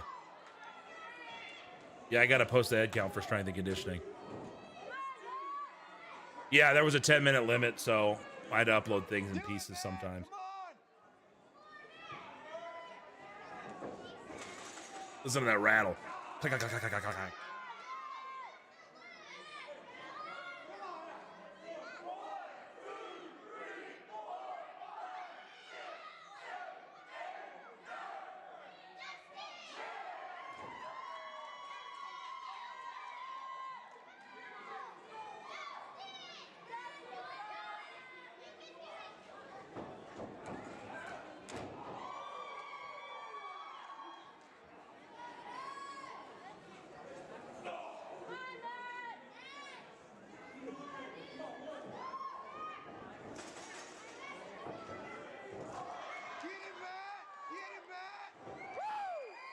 Well, seated neck breaker there. Ah, that's probably the last time I did that. Can't think of the last time I did one of those.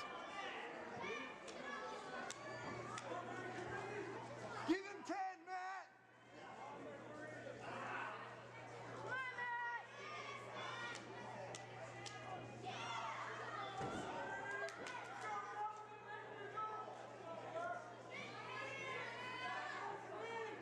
Mercury!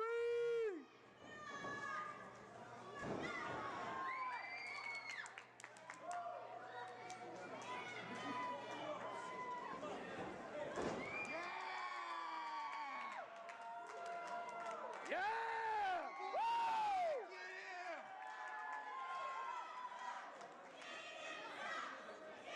Woo! Rewind the corner spot.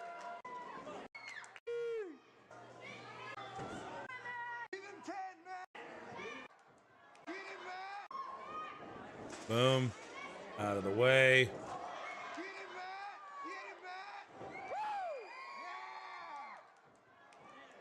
Get him, Matt. Woo! What did you notice about that, Steve? See how you dove in one dive and then he did the neck break.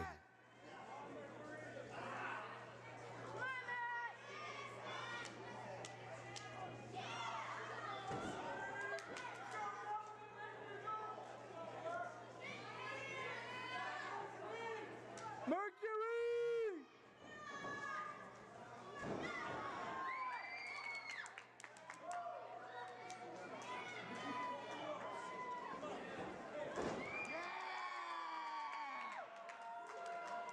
Yeah! Woo!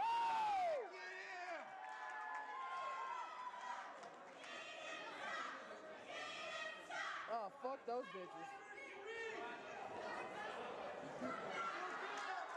I think that was Dustin's sister. She always talked shit to me. Yeah, the singer class in one jump. Like the other guy's match, except for, yeah. Just the timing, where you step, where you jump into it. Dustin was in the right spot, was able to get around, get behind him, hook it. Not a lot of bumble fucking for hands and such, you know.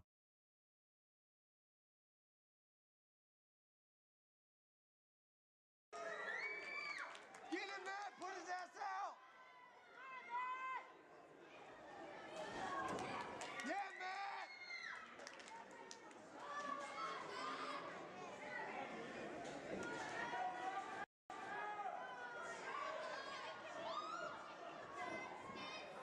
All right, here's the second half.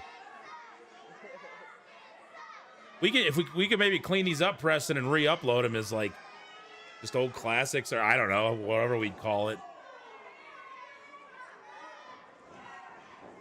We'll find some, me or anybody else that's got older stuff Dustin, our old Fusion stuff. Damon's got some stuff from before here that we can clean up.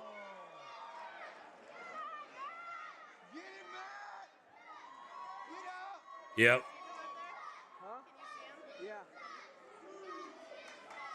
I always enjoy it. I took this a couple times. A hook. And then the Rana out. Pinning style, Elvin? I don't know if I really had a favorite pinning style that I can think of. Huh? Yeah. I did a lot of the like hold the head, like the headlock, sit it out, get the hips out pin. So maybe I'd say that one. Get up, Matt!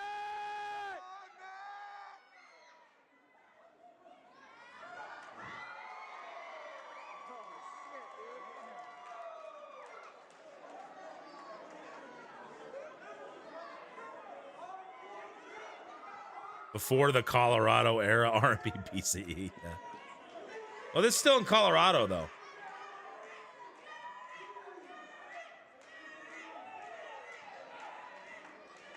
I like that, though. That's a shirt, yeah. That'd be anything from Ohio.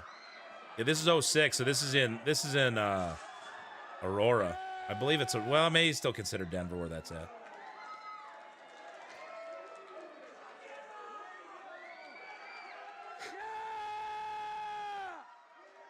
But no, that's cool.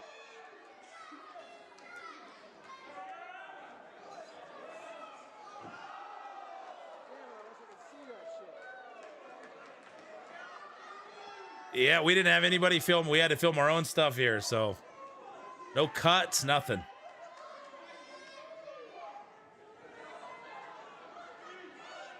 Foundations, yeah. Just so the people here.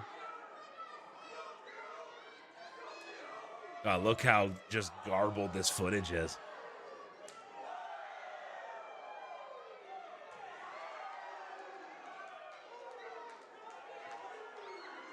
I had fun wrestling Dustin, man.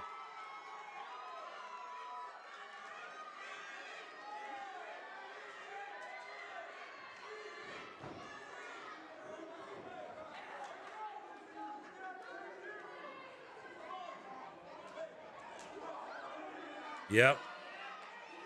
I hard CAD tripod on a yeah, that one shot, yeah.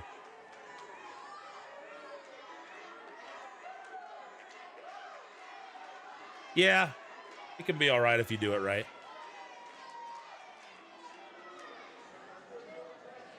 Steve-O, what's up? We got a champ Mercury. We need the girls back, though. Where are the girls?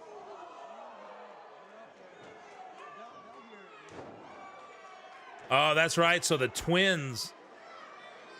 Jay Scene's like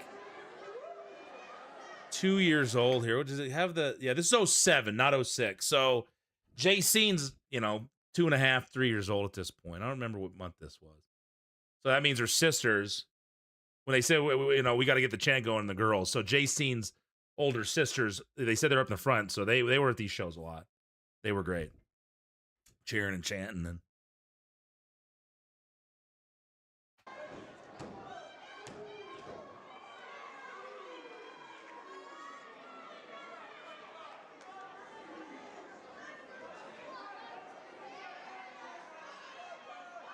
Okay, cool.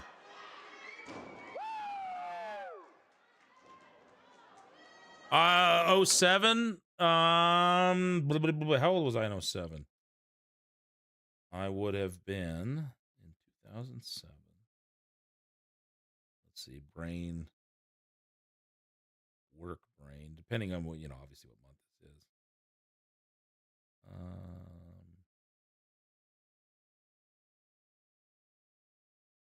What, like 25? About 24, 25 here. See, Tara and I got married in 04. And I was 22 when we got married, I think. It's hard to remember things. Well, I mean, I'm 44 now. So just 29, 19 years ago. So yeah. So 25.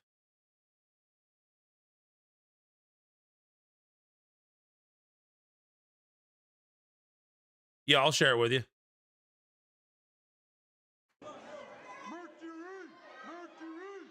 Let's see. Hold on.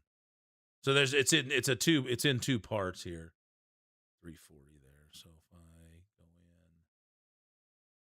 So the link to just so I only need to send one of them, right?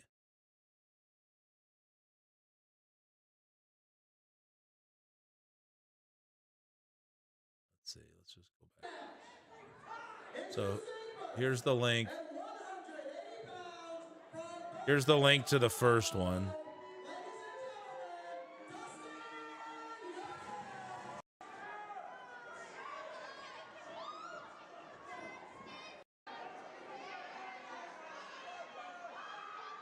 And then here's the link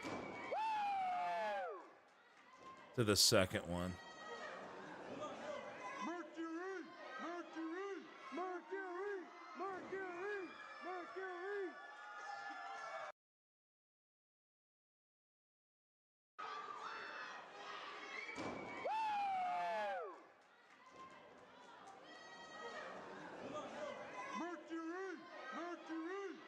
Well, Bret Hart forearm.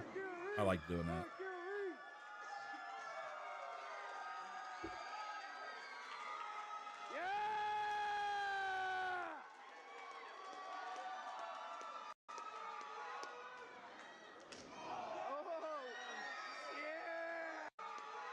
Made a good noise.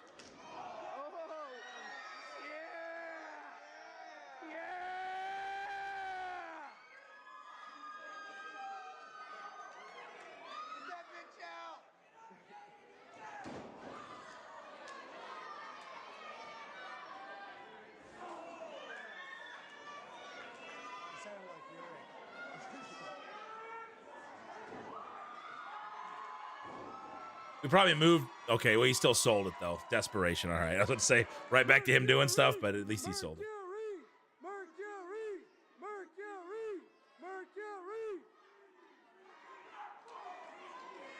Get up, Matt! Come on, Matt! Get up, Matt!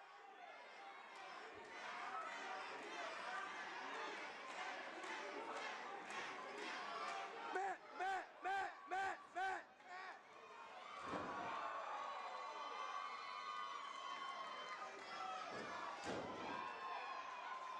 Come on, Matt!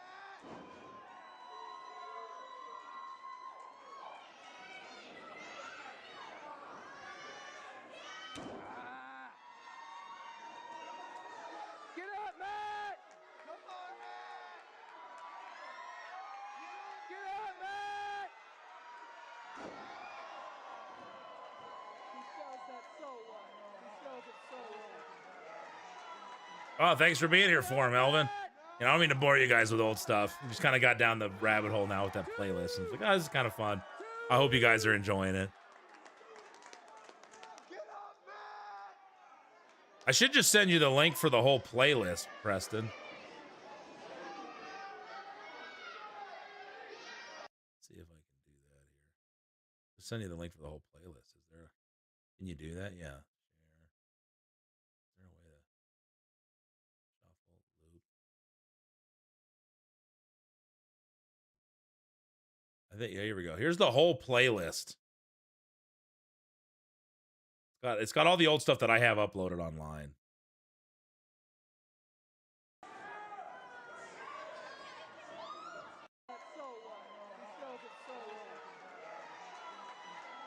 Get up, Matt! No!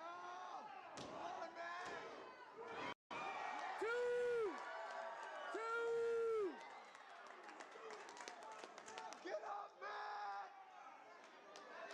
That's any of the old stuff that I had uploaded a long time ago.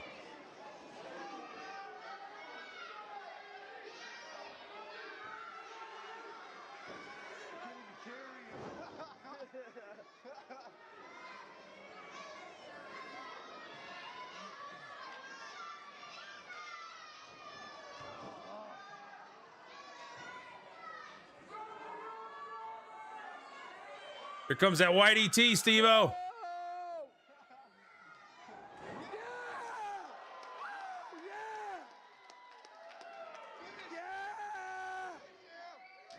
Got him.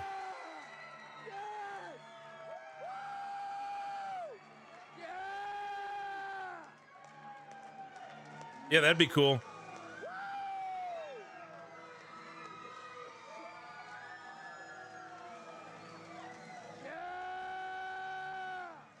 Yeah, my brother Jake used to go to a lot of the shows. It was fun having him there.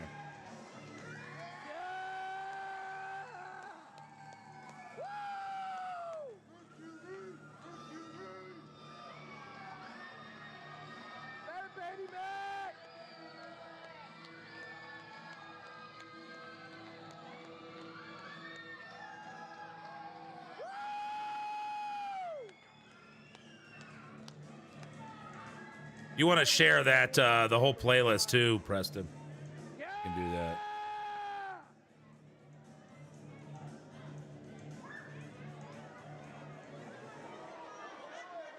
Oh, we gotta go fix those lights. Introducing first, at 185 pounds, from Berkeley, Colorado, Dustin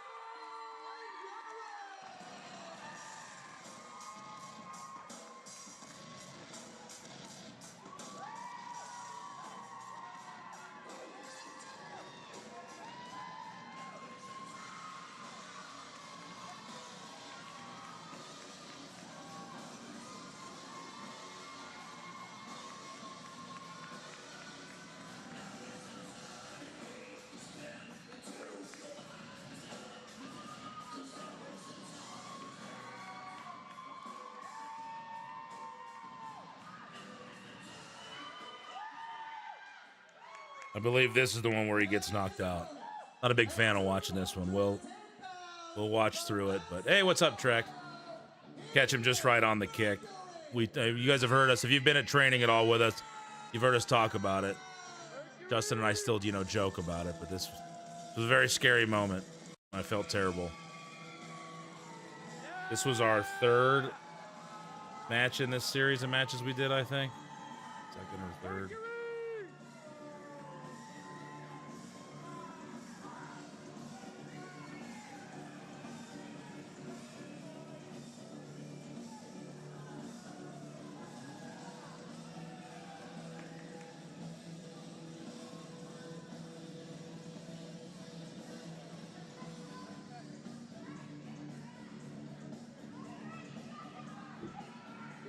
Very orange.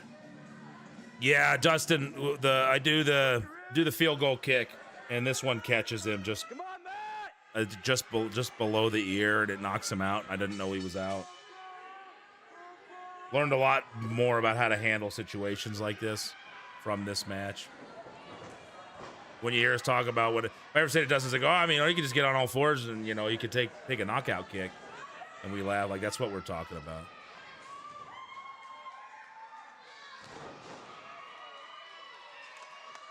Oh, we're just on to the next match, Steve-O. Just talking about this is a match where Dustin gets knocked out. There's a scary moment in it.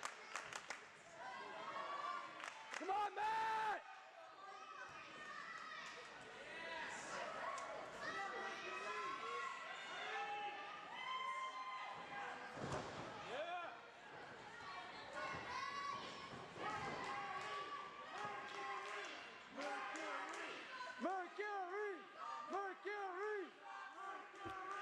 Yeah, it sucks, man.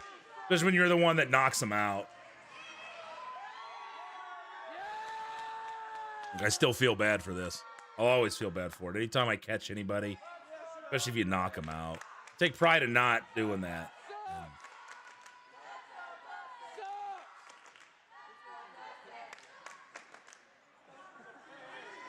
Mercury! Come on, Matt!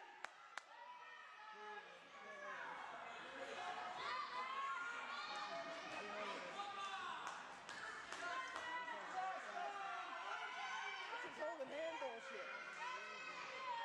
Break this finger.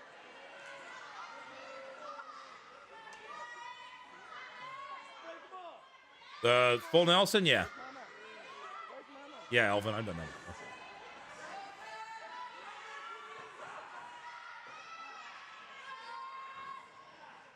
Oh, man. Yeah, right on your head.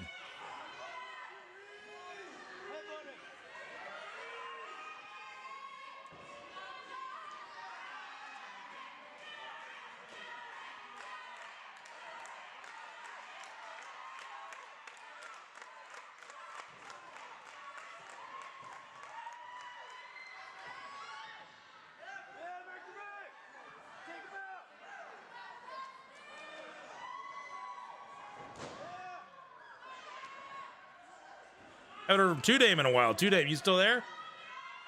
Two Dame still hanging? Two Dame, Damon.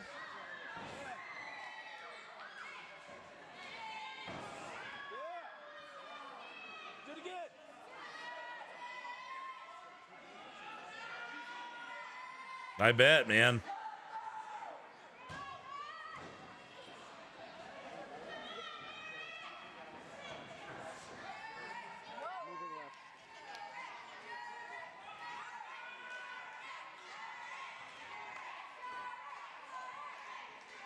I think I bit my tongue here. Not there. There's a. He gives me a fireman's and I bite my tongue. You can see me kind of land funky. I do remember that. Not there. I think it's on a fireman. Does your rotator cup still give you issues from that?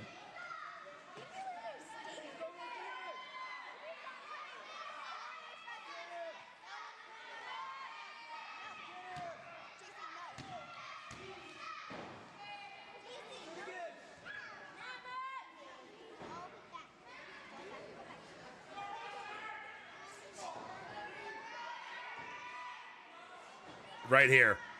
The way I hit, boom, it snapped everything back, and I remember biting my tongue. So I see I got over-rotated a little bit so that I hit lower back first, didn't land flat, and then snap. Let's slow that down. That hurt. Let's see.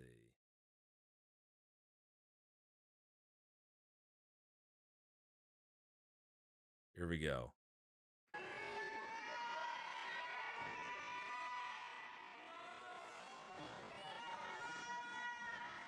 Up and over and crank. Yeah. Let's go a little slow. Let's go down to a quarter speed.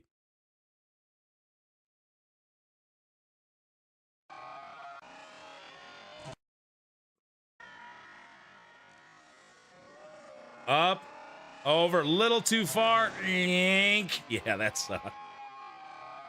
Yeah, you can see me grab it right away because I just had just enough out and bit right through.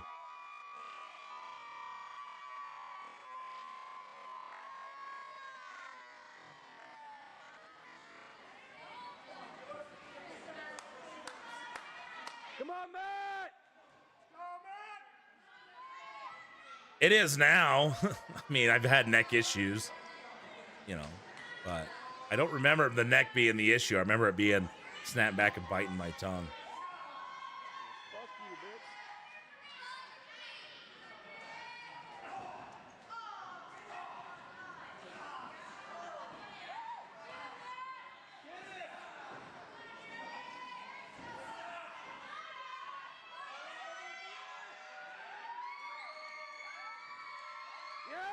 Yeah, I was bleeding.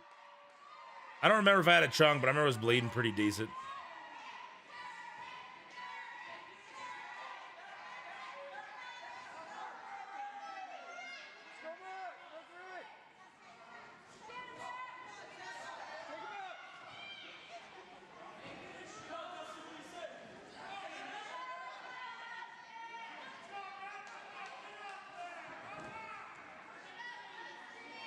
All right, here it comes.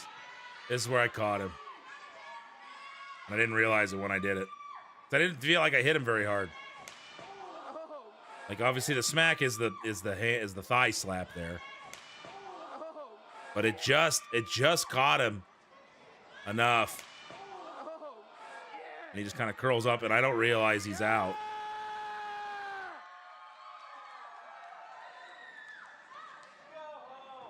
Yeah. The ref's trying to figure it out. So anyway, last time. Just kind of collapse. Yeah.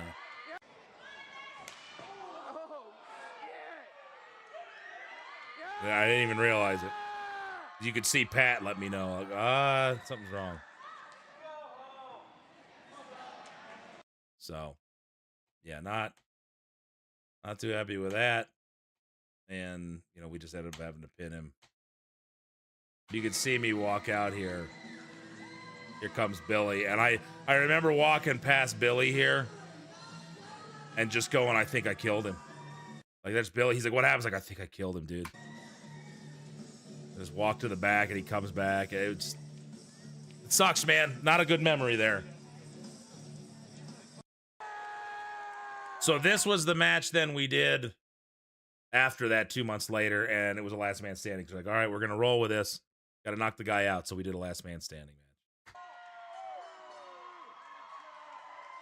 Yeah, Steve, I feel terrible about it. And I haven't done that kick since. That was the end of that. And I used to do it all the time, but that was the end of that kick.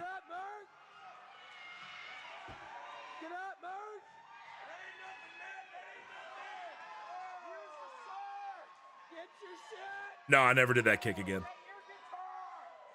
Because again, I didn't even feel it hit him. So it's not like I kicked through and man, and he snapped his head. Like it just that loud snap. It sounds brutal, but that's all the slap.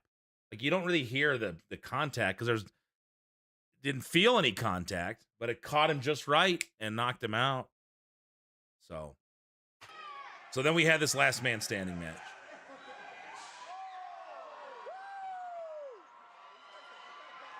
Yeah, not really, Preston.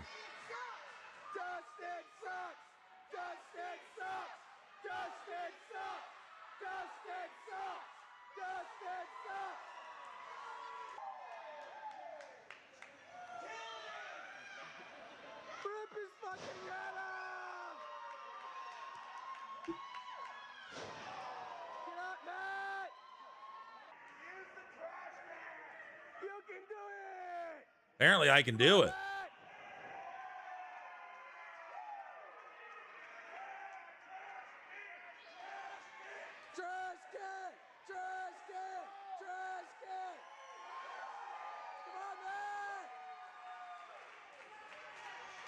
So we teased it again. So right there, Dustin and I, because his family hated me, and they were ready for blood. So we teased that spot again. He gets on all fours, and you see me going for it.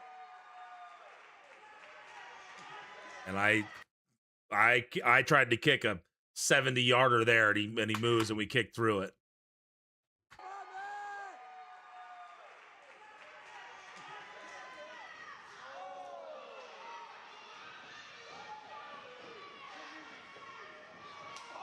And then we hit the enziguri. And he went down, and they were like, oh, shit.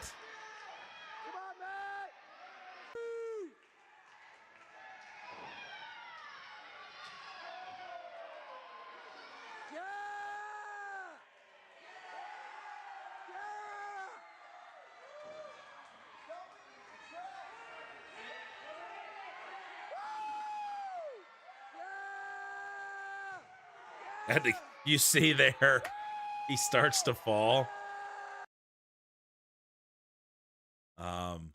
So I got to get to that pretty quick. I put him in it, and it starts to teeter. It's like, I better get to it.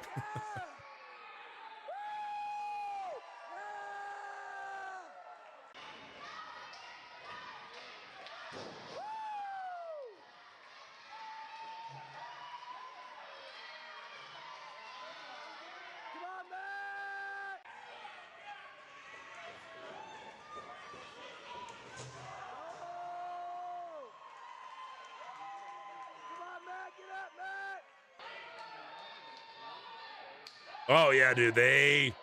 You'll see his sister and mom try to take my kendo stick from me later.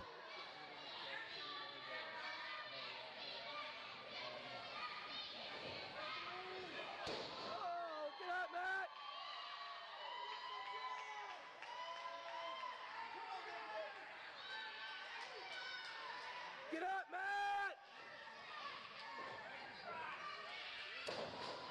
Two-Dame, you there still? Kind of a moment as far as going up for these sidewalk slams. If anybody from the school or anybody wrestles is here. This is something that I recommend you do.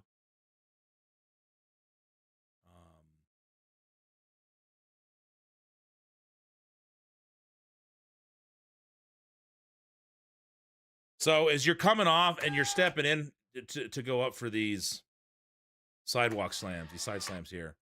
So plant and don't run through it. If you plant there and swing straight up, you see how much easier that is to pick up, and then they can get you up and high, and then you can take a nice clean bump. So just something, as we haven't worked on these in a while at the school, but like, don't run through it. You plant and go up. And I actually learned that from a match I did with, I think it was in that last one. I might have looked away when it happened, but he goes to pick me up and I went right through him and he almost lost me. So, you know, you get in there and you stop that momentum. So you're in, doom, plant, up, straight down versus running through it. So.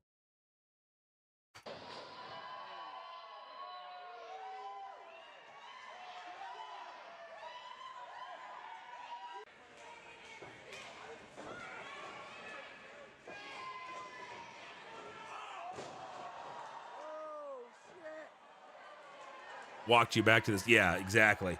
So that was a reaction to that. Like, oh, okay, I got to go up better for you. Here comes the chair duel.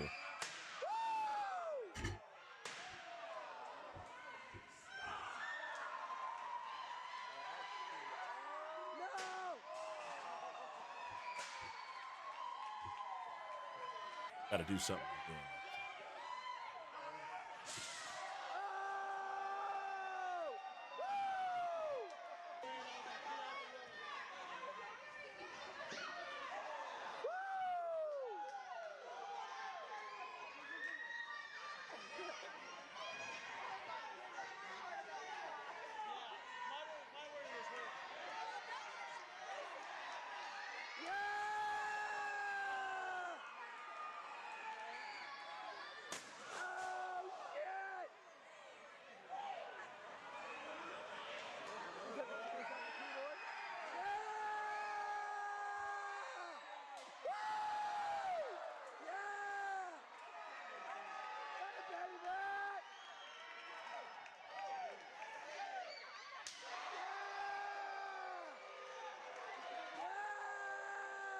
So here's where they try to take it from me. That's his sister trying to grab it from me.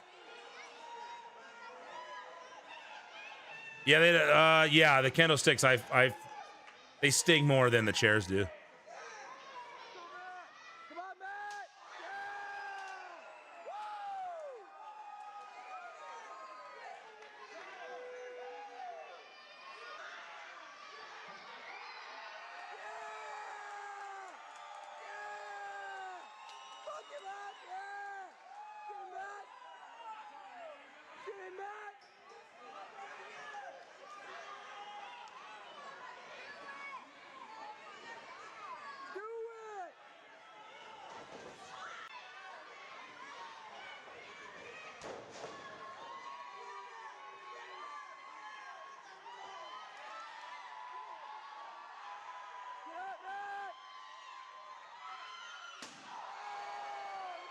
Boom! Sound like a shotgun went off.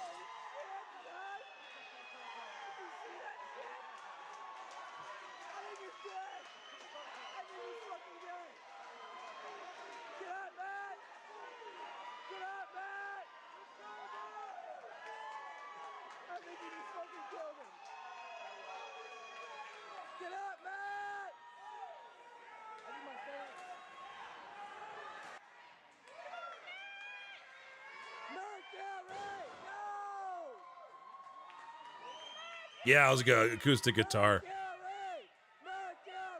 On the boot, did I miss it? Hold on. Which bump are you talking about? Nice bump on the boot. Was that after the guitar? This one right here is what you're talking about.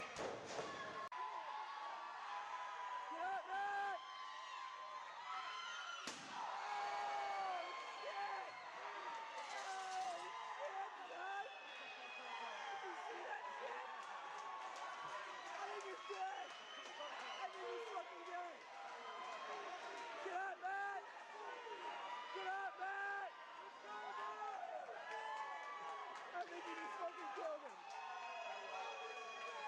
Get up, Matt! I need my phone. Mercury! No! Mercury! Mercury! Mercury! Mercury! Mercury! Mercury! Get up, Matt! Get up, Matt!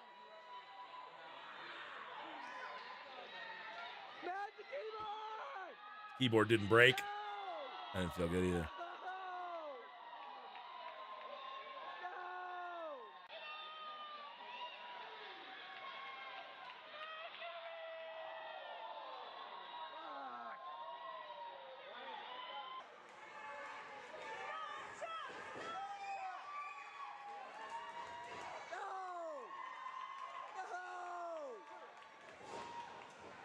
Come on, Matt! Yeah! Woo! Up top, baby, up top! Oh! Come on, Matt! Come on, Matt! Mercury! Yeah! Woo!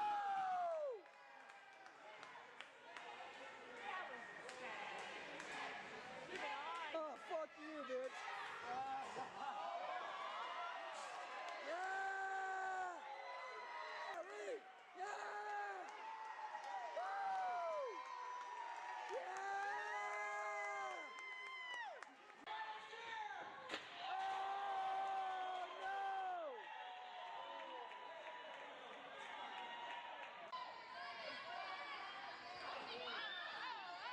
Dustin sucks! Dustin sucks! Dustin Here comes the elbow. Dustin sucks! Woo! No! Yeah, you just gotta slow it down a little bit. I still think that's the way to do it. Let him breathe in. Let him take in what just happened, you know. Hell no! Get up, Matt!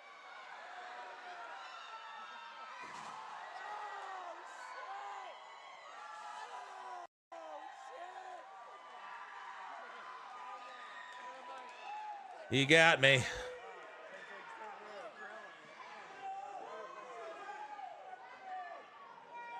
Come on, Matt, get up! Get up! Mercury! Get up, baby! All right, get up! Come on, Matt! No!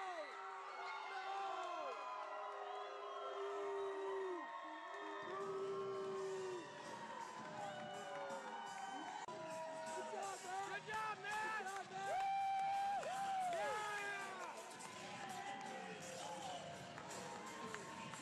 Good job, Matt! Oh, here's just some clips. I think so, Steve-O. I don't remember.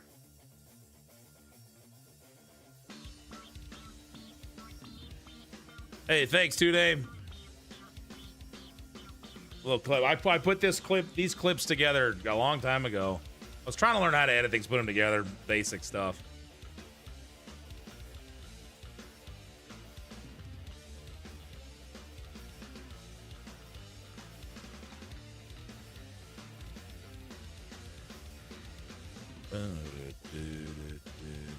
Old entrance theme by Stan Shot Molly.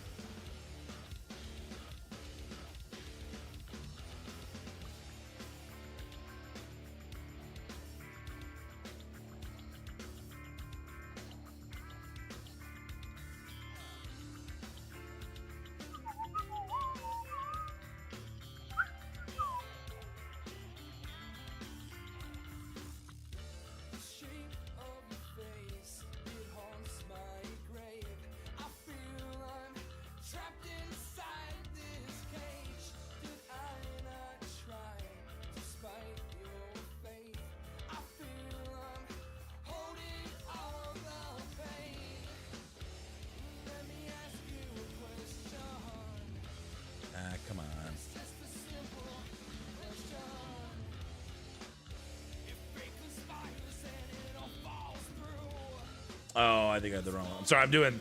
I'm doing a couple things here. Back in the day, you needed 2 VCRs. Yeah. Dude, my dad edited a lot of videos. This is one of my first shows in Colorado that I did right here. That's Bronx I'm wrestling. This is it was called Whiskey Bill's. It's actually where I met Jay Scene's mom. She was at that show. This is 2003 here. It's a Home Depot now.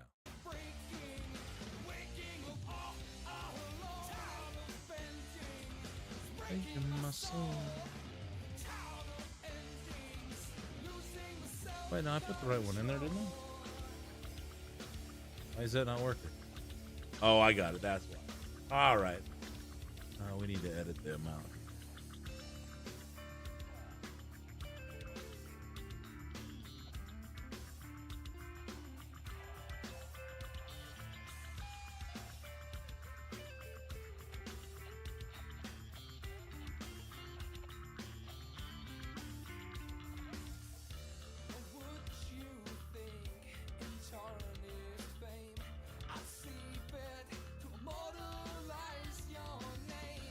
Why is this not working? I see. Old convenience fees. So, better love story. A little complaint? What's a little complaint, my friend? There's a YDT, Steve-O. That's the first one I ever did right there.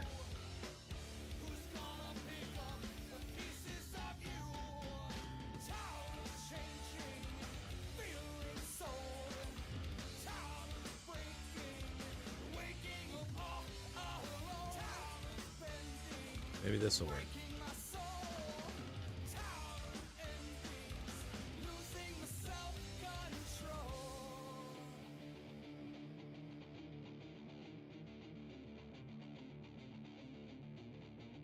Dude, I don't understand why this isn't working. That should still work. Okay, that's a problem. I need to make this payment. It's not working.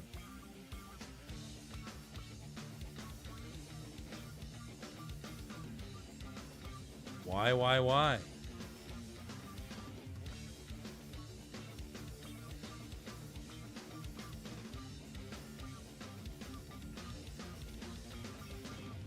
see.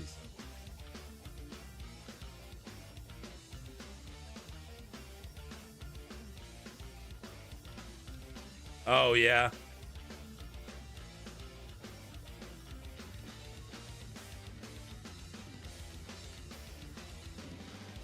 Oh, that's why. Okay, let's try that.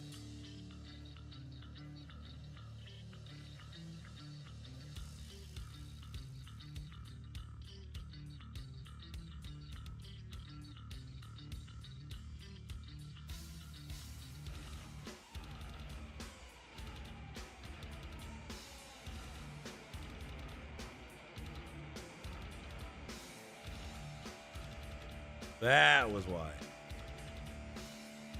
Hopefully this works. What will come to me?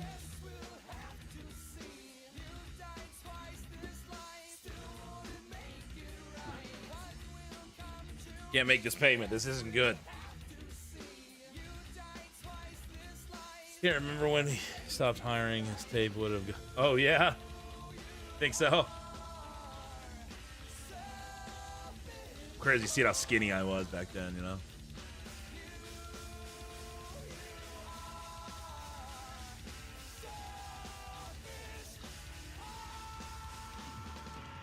Table didn't break. I forgot about some of this old footage.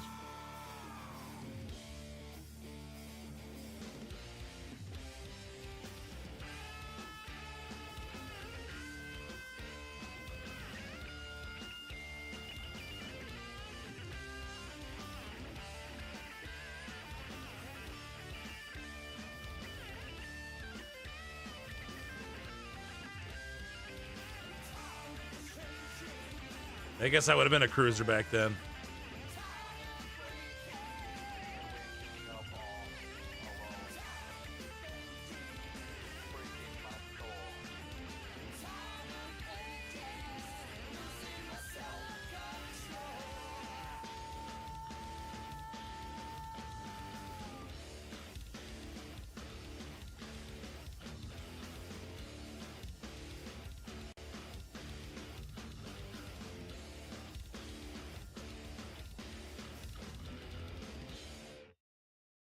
Yeah, just never quite worked out for me, you know?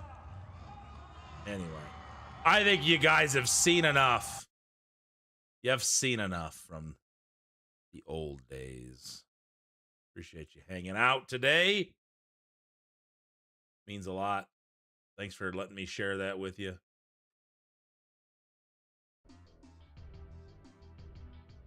But I got to get moving. This was a lot longer than I was expecting. I got to figure out this payment issue here. I don't know why I'm having issues with this. So we got to figure this out. Gotta figure this out. We're gonna go do that.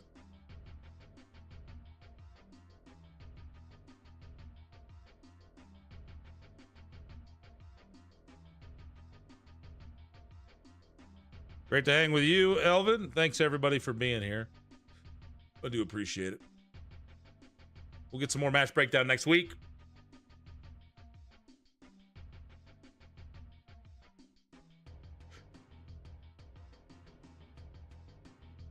Let's go say what's up to Mastodon. Playing some 2K25.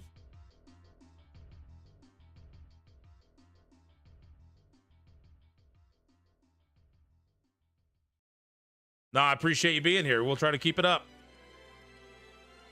Take care, Steve-O. Take care, everybody. Thanks for being here. Until we meet again, we'll see you on the next one.